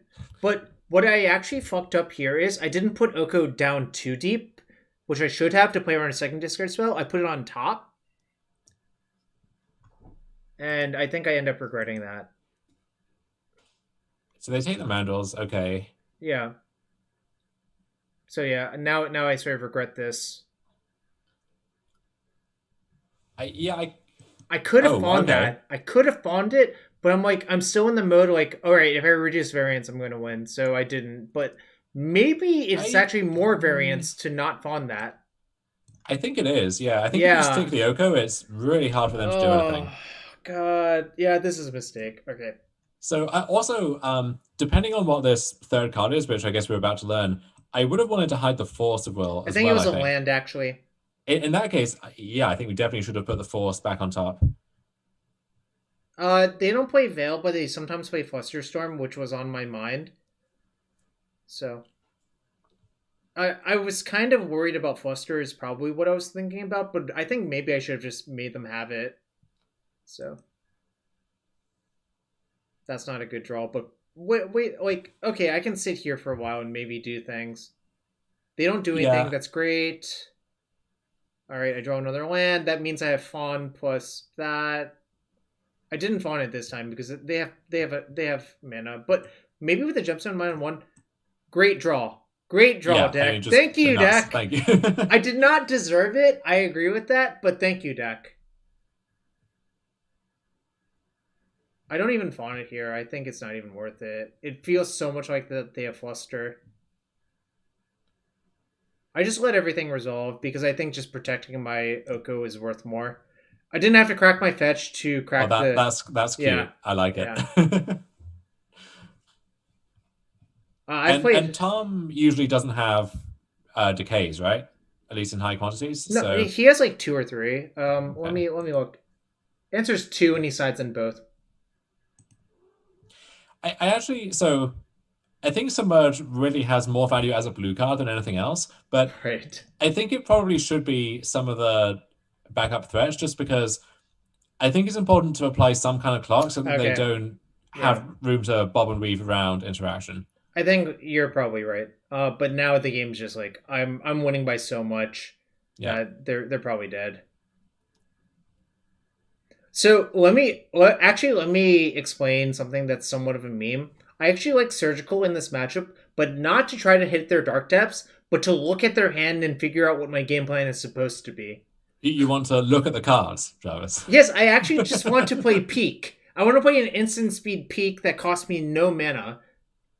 And basically, yes, if you get to Surgical with their Dark Depths, they lose, but that's only if you've dealt with the Merit Wage that has resulted from it, or you got to like lucky waste their Dark Depths or something, right? There is other stuff like if they have to rotation to set up a combo, then you get to take them off a rotation that could mean a step or something. Yep. So you can do other things. I cited out some backup threats, and Dom is suggesting maybe that was not correct. I think I'm going to revisit that sideboarding and probably not side in 5 mana Repel anymore in these matchups. All right. I agree. Round 5, I think this one is actually fast. Yeah, this is Karn Echo. Okay. So I actually Googled this person. So either way, you're either... Yeah. This person only had Pauper finishes, so I had no information. So I'm actually blind. But, I mean... I usually just keep this hand versus everyone. This is actually a really bad hand versus Karn Echo for what it's worth. Yeah, or any combo deck, really, right? Yeah, I mean, I guess you can brainstorm for Force if you have time. Yeah. Snow Island makes me think slow deck, so... Yeah. And then I'm like, oh shit. Now, I've tapped out for this Delver. I'm in danger. Oh, but this is fine. I don't get chaliced. This actually played out... And I naturally flip a Brainstorm, and now everything looks great. I went from like, oh shit, I'm in bad shape to, wait, everything's fine. This Chalice is like, yeah, I can't daze it profitably, but I'm gonna just try to beat them to death. Yeah, and they have Ancient Tomb, so that's somewhat more realistic actually. And now this is we can just cash in our ones for I did. You see that? extra I cashed tokens. it in for a token. And I'm like, all right, no, get the fuck out of here. Oh, dazing something that they cast off Ancient Tomb is nice. Well, also, you have to daze it because if you don't daze that and they go lead, echo, you actually lose. I think you actually just lose despite having a dominating board state, you know? I don't know if that's necessarily true, but they could also be like Khan LED for bridge, or I don't know. No. It's... So you know what happens, right? They get 7 treasures. They can just go Karn Bridge. Oh, if they have the Hull Breacher, yeah. Yeah. No. That's why I had to daze that Hull Breacher, I think. Yeah, I like dazing. All right. So that was a fast one, thankfully. This matchup tends to be fast one over the other. Someone's dead within a few turns. All right, hold on. Oh, shit. Well, let's go back. You saw a Null Rod in my opening hand, but I don't actually... All right. Let's see. Preordain. Young Pyro. Tarmogoyf, Mandrills. All right. So it might look weird to side out these, but I think on the draw, I can do better and play more impactful cards. I think Mandrills is pretty important in game 1. Yeah, actually, hold on. Maybe this is just wrong. Yeah, I actually like the bigger threats, I think, because... Yeah, this... So if you... Yeah, this makes no sense. I've decided that. It comes up a lot where they have to play a Khan or they have to play an Urza or something, but without much left in the tank, and it doesn't actually stabilize the board because you just have a Tarmogoyf or something beating them down. I think what I should have sided out was Chain Lightning and something else probably, and left in the green cards. I can see that, yeah. Preordain on the draw versus a Chalice deck, I'm fine shaving, and that's why I think shaving a chain for these is probably good. I hate Pyromancer in postboard games because they love to go long on Ballista versus me. So I think this is like the weaker card. Also, I think it's easier for Pyromancer to not be able to attack into their board all the time. Size a big deal. Or just Emery as a 1/2, you know? Yeah, like you have 2 tokens or something. Even just Urza, you know, that's a 1/4 and then they have a contract, so... Yep, so I think I goofed it here. But, you know, you live, you learn. Should have not done that. All right. Let's look at the first hand. And I think a lot of people would be tempted to keep this hand, and I think it's a trap on the draw. Yeah, I agree, I think. So it's so tempting, but if you brick, it's so bad for you. I mean, sure, if they mull, you can consider it, but I think the danger is actually, like, if something stupid happens on turn 1, you're not even guaranteed to be able to do, like, much about it. With 6 forces in your deck, and, like, I don't know, there's, like, a lot of 5-card hands that look way more appealing to me than this one, so... I don't know. I think a lot of people would keep this, and obviously, like, if you hit and nothing bad happens to you, you're probably going to win on the spot. But I think you can actually do better. On 6, I don't know, because once we go to 5, if we have to force something, unless they are completely shoving on an Echo or something, we are quite low on resources at that point. Sure. So I think this hand, like, we bottom the bolt, and then if we just make it out of... I'm mulling that to 6-card hand. Oh, okay. So this is really not much better. I think this is like now you have to a worse hand. Yeah, this is a worse hand than the first one, right? Yeah. This literally just loses to all of their draws, I think.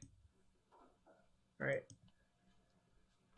There's this weird, like, first mover advantage where this game they mulligan, but let's say they keep 7. At that point, you know their hand is good enough that you kind of have to mull aggressively for a good hand, but then if you take it out to its extreme and they just kept a 7 because they have lands and spells, then you're going to get punished for it. So it is tricky.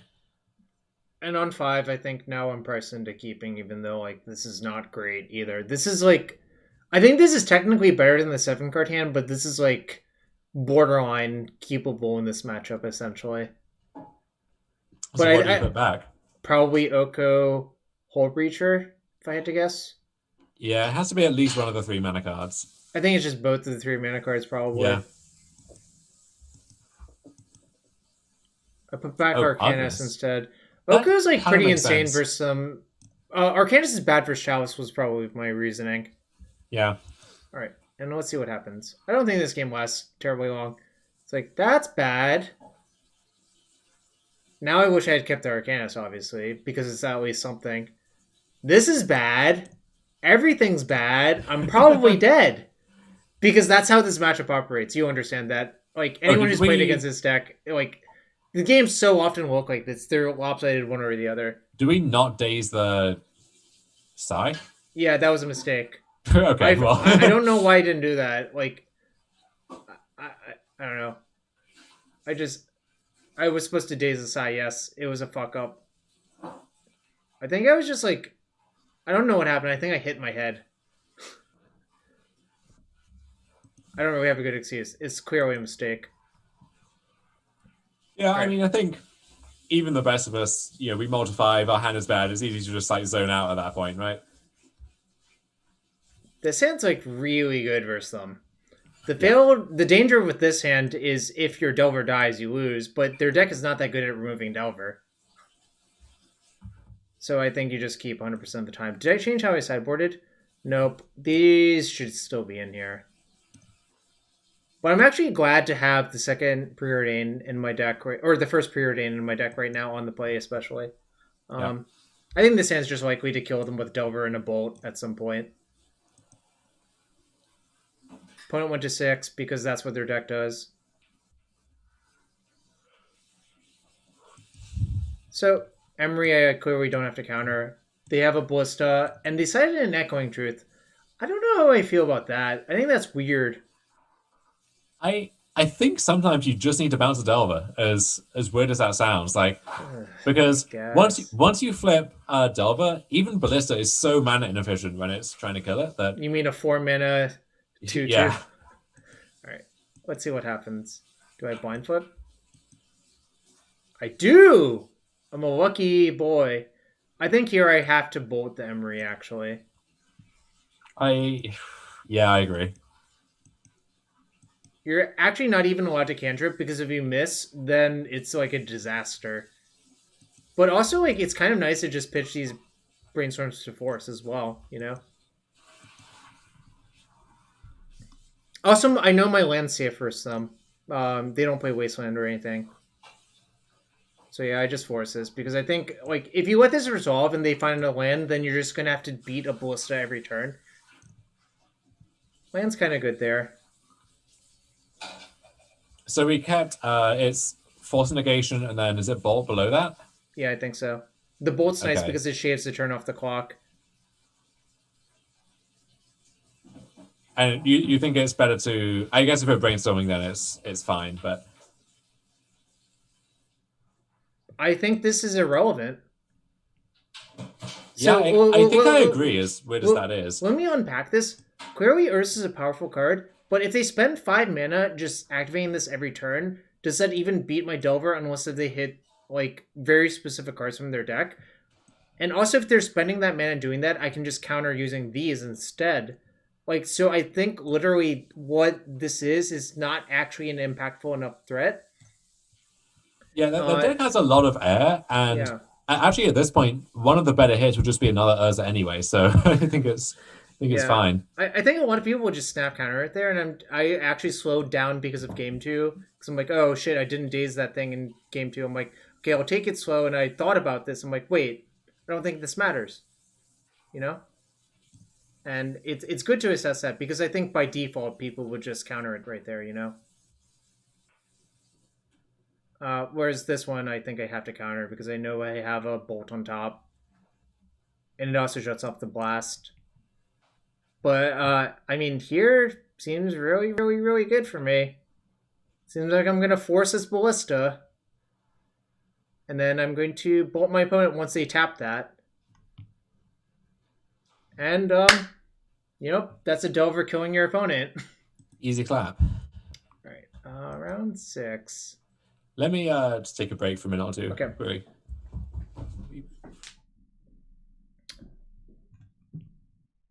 I was actually playing around Fluster Storm. That was my thought process.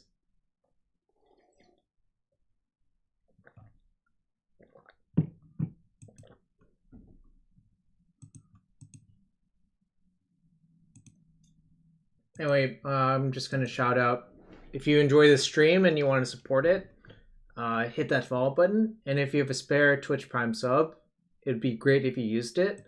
No pressure. I appreciate everyone being here.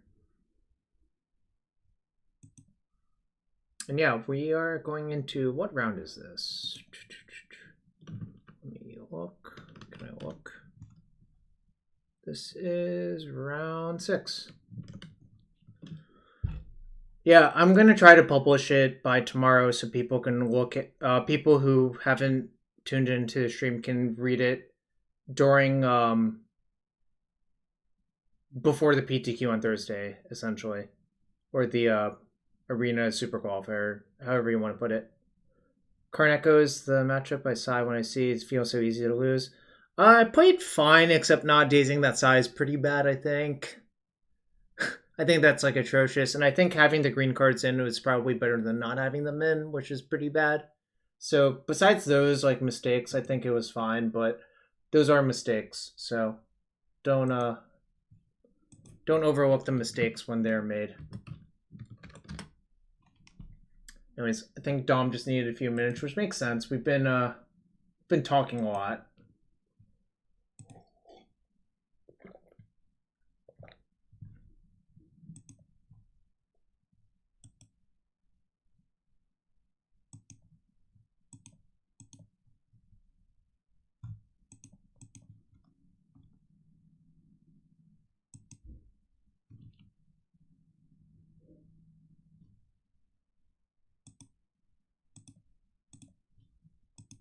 Make sure to daze Sai. Probably a smart play to daze Sai when they can't pay for 1 mana, because Sai is a really powerful card in that deck. I'm back. Are we sounding okay? You have large buzzing.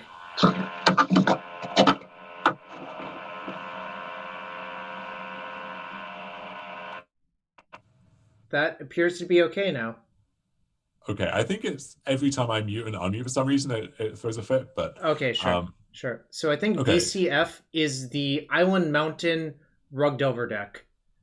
But it is Okay. Rug. So it's blue-red splashing Oko, basically. Yep. Alright. So I'm not gonna mulligan this hand like versus anyone actually. Opponent 1 to 6. So, you know, fine hand, opponent going to 6, so I feel relatively good about my chances, you know? That's a nice island, though. All islands are beautiful, Jarvis. Just some are more beautiful than others. So I sort of think this Pyromancer is going to be an issue. And then my Brainstorm's really, really, really good. Okay, so... Alright, so let me unpack why I did not bolt there. First off, this is the more dangerous card. Second off, if I bolt there, they can daze it pretty effectively. So all of that was going through my mind. Third off, I would have to crack the fetch and then not be able to flip my Delver. I guess the other thing is that your Pyromancer sometimes can contain theirs, whereas yep. Pyromancer often loses the fight heads up against Arcanist. Yep. And I was afraid that they were so low on resources, I'm trying to imagine the way I lose to their low card hand, and all of the conclusions I came to involved Arcanist. It is unfortunate that, you know, Pyromancer is a lot better against Oko than Arcanist is. Yep. But this is fine. I think I just have to... I flip my Delver to Force of Will. Yeah. And I think this is a fine situation. Anything. Okay. Yeah. They waste me again, and then they attack, and they play nothing. So I smell weakness, except they bolt here. I'm like, oh, that's kind of annoying, actually. But I don't think it's worth forcing this. I think I just give up too many resources doing that, but... So is the plan to try and build towards this Oko, then? Yeah. Or just play my Pyromancer with Force backup.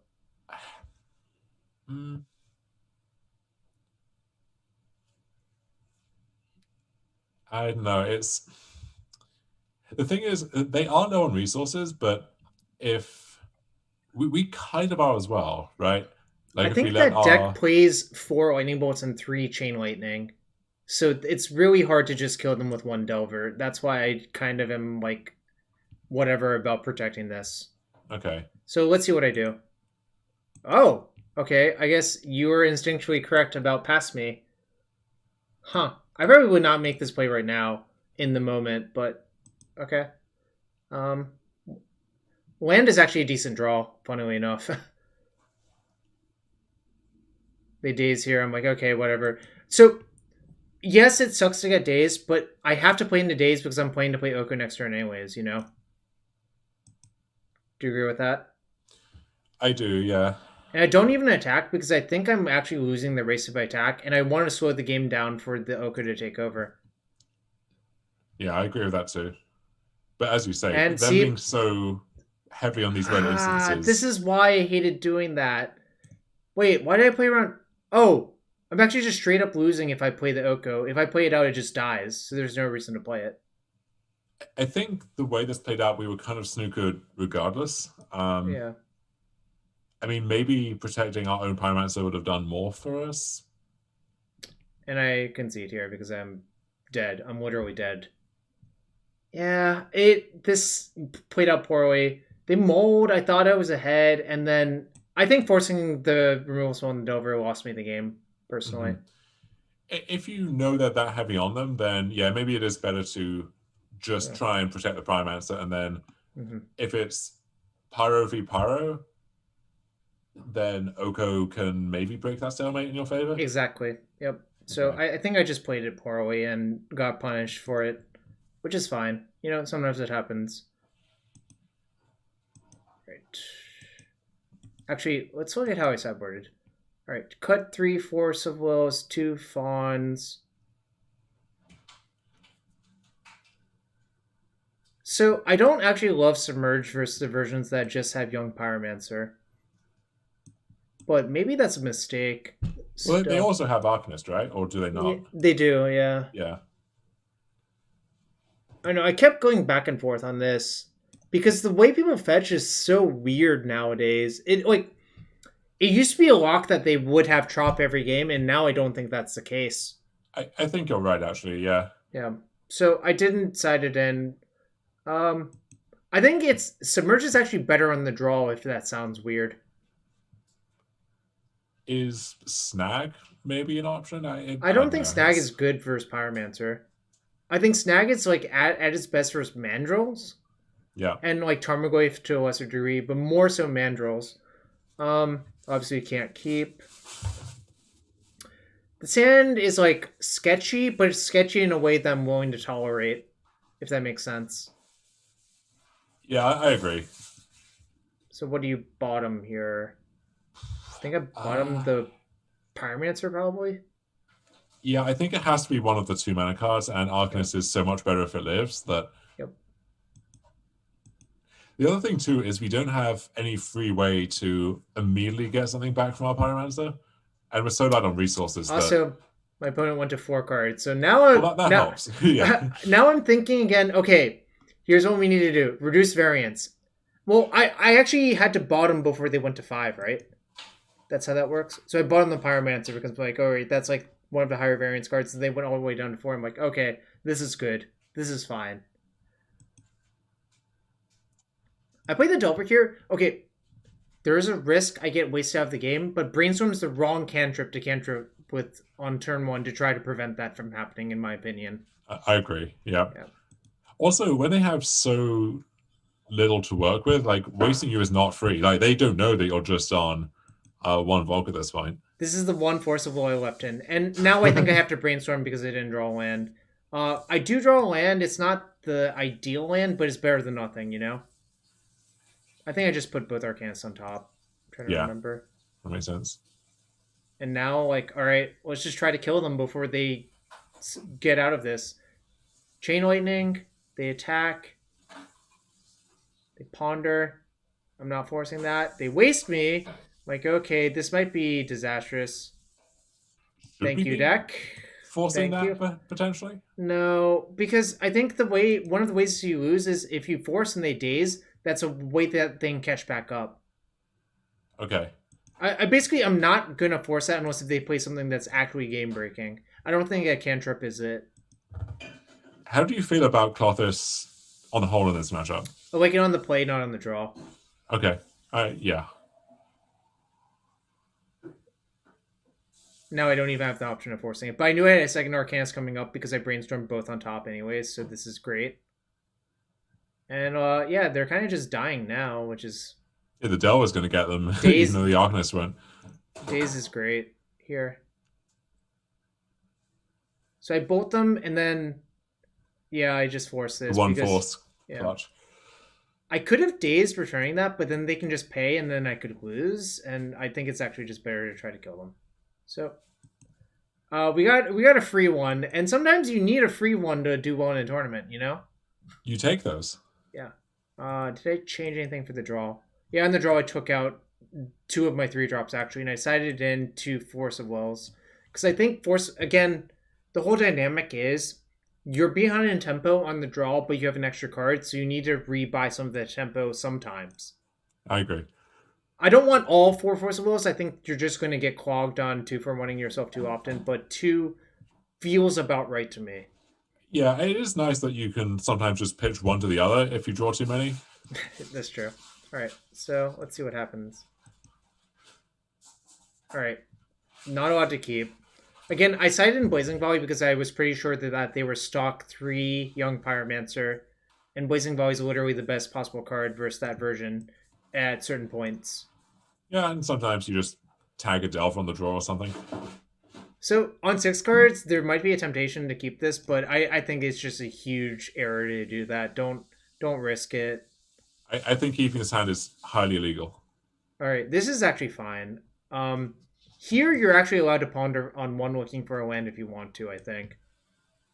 What do I bottom? Probably Mandrills? But actually, you could make a case for bottoming the Delver as well, right? I was going to say bottom Delver, because I want to spend our first turn either interacting or finding more cards, and I think Mandrills is such a good threat, whereas Delver just dies for everything, so... Okay. Let's see what I do. Wow, you're a genius, and you agree with Past Me. That's because Past You is a genius too. Also, okay, the actual other thing about Mandrills is it's really hard for them to kill if they don't have Submerge. That's what I'm thinking. You can't blast it, you can't bolt it, you can't chain it. Like, you need to spend at least 2 cards. Land was such a good draw there, but I think now I can ponder off of that safely. Yes. And yeah, you can waste that, that's fine. All these wastelands just mean my mana is going to be easier to cast. Yeah, that's the other thing too, is you can trade so aggressively now. Is there a case for wasting there instead, do you think? I don't think so. Because we have all colored spells. This Mandrills will eventually cost 1. Even more so once we waste them. There I go, EOT brainstorming again. And now I can play Mandrills through days, and like, it's really hard for them to win. I don't even bother blasting and hollering all over him. Now I feel like I'm just straight up winning this game now because of how big this creature is.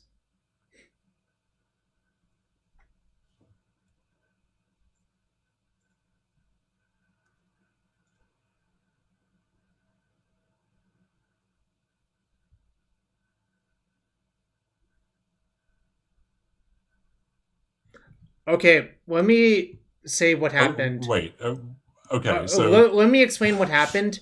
It's obviously a misclick.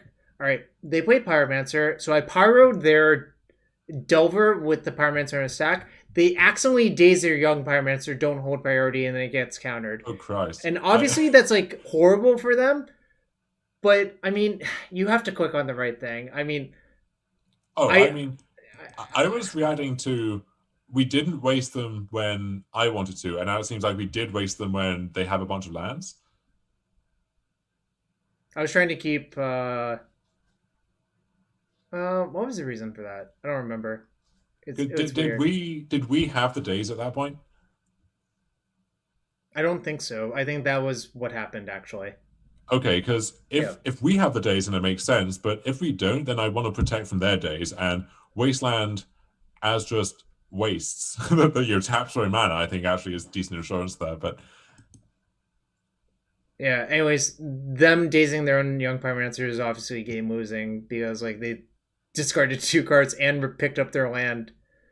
I think the reason they did this was it picked up the volcanic I targeted, which obviously makes sense. So yeah, this. Wait, no, I wasted. Then they played their waste. Oh, never mind. Never mind. It did not do that. All right. So yeah, I think that basically cost them the game, obviously, because like that's such a huge blowout. And now I'm thinking if I just get them dead, I will win. So I just brainstorm upkeep because like, I mean, they were so far behind now, right? Maybe that's bad logic. I don't know. I think you're still, even if that days had done its job, I think you're still decently far ahead, like with the Mandrels, Yeah. with the Delver, but GG's sad to be death this way, and I Sure obviously is. I agree with them, and they did say GG, so I just GG them back. That was round 6, game 3. All right. I hope round 7's a fast one. I don't remember anymore. Oh, this is Red Prison with Fire Flux Squad. If you know what that card is, I have lost to this player and that card before, so I I think sure this do. deck is awful. I don't Yes. understand what it does better than just playing a bunch of planeswalkers that cannot be lightning bolted. But you know they are 5-1, and I get paired in them. I'm like, okay, the results. I'm like, okay, lightning bolt's important. I Daze is think important. I Forcible think is Red important. Prison in general is not great at the moment, and this build in particular does not seem great to me either, but Keeping every what do I time. know? Yeah. Keeping every time in this matchup. This is like the one matchup where you really, really want a basic, but I think the cost is just too high otherwise. Yeah, it's super high. So let me discuss not countering this Mox. I think there's actually non-zero amount of time you're supposed to counter it, but with Agree. so few counterspells in my hand, I don't want to counterspell that one. Also agree with that. Yeah. So yeah, I think I do. I force it? I have to force it, right? Like Rebel Master Unless is you just like a know yeah. I don't unless you know know you have a anything. bolt somewhere, yeah. You Force really of have to counter Negation is that. my top card. Wait, no. Delver was my top card. Never mind. So I think I just go Delver Ponder. Tried to flip both. I like it. And this is the previous prison decks often had stuff like a snaring bridge. Knowing that they don't have that, Yep. just playing Delvers and getting them dead is a lot more appealing. The downside is if they ever draw a Bone Crusher, it becomes a lot harder to do that. Obviously, because It Bone does, Crusher's but a sick card. I think Bone Crusher is a huge upgrade for these decks. Actually, personally. I agree. Yeah. It is sad that it doesn't hit Alchemist, but So I actually think wasting them is better than playing Tarmogoyf on that one turn cycle. mm, They don't have any lands. It's just so much safer. they don't. I guess the issue is like, what's the worst they can do with their lands, and it's just playing another Rabble Master or something, which the Tarmogoyf also lines up decently well against.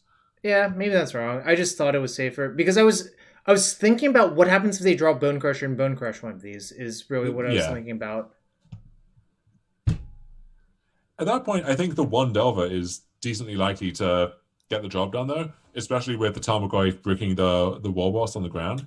Sure. So maybe I should have done But that. This is also a matchup where Tarmogoyf is much better than Young oh, it's Pyromancer. so good. Yeah. These Chalice decks are where the green cards shine, which is why it was wrong for me to decide with the green cards versus the Karn Echo person, I think. So let's get that clear. All right. Yeah, this matchup is relatively fast, I think.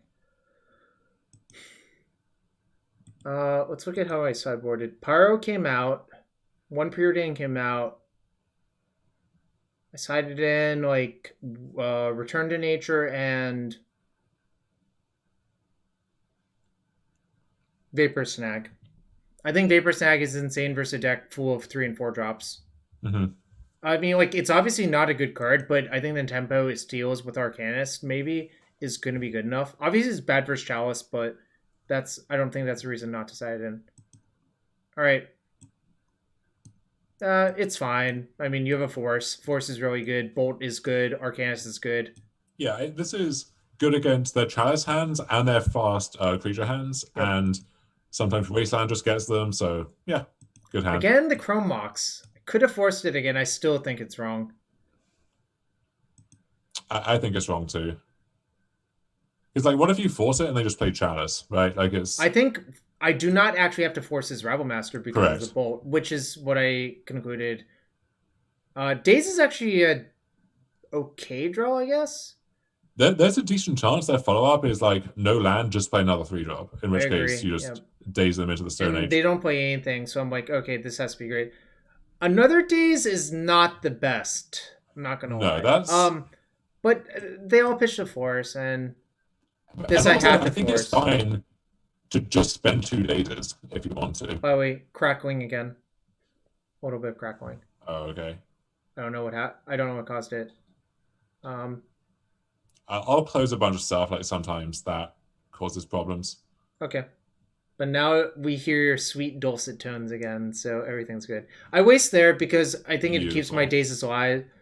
Pied Kieran Nahar, I'm like, no, absolutely not. That was way out of your pay grade. You're not allowed to have that one. And Vapor Snag is here. I'm not Vapor Snagging this token. I don't think that actually matters. Now I'm just like trying to dead them. And I bolt them to play around a top deck Chalice.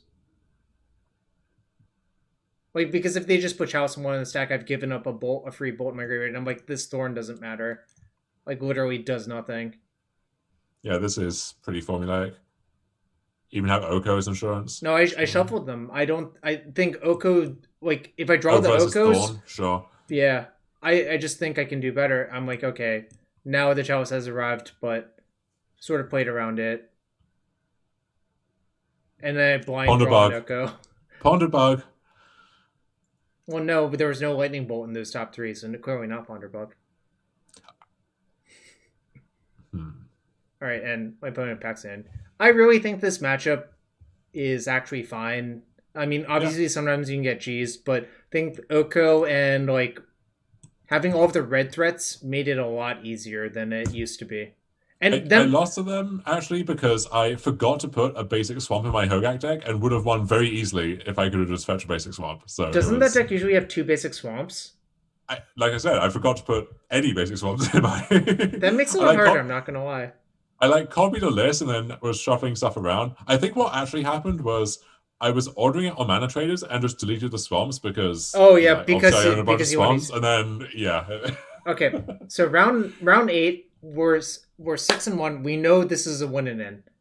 All right, opponent 62 cards. My alarm bells are going up. I'm like, okay, I have to look this person up. I don't know if you know what this person plays. I'm going to pull it up for you because I think it's just wild that this is a thing that people decide is a good idea. 62 card lands with 4 main deck spheres and Jesus. Not max exploration and a 3-color mana base. I'm like... Okay, let's look at this for a second. 3 loam, 3 exploration, 3 silver library, 62 cards. This is wild. Everything... Do we really need that second Maze of Ith or whatever? Like, do we need...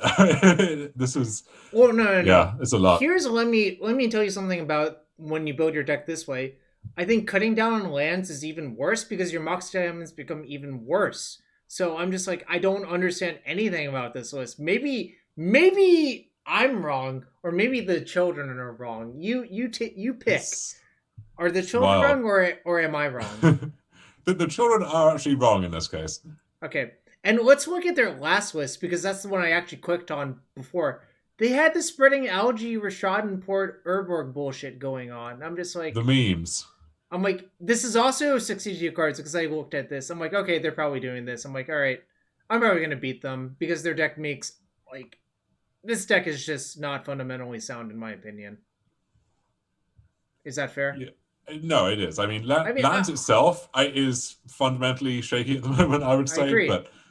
And I think this is like a way you can build it that is likely to not be very good. I mean, what Spreading Algae does is I think it makes your matchup versus like mid-range decks a lot better. But the fact that you have to do that to make your mid-range matchups better means you should probably play a different deck, in my opinion. I don't think the algae stuff is actually good. It's just, Ali is, likes to do stuff sometimes. But, I mean, I like the approach, if you are going to play lands, I think Force Spheres makes a lot of sense, where it can be good against Delver and Snow, but it's also good against the combo decks, which you really struggle to beat otherwise. That being said, I don't like 62 cards. I don't like a lot of the other stuff that's going on. Well, so it turned out they actually had cut the LG for this event, but they decided to still play 62 cards, which is like, okay, they made their deck slightly better, but I still don't understand this like fucking number. I also really don't like cutting down on Dark Depths, because I feel like a lot of the time a fast Depths combo is how you steal games in bad matchups. And also, you want to win the game quickly once you have Sphere, because you pin them under Sphere for a certain amount of time, and then you need to end the game quickly. You don't want to let them draw out of that. So thank you for saying that. I hate it when people cut. Okay, why don't you just start 4 Dark Depths and be like, oh, my opponent is over for this, so let's just side down to 1. You're allowed to do that, people. You're allowed to do that. I really hate the second Field of the Dead. Like, the first one often is, I think... that's exactly how I feel about it, too. It's basically a pipe dream against anyone except certain Snow decks. So having 2 of them just seems lunacy to me. I'll give you the first Field of the Dead becomes 4 more if you really want to in a long game. It's just like, do you really need 2 colorless tap lands in your deck? It's just like, what the fuck? No, don't do it. Repo Cheap says, I beat Rug with a fundamentally unsound deck all the time. All right. Yeah, sure, but you also lose to Rug with a fundamentally unsound deck all the time. Like, it's just how it goes. Yeah, I don't know. I mean, I really have not lost a lot with this deck in all the showcases I played with it. I think I went like, I don't know, 6-2, 9-2, 6-2, 7-2, or something like that. I don't know. I think Rug is just so good and has most of the basis covers. Obviously, it has holes. I think the major hole it has right now, if you really want to exploit it, is still graveyard decks for the most part. But they can shift to beat that if they want to. It's just you have to find the right hole if you want to actually exploit them. Anyways, so let's get to the match. I also think certain builds of Elves, maybe Newton's List or something kind of in that space might be a good choice there. But in any case, so this is funny. Now that I know that they're Abrupt Decay lands, this is actually kind of the best threat versus them, and also them wasting me gets to this threat faster. So this is not the safest hand versus them, but I actually think it's fine. So well, we'll see what happens. All right, found Fetch Mandrill's Pyroblast. Pyroblast looking awfully bad, but the other cards are fine, I think. So, and yeah, they're just trying to get me. I'm like, okay, if you want to get me, you can get me. And I'm like, okay, at least that's not a Life from the Loam. Life from the Loam actually ends the game on the spot, or close to it, I think. Yeah, it's weird how rarely Loam actually puts you in that pinch to hold in this matchup nowadays, but this actually is a spot where it would, so... The Force is actually a fine draw, I think. Yeah. So, note I fetched the Volk that turn, and it was because of this. And that fetch line actually is pretty sick, because we get to cast Mandrills. It's tough if they have Mazavith, but... I think they're sitting on a bunch of decays, but you know what the monkey doesn't care about? And I could not force this crop rotation fast enough because they're getting Mazavith.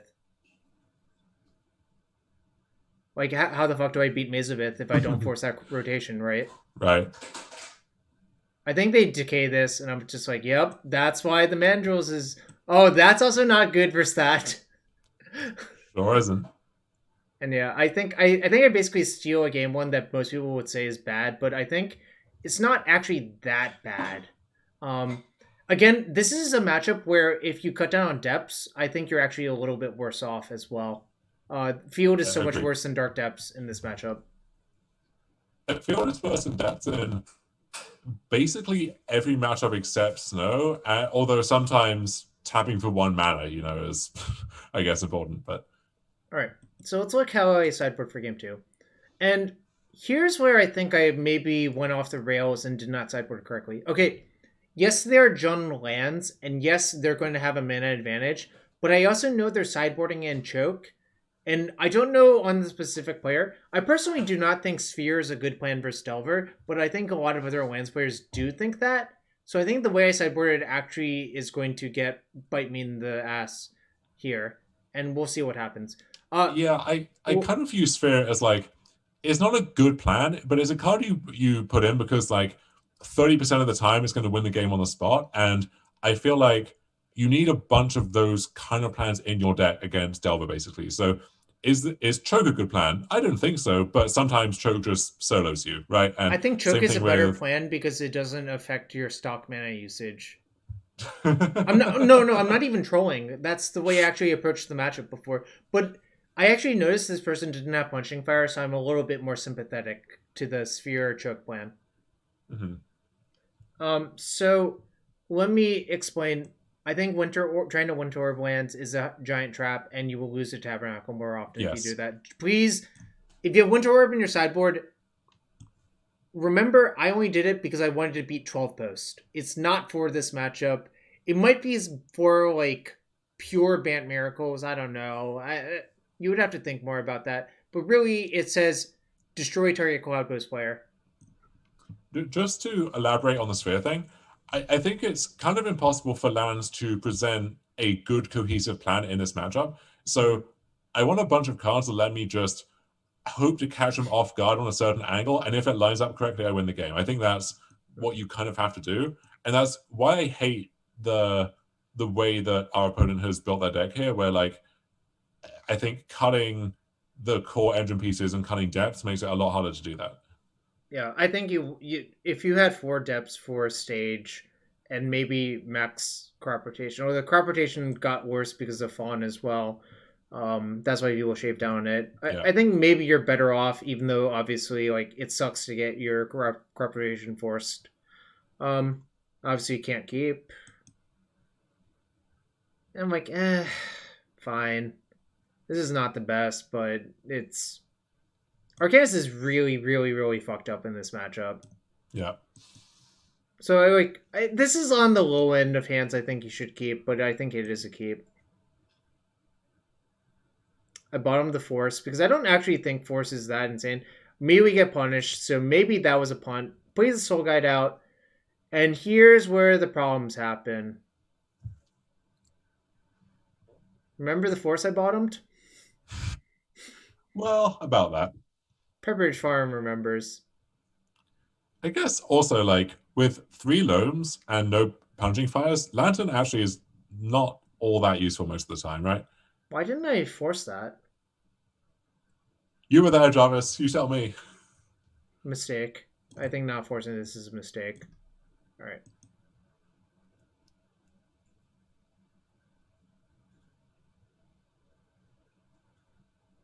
Bad news, Bears. Bad news, Bears.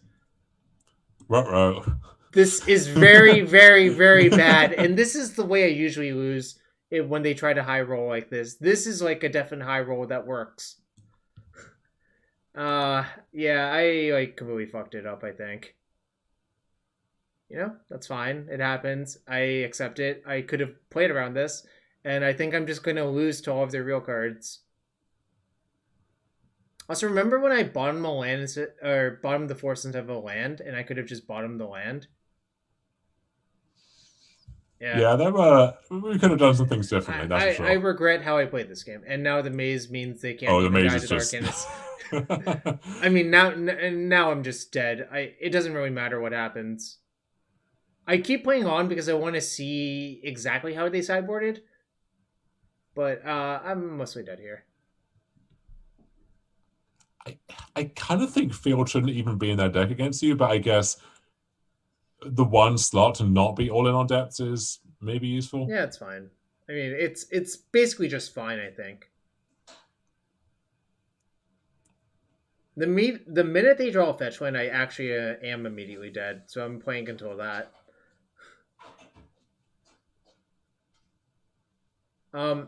So I actually want to point something out, which I don't think is very clear unless you talk about it out loud, is that maybe if you think your opponent's doing this, you should shave down on some 3-drops. But even though that's like kind of crazy, the 3-drops are really good for some. But I don't know, like realistically, if they're trying to sphere you and shit, how many 3-drops are you going to get to cast?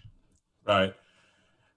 So that's something to think about, and something I was thinking about between the game 2 and 3 situation where the sphere was still in their deck essentially.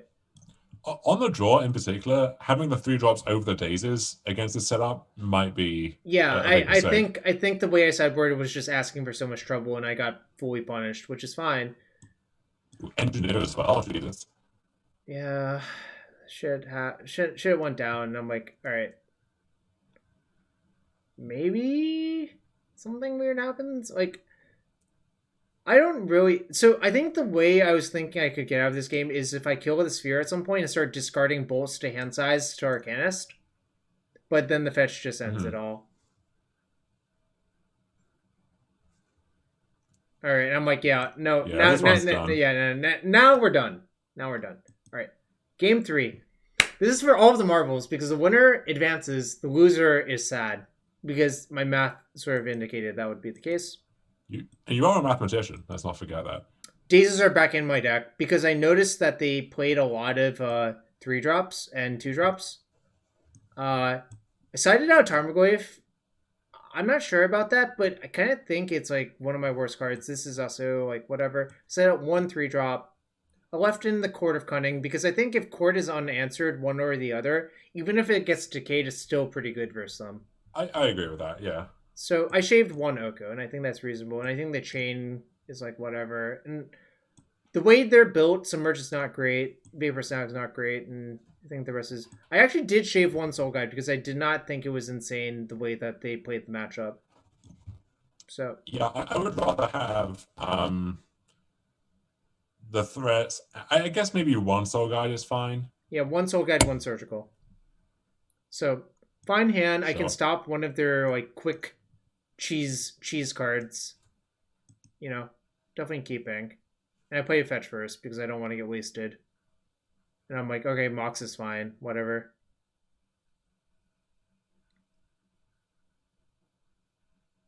Them blasting, I'm just like, that's really weird.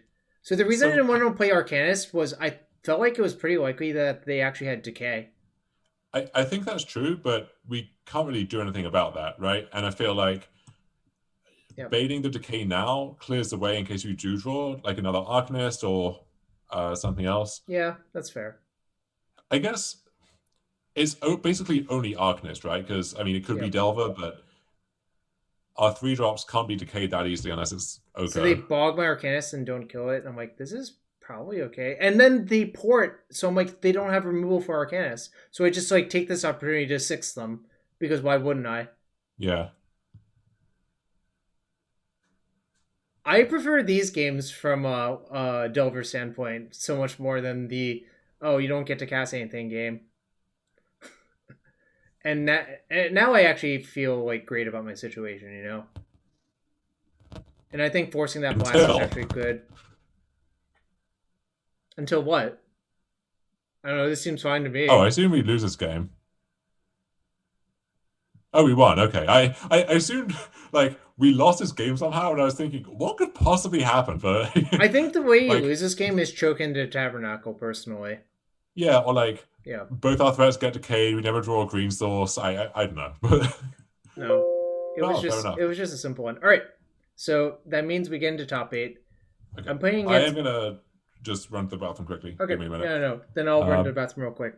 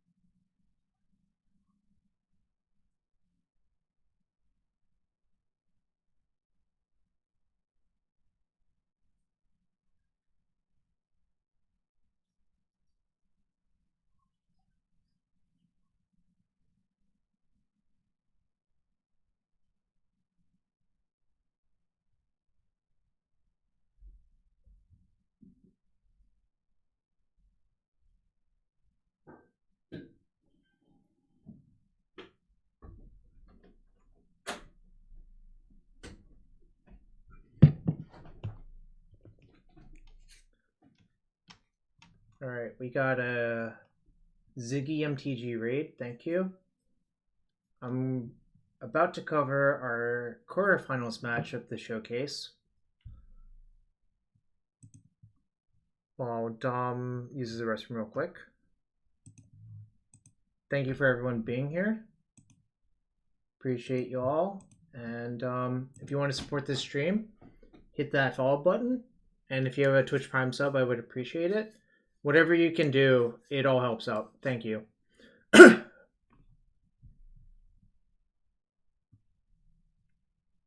I don't know, Quantum Activist. I don't have control over his audio sample rate.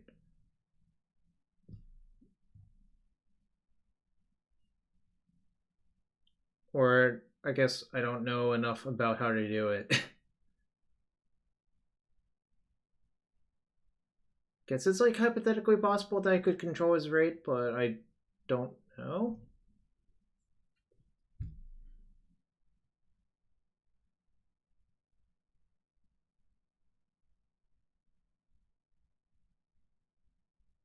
Alright, let's address some questions.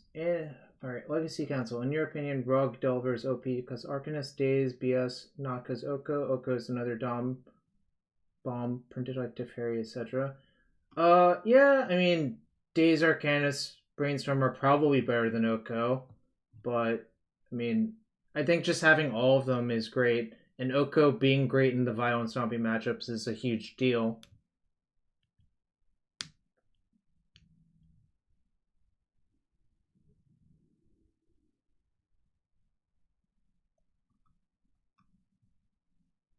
Yeah, Monkey was insane that game. Force of Negation is pretty good versus Life from the Loam, obviously.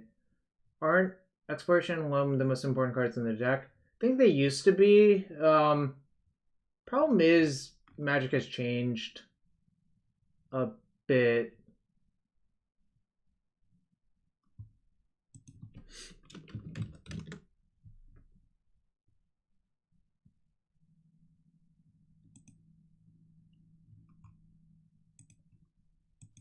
I am unmuting. Let me know if it's... Oh, it's bad.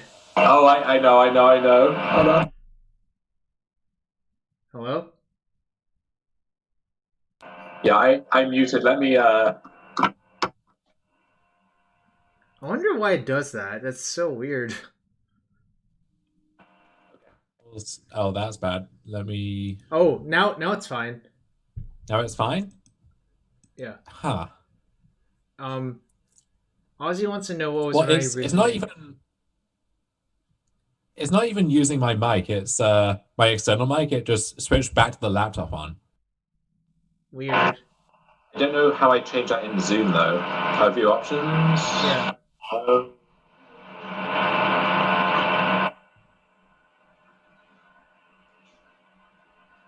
Have a look. Hello?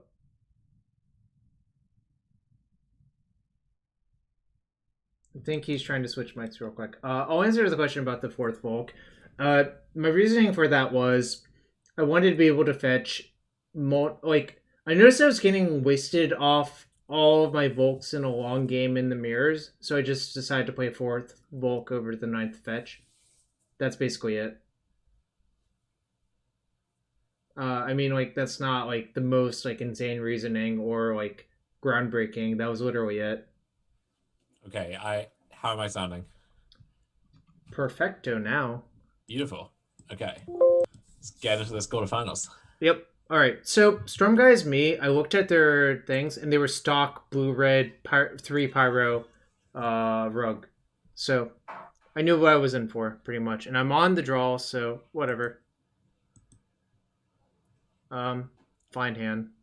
Keep. I mean, obviously, again, the risk is getting wasted out, but we ain't here to mulligan these hands. So here's an interesting, like, hidden information problem, I suppose. Yep. Given how often we find ourselves saying, obviously this hand sucks if we get wastelanded, in the dark in the mirror, are you meant to just be super aggro with your wastelanders, do you think? So, funny you bring that. This has been a great debate between players like Alexander Hain and Autumn Burchett, who basically say they almost never do it. And personally, what I do is I just look at a clock and decide based on the second hand whether I'm going to do it or not. GTO. Well, sort of, but also sort of not. I don't actually know what the correct proportion is to do that. Like, so I just like kind of look and I'm like, all right, if it's even, I'll do one thing. If it's odd, I'll do the other, which is 50-50, obviously. But I don't know. Sometimes you should. I don't know. That's all I'm going to say. So I think them being on the play, if they go Volk Delver and I go like Trop Delver, there might be incentive for them to waste this, especially if they have like a bolt and a days behind, right? Mm-hmm. So we'll see what happens. Second Trop is like, that makes me so much happier. I actually think if I hadn't drawn the second Trop, I might have just cast Ponder looking for a land instead. Does that make sense to you? Yeah, that sounds good. And in fact, that is what Autumn would do. Like that's what I read from one of their tweets / something explanation. They were like, yeah, I tried to reduce variance in this spots. I'm like, maybe Autumn is better than I am, and maybe I should just learn from people who are better than I am. And I decided, okay, that's probably what I should do. You know? Yeah, although sometimes it is going to be correct to increase variance, right? Like, yep, but not in this spot, I think. Yeah. Yep. So their Delver doesn't flip. They do have the waste. And I'm like, oh, I cannot block faster. I don't have red. Like, I think trading is actively good for me, and I think dazing this is great for me. And they don't even have a way to fight. Interesting. Yep.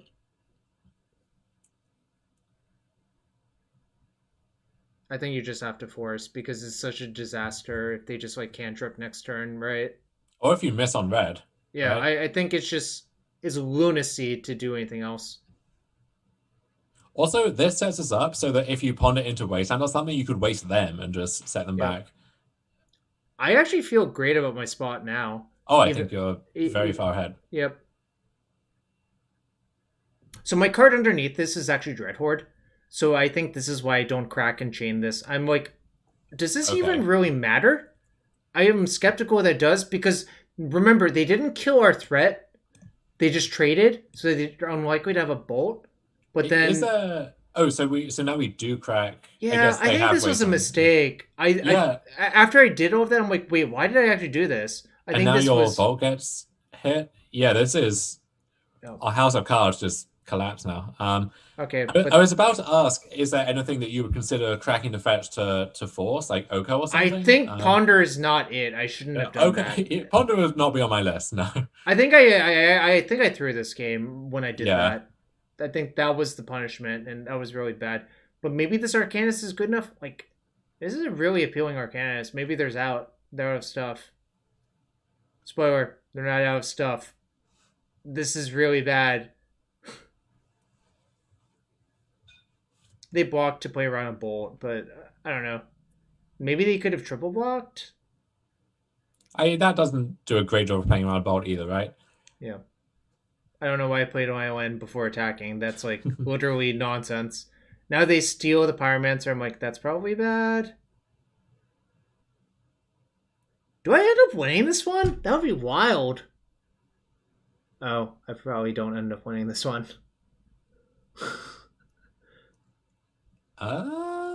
Maybe? They keep chomping. If they just have nothing, then potentially. I mean, you were there. You would know better than I. I don't actually remember. It's been long enough. I'm like, this is actually a surprise to me now. Oh, wow. Oh, my God. This is such an insane top deck. So I actually do this first to see if my chain resolves. And they actually force, so then I would rather Pyroblast the force than actually killing that. Because then this happens. And now I'm actually maybe okay, except not really, because they still have an Oko. And then they forget to use Oko that one turn. Then they don't forget the next turn. It's turn 14. Jeez. This is one of those games where I said it goes long, and now I'm dead. Okay. Okay, so I punted that Fawn, then they didn't use that, and then I drew a blast. So it kind of got close, but I think if I didn't fawn right there, I was actually in much better shape. So I think that was a game-losing mistake. All right. So I actually I felt okay about that one, but I let it get away from me. All right. So what did I do? All right. Versus this opponent, I decided that Submerge was fine, and I should just not have a fawn in my deck or Force of Will in my deck post board on the play. I don't know. I think maybe I was a little bit incoherent, and maybe Submerge should have been in versus the young PZ version still. But let's see what happens. All right. Good hand. Nothing much to say about it, right?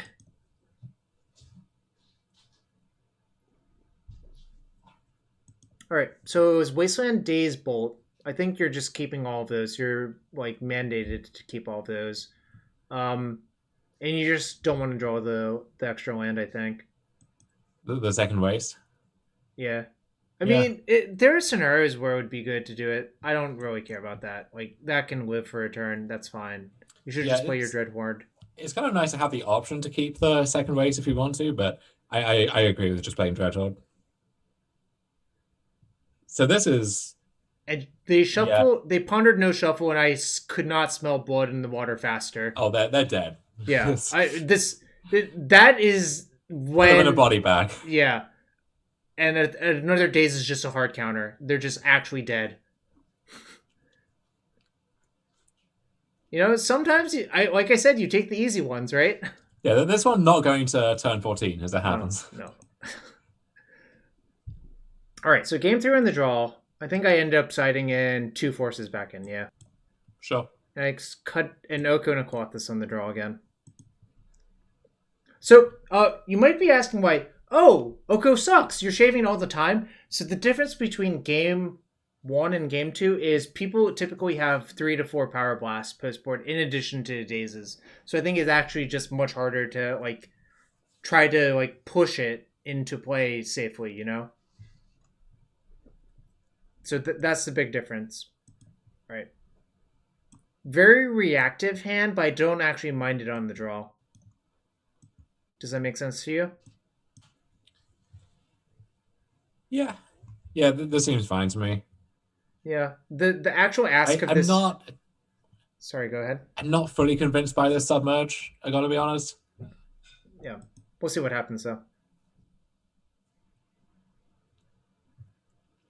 Does second waste mean you always waste them on turn 1? They topped and I wasted them. The reasoning is, since I drew another land, I would rather just trade lands off, I think. And that also gets me closer to Mandrills faster. Yeah, exactly. Aussie has it on... If you have Mandrills, you actually do want to make that play more often than not, I think. Mandrills just proving its worth in these mirrors, I think. There's also the thing of if you waste them, then they're more likely to have to fetch drop at some point, which turns on your Submerge. Just sounds like a super marginal thing. So I EOT fetched, then I realized I didn't want to bolt because I might get dazed. So I kind of just spewed a shuffle, but I was probably going to have to fetch on my turn anyways. So it's like a tiny micro mistake is how I would describe it, I guess. I don't know. So how committed are we to wasting here? Pretty obviously committed. If the Dreadhorde dies. Yeah. Well, so what I'm thinking is there any merit to playing a fetch so that if they fight, we can brainstorm looking for Daze or Force? Because we need that Dreadhorde to die, right? You're brainstorming into a 6-outer. I guess there's a small amount of merit, but I thought the fact of the matter is, I don't know, maybe that's actually okay. I just thought pushing them off of... So the thing I was actually worried about is Oko on 3. Or Oko on 3 lands. Okay. Because I'm super exposed to that, right? Yeah. The other thing is, if you expect them to be cutting or shaving forces anyway, then it's actually hard for them to fight successfully if you have Daze protection. And I love this. Them wasting me is so good for me for how my hand is, Oh, you love to see it. Yeah, I do love to see it. And I'm like, that's super annoying, but whatever. We'll just try to brick them with this this Mandrills, because I do get to play it through days. Here, so this is interesting. So I pay. And then, yeah. So, okay. They get to untap on the Arcanist, but they had to pick up 2 lands and use 2 dazes. I think this is actually fine for me. Yeah. Obviously, I would like prefer that not to happen, but I think all things considering, this is an acceptable outcome.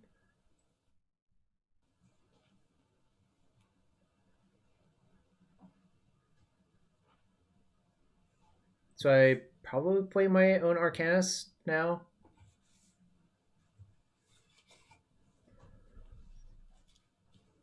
They flipped a Pyroblast. Well, this cannot be Pyroblasted. And, oh my god, get a body bag for my opponent. So, I think a lot of people would have shuffled away the Blazing Volley. I'm just like, no way. This is going to be so good here. Like, one way or the other. Either it's going to kill the Delver, which is fine. Or if they play Pyromancer, which was a likely outcome, it got so much better, right? Mm-hmm. So, let's see what happens.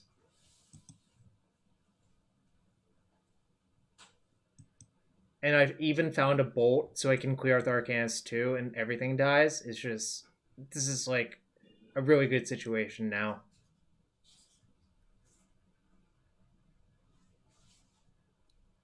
Actually, a lot of the other rug lists played 2 Blazing Volley, and I think it is because of how insane it is versus opposing young Pyromancers. I only played 1, but there is some merit to playing 2, because it's like pretty good versus Elves and Goblins and shit like that as well, and even D&D. I think now I'm like, if I just kill all their stuff, how do they ever win? Answer is I don't think they do. And now they're flooding out.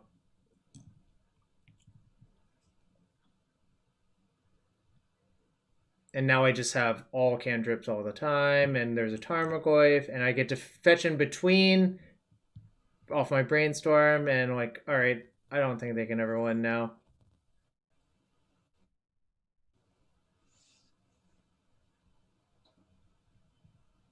And I'm like, okay, you can Power Blast that one, I don't really care.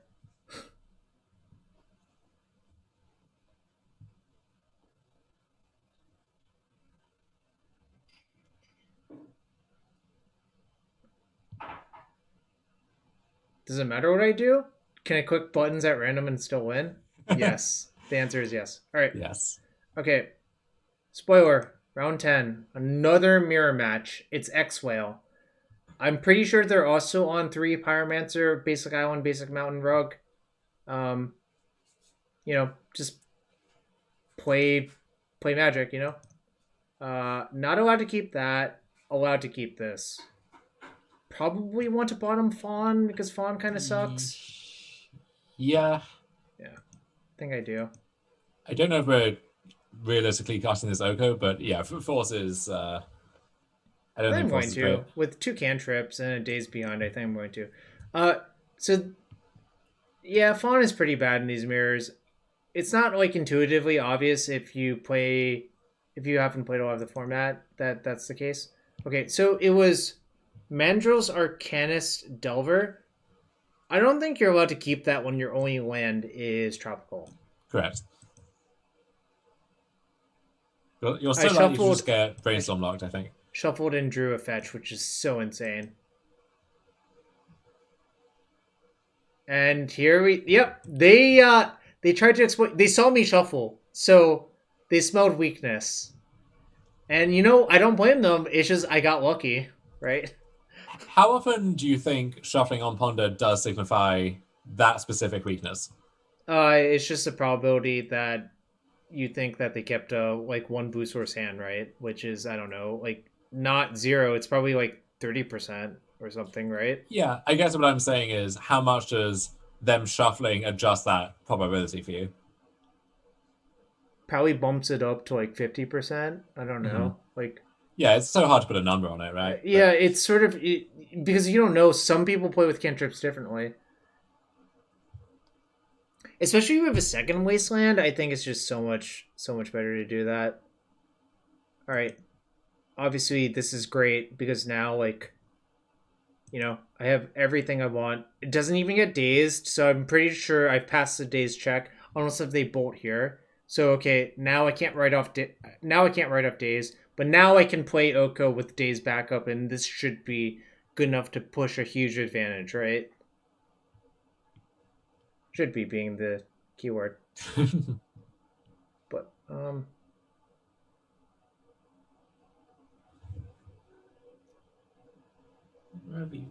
they daze, I daze.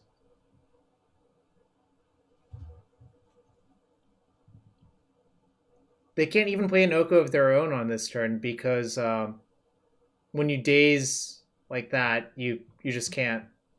You're too far behind. So options this turn are Elk the Arcanist or Exchange it. Don't know which is better. I draw Mandrills. Does that change anything?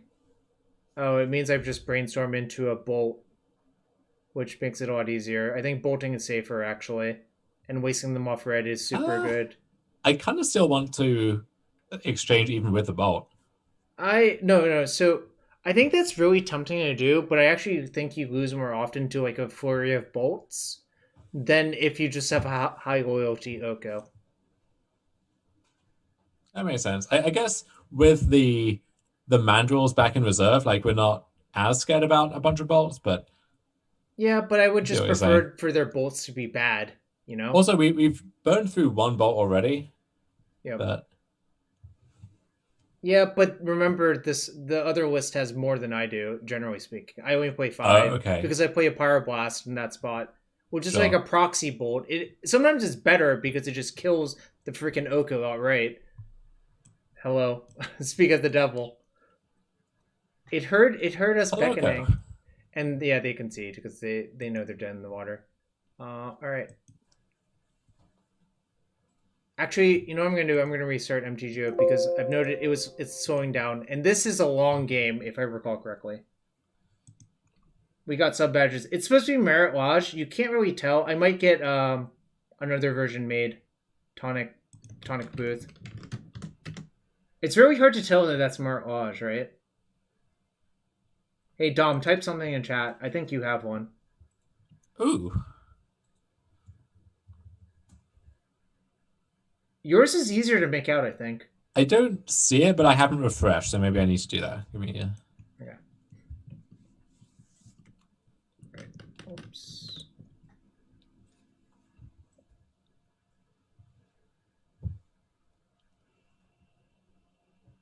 Yeah, it just kind of looks like a fish or something. Okay. Yeah, but Merit Lodge kind of looks like a fish. Like, look at it above me. Alright, whatever. I'll probably get something else that's more legible. The Sensei's Dividing Top that Anu has is actually really nice because that's very distinctive and small enough that you can fit, right? Also, that original top art is just so good. I agree. That top art, I played a lot with that card when it was in standard and like extended and whatever other formats. It was just fun to play with and looked really nice. That Kamigawa block art, I mean, it's the set, the block I started playing, so it's very resonant for me for that reason, but it's just so good. Like, I've been trying to track down prints of Gifts Ungiven, but I don't think the artist does them, unfortunately. Oh, sweet. Now the world can see how poorly I played in Armad. I don't think you played that bad. Game 1, I think you just got railroaded by me having Daze plus Oko, which can happen, Game 1. So I side out an Oko, and I don't bring in the Clothis on the draw, and I have 2 forces in my deck and 4 Dazes, and a Submerge, and a Blazing Volley. And yeah, I think I pretty much decided Submerge was good, especially on the draw, because just having enough removal is key. Yeah, wow, you just rejoined the match again. You're just on point. Game 1, I don't think you got railroaded in Game 1. I don't think you could have done that much. But right, yeah, this is fine. I'm putting mulligans. This is a fine hand. You know, just keep.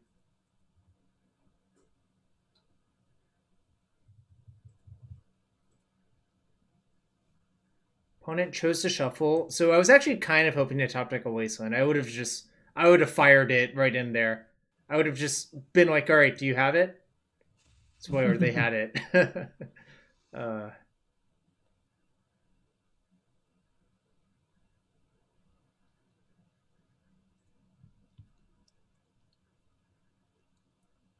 Moto, why are you lagging? Alright, another cantrip I think is kind of nice. I was kind of afraid I would just flood out and lose, especially if one of the cantrips got blasted. Because one thing that can happen, like, not that often, but sometimes, is you just get, you draw, like, exactly one cantrip, it gets blasted, and then you flood out, because your deck is designed to work with you drawing a few cantrips.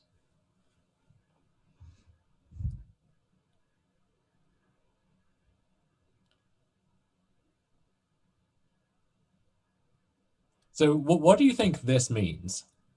What do you think this means? Of tapping the Wasteland to cast Pyromancer instead of just tapping Chop and then potentially wasting.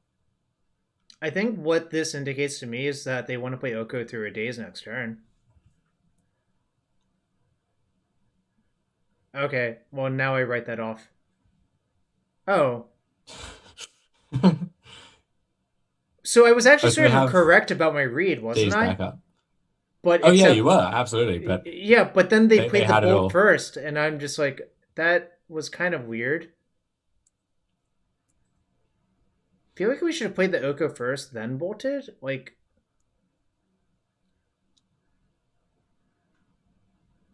by the way, here I'm salivating. Like, I'm screaming at my computer, Blazing Volley. Do you believe it? I'm actually screaming. Are you a yellow, Jarvis? Only in the privacy of my own home. Okay, I actually want to unpack that. I actually chose not to chain the Pyromancer because I'm like, I know my out is to use Blazing Volley to clear these, and I need to save chain for Arcanus. Do you agree? I agree, I think, because I don't think I can get past these with my creatures without getting rid of all of them. Oh, X-Whale says playing the bolt before the Oko was the punt he was talking about before. Oh, I see. Yeah, that was not great.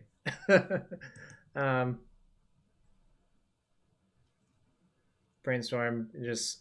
Alright, I assume... So... Now I'm really screaming at my computer. Do you believe it? It's like, a bolt is just so insane here by any stretch of the imagination. Wrong red card. And I think at this point, there's some correct number of tokens where you're supposed to just suicide them for damage. I don't know what that number is to be fair. It reminds me of the Empty the Warrens math. Yeah, that you would have to do in a Storm, where, to be fair, at that point, you were often kind of all in on your tokens anyway, and you didn't have much replay value. Mm-hmm. But hey, you certainly do. So messing that up is a big deal.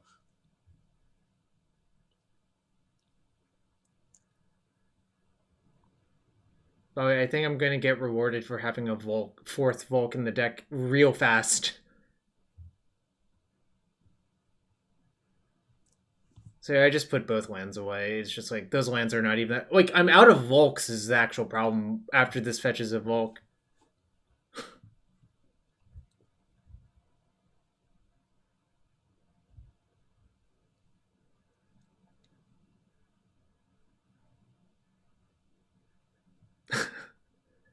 And I just responded, was hoping you had 3, and my response was, you guys play Island and Mountain, I play more duels. Like, literally, that's the difference, I think. So, at this point, if you are all in on the volley plan, then I don't you're committed to just not bolting the second pyro, right?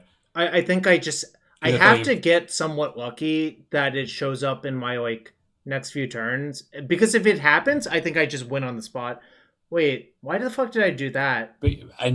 Yeah, this makes no sense. Huh. I think maybe I was afraid that I would get bolted out, is what's going on here. I don't know. It's fairly weird.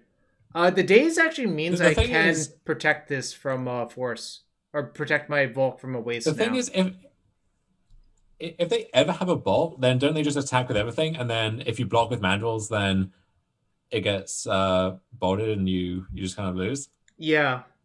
That's why I think I had to save it. I think that was a mistake. I shouldn't have done that. Spoiler alert. I think that happens in a turn or two.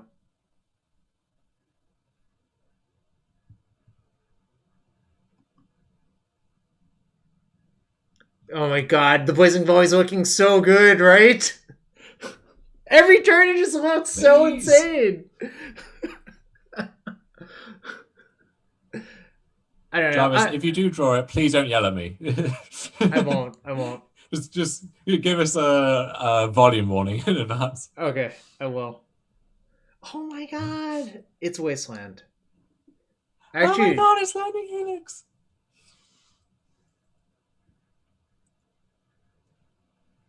So I actually wasted the drop to cut off Oko, in case if my Volk got wasted before I got to waste their drop. I don't know if that's sounds weird, but I think it sort of actually makes sense. Well, at this point, what other uses does the Wasteland have for you?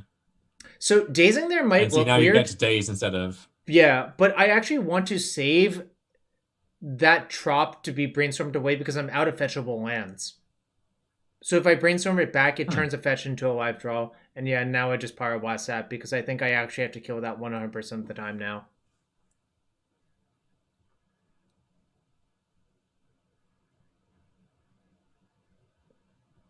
But if I end up replaying this trop, I think it's nonsense because it means all my fetch lands are dead.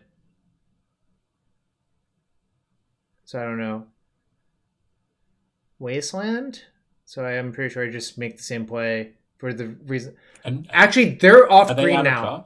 They're out of trops. If wait, no, maybe it's 2 Volk 3 trop. That would make more sense, right? Because you have the basic island and mountain. Yeah, this game is like really this turn 15. Like I said, some of the games play out like this. This is not the most common way for it to play out. Arcanist is like okay. I think my plan next turn is actually just to burn Arcanist for a cantrip to try to find the it's the Blazing suspend Volley. One, ponder or brainstorm, right? Mm-hmm.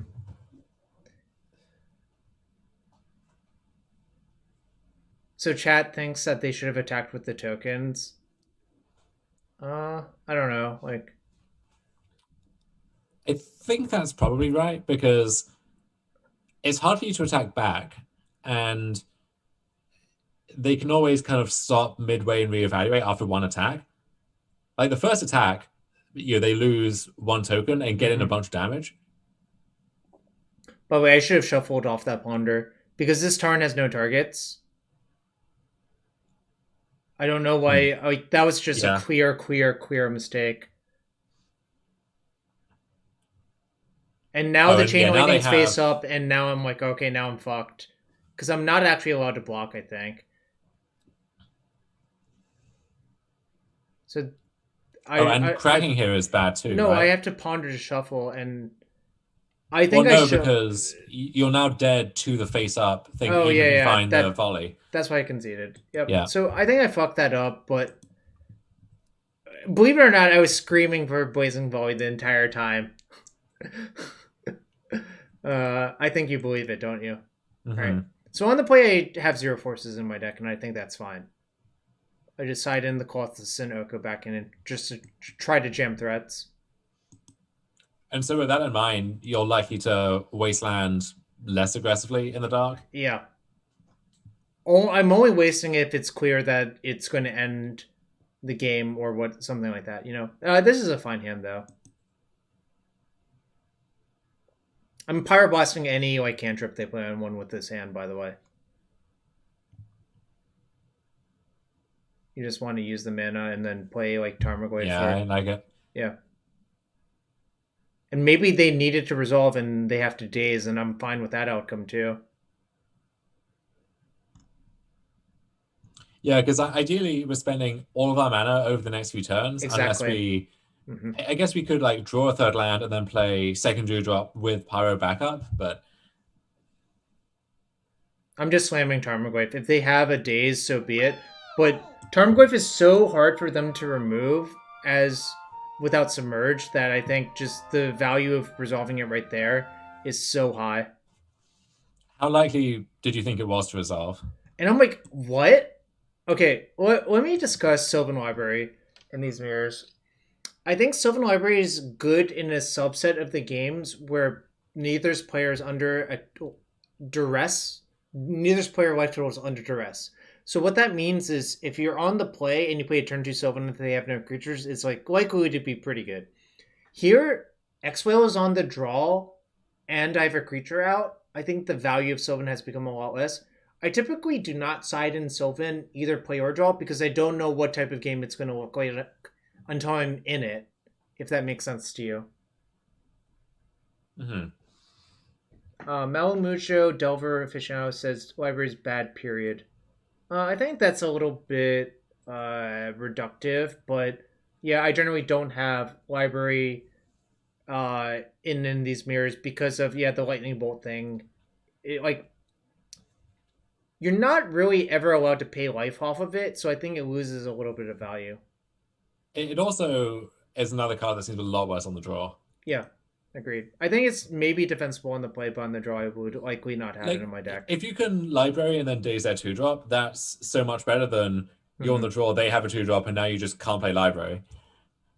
So yeah, now, especially with this library, I'm just going to slam every threat into play that I can until they are dead. Getting the land here, I think, is maybe good first. But yeah, I'm still slamming the Pyromancer, even though obviously I give up a token, but finding another land for one of these 3-drops next turn, I think it's super huge and applies so much pressure that they're almost immediately dead if they have nothing, right? So that gets bolted, and now I'm playing all my threats pre-combat because if they get countered, they pump Tarmogoyf. Yeah, that's smart. And this being an enchantment is actually pretty hard. Yep. 5/6 is no joke. Yeah, this Sylvan is Sure, Oko gets countered. We have a 6/7. Can't even double bolt that thing. Their Kothis is a little bit worse. Like I said, I think this card on the draw is not amazing as well. Like here it's just gonna straight up lose to the Tarmogoyf in a race, I think, right? It does get to go after the Kothis.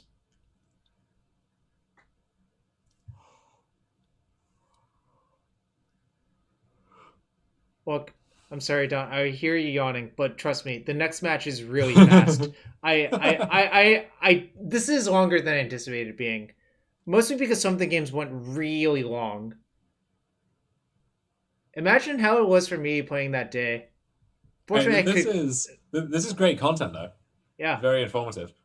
It is, and maybe you'll actually play this deck for once. Does look pretty good. And now I just I have everything. Basically, this was, I think, a mulligan for X-Whale this game.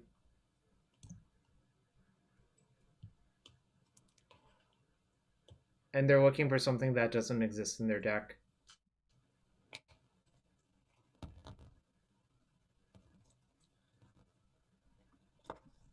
I think your friend might have led you slightly astray. I think my experience playing Delver a lot is I don't love Sylvan Library in the mirrors because you don't know if your life total is attack or not.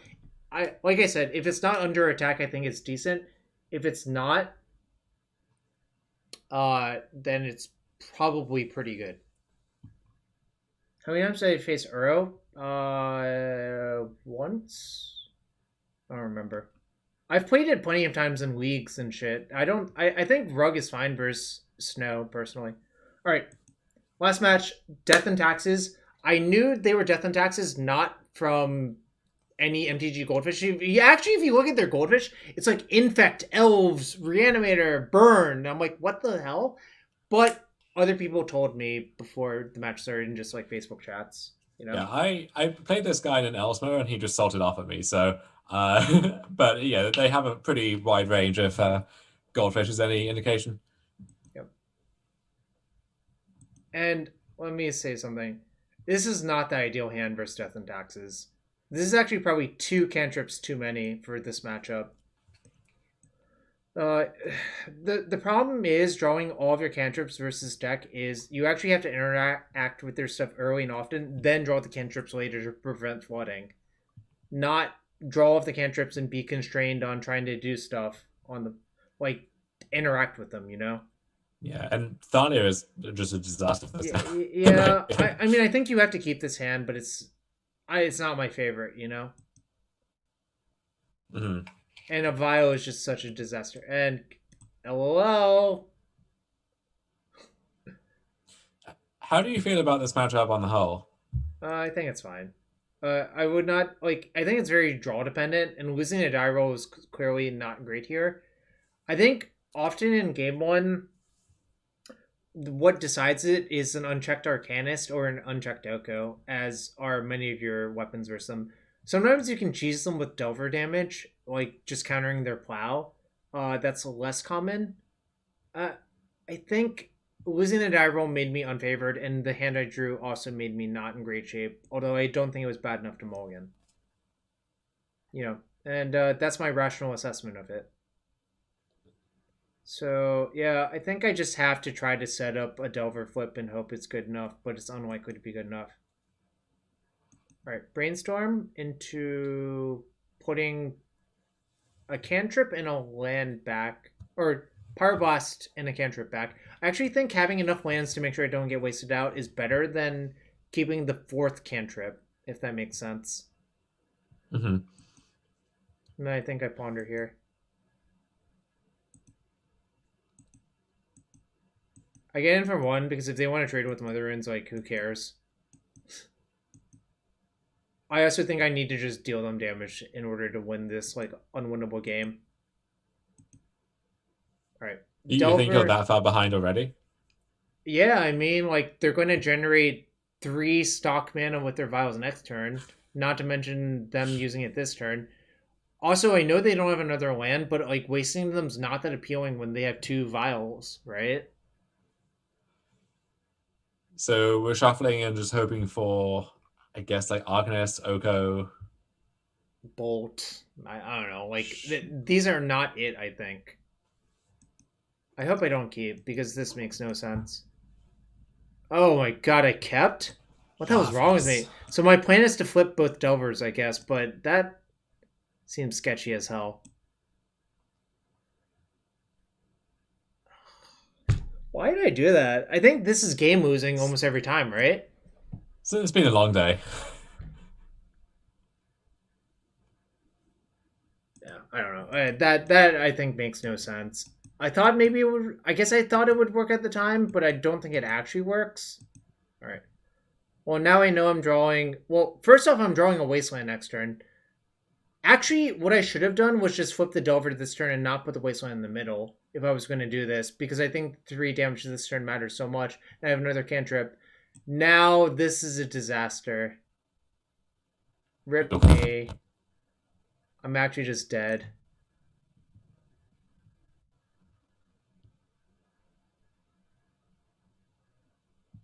No, all my cantrips are bad now because of this. I actually think Stoneforge is the least of my problems. But now I'm actually just 100% dead. I told you this is going to be a fast one. This is going to be a fast one. All right. So we go to round 11, game 2, finals, game 2. No spoilers, but let's see how I sideboarded. I think Tarmogoyf sucks because it's bad versus Rest in Peace. I think Pyroblast is awful because it's Pyroblast, and I think Fawn is not great either. I sided in Blazing Volley, Null Rod, Vapor Snag, Return to Nature. Sure. How many Rest in Pieces do you think they're going to play on average? 2. So you have like... I just don't know how often it comes up that like Tarmogoyf, it's good against Batterskull sometimes with the sizing, and yeah, the other problem is Tarmogoyf does not have evasion, is the actual other problem. Mandrills has pseudo evasion because it has like trample. Neither are great in the matchup. And Pyro goes wide. Yeah, Pyromancer is actually one of the better cards in the matchup, unless if you get GT'd, then it's like awful, obviously. All right, so You have to keep, but there's a lot of problems with this hand, I think. It's the same problem as game one, except you have slightly more action. Right? Mm-hmm. Yeah. So I think I keep, and like I don't think you're allowed to mulligan. I actually do ponder because I think if I find like an Arcanist plus Red Source, it's so much better to set that up on turn two because that snowballs than to just play a blind Delver on one. And what if they are just maniacal and just waste me on one? Then I'm actually dead again. So I think those are. I chose not to shuffle because maybe that's playing scared actually. But that Volk is a nice pickup, and now I can do everything. All right. Do you actually daze this here? I think you're kind of forced to, because how do you beat Batterskull? But yeah, it's tricky with this hand. I think you have to, but you're not thrilled about it. The alternative is to let it resolve and cantrip for a bolt, but I think that's like loose as hell. Null Rod doesn't really beat Batterskull for what it's worth, so. There's also no real guarantee this daze is actually going to be good as the game goes longer either. Yeah. I think they have enough 3-drops. But well, I think they have enough 3-drops that it's likely to be. But hello. Like, what if they just play third land and then Jesus. This was the real it. That's game. I'm not gonna. Okay, I'll just fast forward because I don't think any of my decisions matter anymore. You were memeing a little bit, but I think that actually was game. Remember when I dazed their Stoneforge? Oh, not memeing at all. It's like this is real bad. I can't attack or I can block, but I can't attack. Sorry, go ahead. I was gonna say, like, there's also a chance that they just go like third land, another 2-drop, right? And then it's we have this daze just laughing at us. So Predator is I think what basically lost me this game was dazing that meant that Prelate was going to be slammed there no matter what. But I actually looked, they don't have more than 1 or 2 Prelates on average. So that's like the maximum punish. So I'm not sure about that. Like obviously it played out poorly, but I'm not actually sure if it was wrong or not. You know?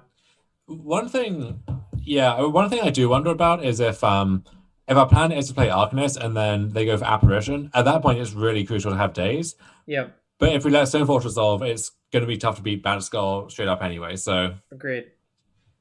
That was my reasoning at the time. Obviously, it like looks horrendous, but I'm still it actually kept me up for like 2 hours last night thinking about that exact play. If that makes sense, because I think if I get to daze the Prelate, it's a lot better for me. But also, then I have a Batterskull breathing down my neck because that's the card they're going to go get there, right? And it's also if Stoneforge resolves, when do they need to commit to the daze, right? Or play into the daze? They can just pass a turn, put Batterskull in, and then that's probably better than attempting a 3-drop regardless of whatever read you have on daze. Yeah. So I think now that I think about it more, I think my play was good. And they had follow-up plans, so I think that is how they would have played it. Had I just not daze there, then there's no reason for them to play into daze anymore, right? Right. Yeah. So actually, I think in retrospect, it was fine to do what I did. Obviously, like, I look so dead now, and I actually am dead. So, good beats. Let's fast forward. Is there any other interesting decision, or do I only draw ones for the rest of the game?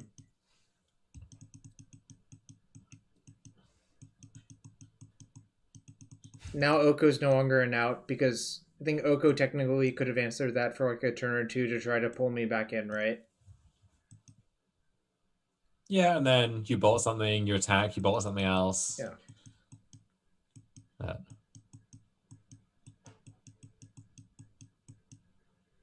All right. So, GG, well played. I sort of think my deck did not cooperate that much. I could have played slightly better in game one. This game, I think, my decision was defensible. It just didn't work out. Do you agree with that? Yeah, and I agree, and I think we built the deck in a way that It's softer to it was DMT not for with this sure, matchup in yeah. mind, obviously. Yeah, like we don't have the Sulfur Elemental, or I don't know, whatever. It doesn't even have to be something that narrow, but yeah, our deck is not built with TNT in mind, which for the most part I think is a smart call. You don't see the deck often. It usually doesn't do that well, except in the hands of very specific people. But yeah, so funny enough, the card I cut for Winter Orb was actually Sulfur Elemental. So like sort of. Although I will point out that Sulfur Elemental does not do enough that game either. I actually think I just lose. It doesn't kill Prelate, yeah. Yeah, I think like that doesn't solve the issue either. I do think Sulfur Elemental is one of the more powerful weapons you can have because it does clean up a large board state from them a lot of the time. You would want like Kozilek's Return or something, but that's no, yeah, you're not allowed tricky. to play that in your deck. I think because of the Delver thing, personally, and Young Pyromancer. Okay. I think if you wanted Rough Tumble, I guess. I hate Rough Tumble too for the same reason, but I'm like pretty much the most anti Rough Tumble person. I think I would play a second Volley and probably one Abrade. Like, if I wanted more anti DNT cards and a Sulfur Elemental. I don't like EE. EE is so clunky. Like no, EE is EE is some Daniel Daniel Gottschall shit that you shouldn't really do unless if your name is Daniel.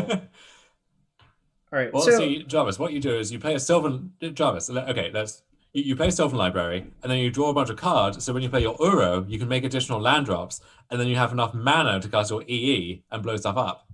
Did you just describe a snow deck in my Rug Delver Good deck deck? building. Did you just describe a snow control deck in my Rug Delver deck? I'm just describing his Rug Delver deck. Yeah, his deck is always super disjointed. It's even more disjointed than mine is. Mine's a little bit disjointed, but his is like actually like, all right, you have to play 4 Trops, and you have to hope they don't like waste 3 of them to flashback your Uro. It's some like galaxy brain shit that I don't think I could commit to.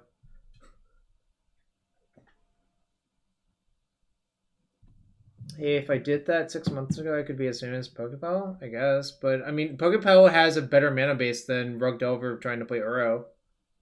Like that's for sure true. Right. All joking aside, I think now it is definitely time to call it quits because it's been a long 4 hours. But thank you for being here. And, of course, always a lot of fun. And yeah, I mean, I think anyone who's looking to play Rug Delver this weekend, which you probably should be if you are playing this weekend, I mean, this is invaluable resource for free that you're putting out there. So I think people owe you a big debt of gratitude for that. Yeah, I think I'm going to try to have it out by tomorrow at 11. Oh, 500 bits from Haps _ thank you. And there was one sub. So you know what? Why don't you stick around and see what's in the chest, Dom? A chesty. Oh my god! Really? Why? Mono, why? Did you really? So, okay. It knows. It knows. It knows who's here. So, alright, I sort of my lost wayward son. It is Dom's wayward son. Dom won an SCG Umbit with Amulet Titan with the following cards in his deck. Warrior Swordtooth, Through the Breach, and Emerald with the Aeon Star. And I'm just like, Moto knows. Moto knows who's here. Really. Teetering Peaks? Yeah, you... And I tried to have you on the next week or a week, 2 weeks later, and you fainted in the middle of it. I remember that. Not to make fun of you or anything. It's just literally what happened, you know? It is. No lies detected. Yeah. All right. And for everyone here, I guess I'll open one more chest, then call it quits. Just for Dom and Palace. I have so many. And then open 252 more. Open all. How do you feel about Sword of Cauldron on average? I don't think it's aged particularly well. So, did you ever... Great art, though. Yeah, great artwork. Did you ever assemble Cauldron? I did not. That was before my time. Did I like all my cards? I liked most of my cards. As like I said, you can move the threats around. You can adjust some of the sideboard cards. You can. This Winter Orb is the most questionable card, I think. That being said, I actually am going to call it now. Thanks, everyone. I'll be back maybe Thursday, maybe Saturday. I'm not sure which yet. Probably not back tomorrow. Anyways, Dom, I'll let you pick who we raid. Oh, okay. Let's yeah, it's a fun thing. Take a look here.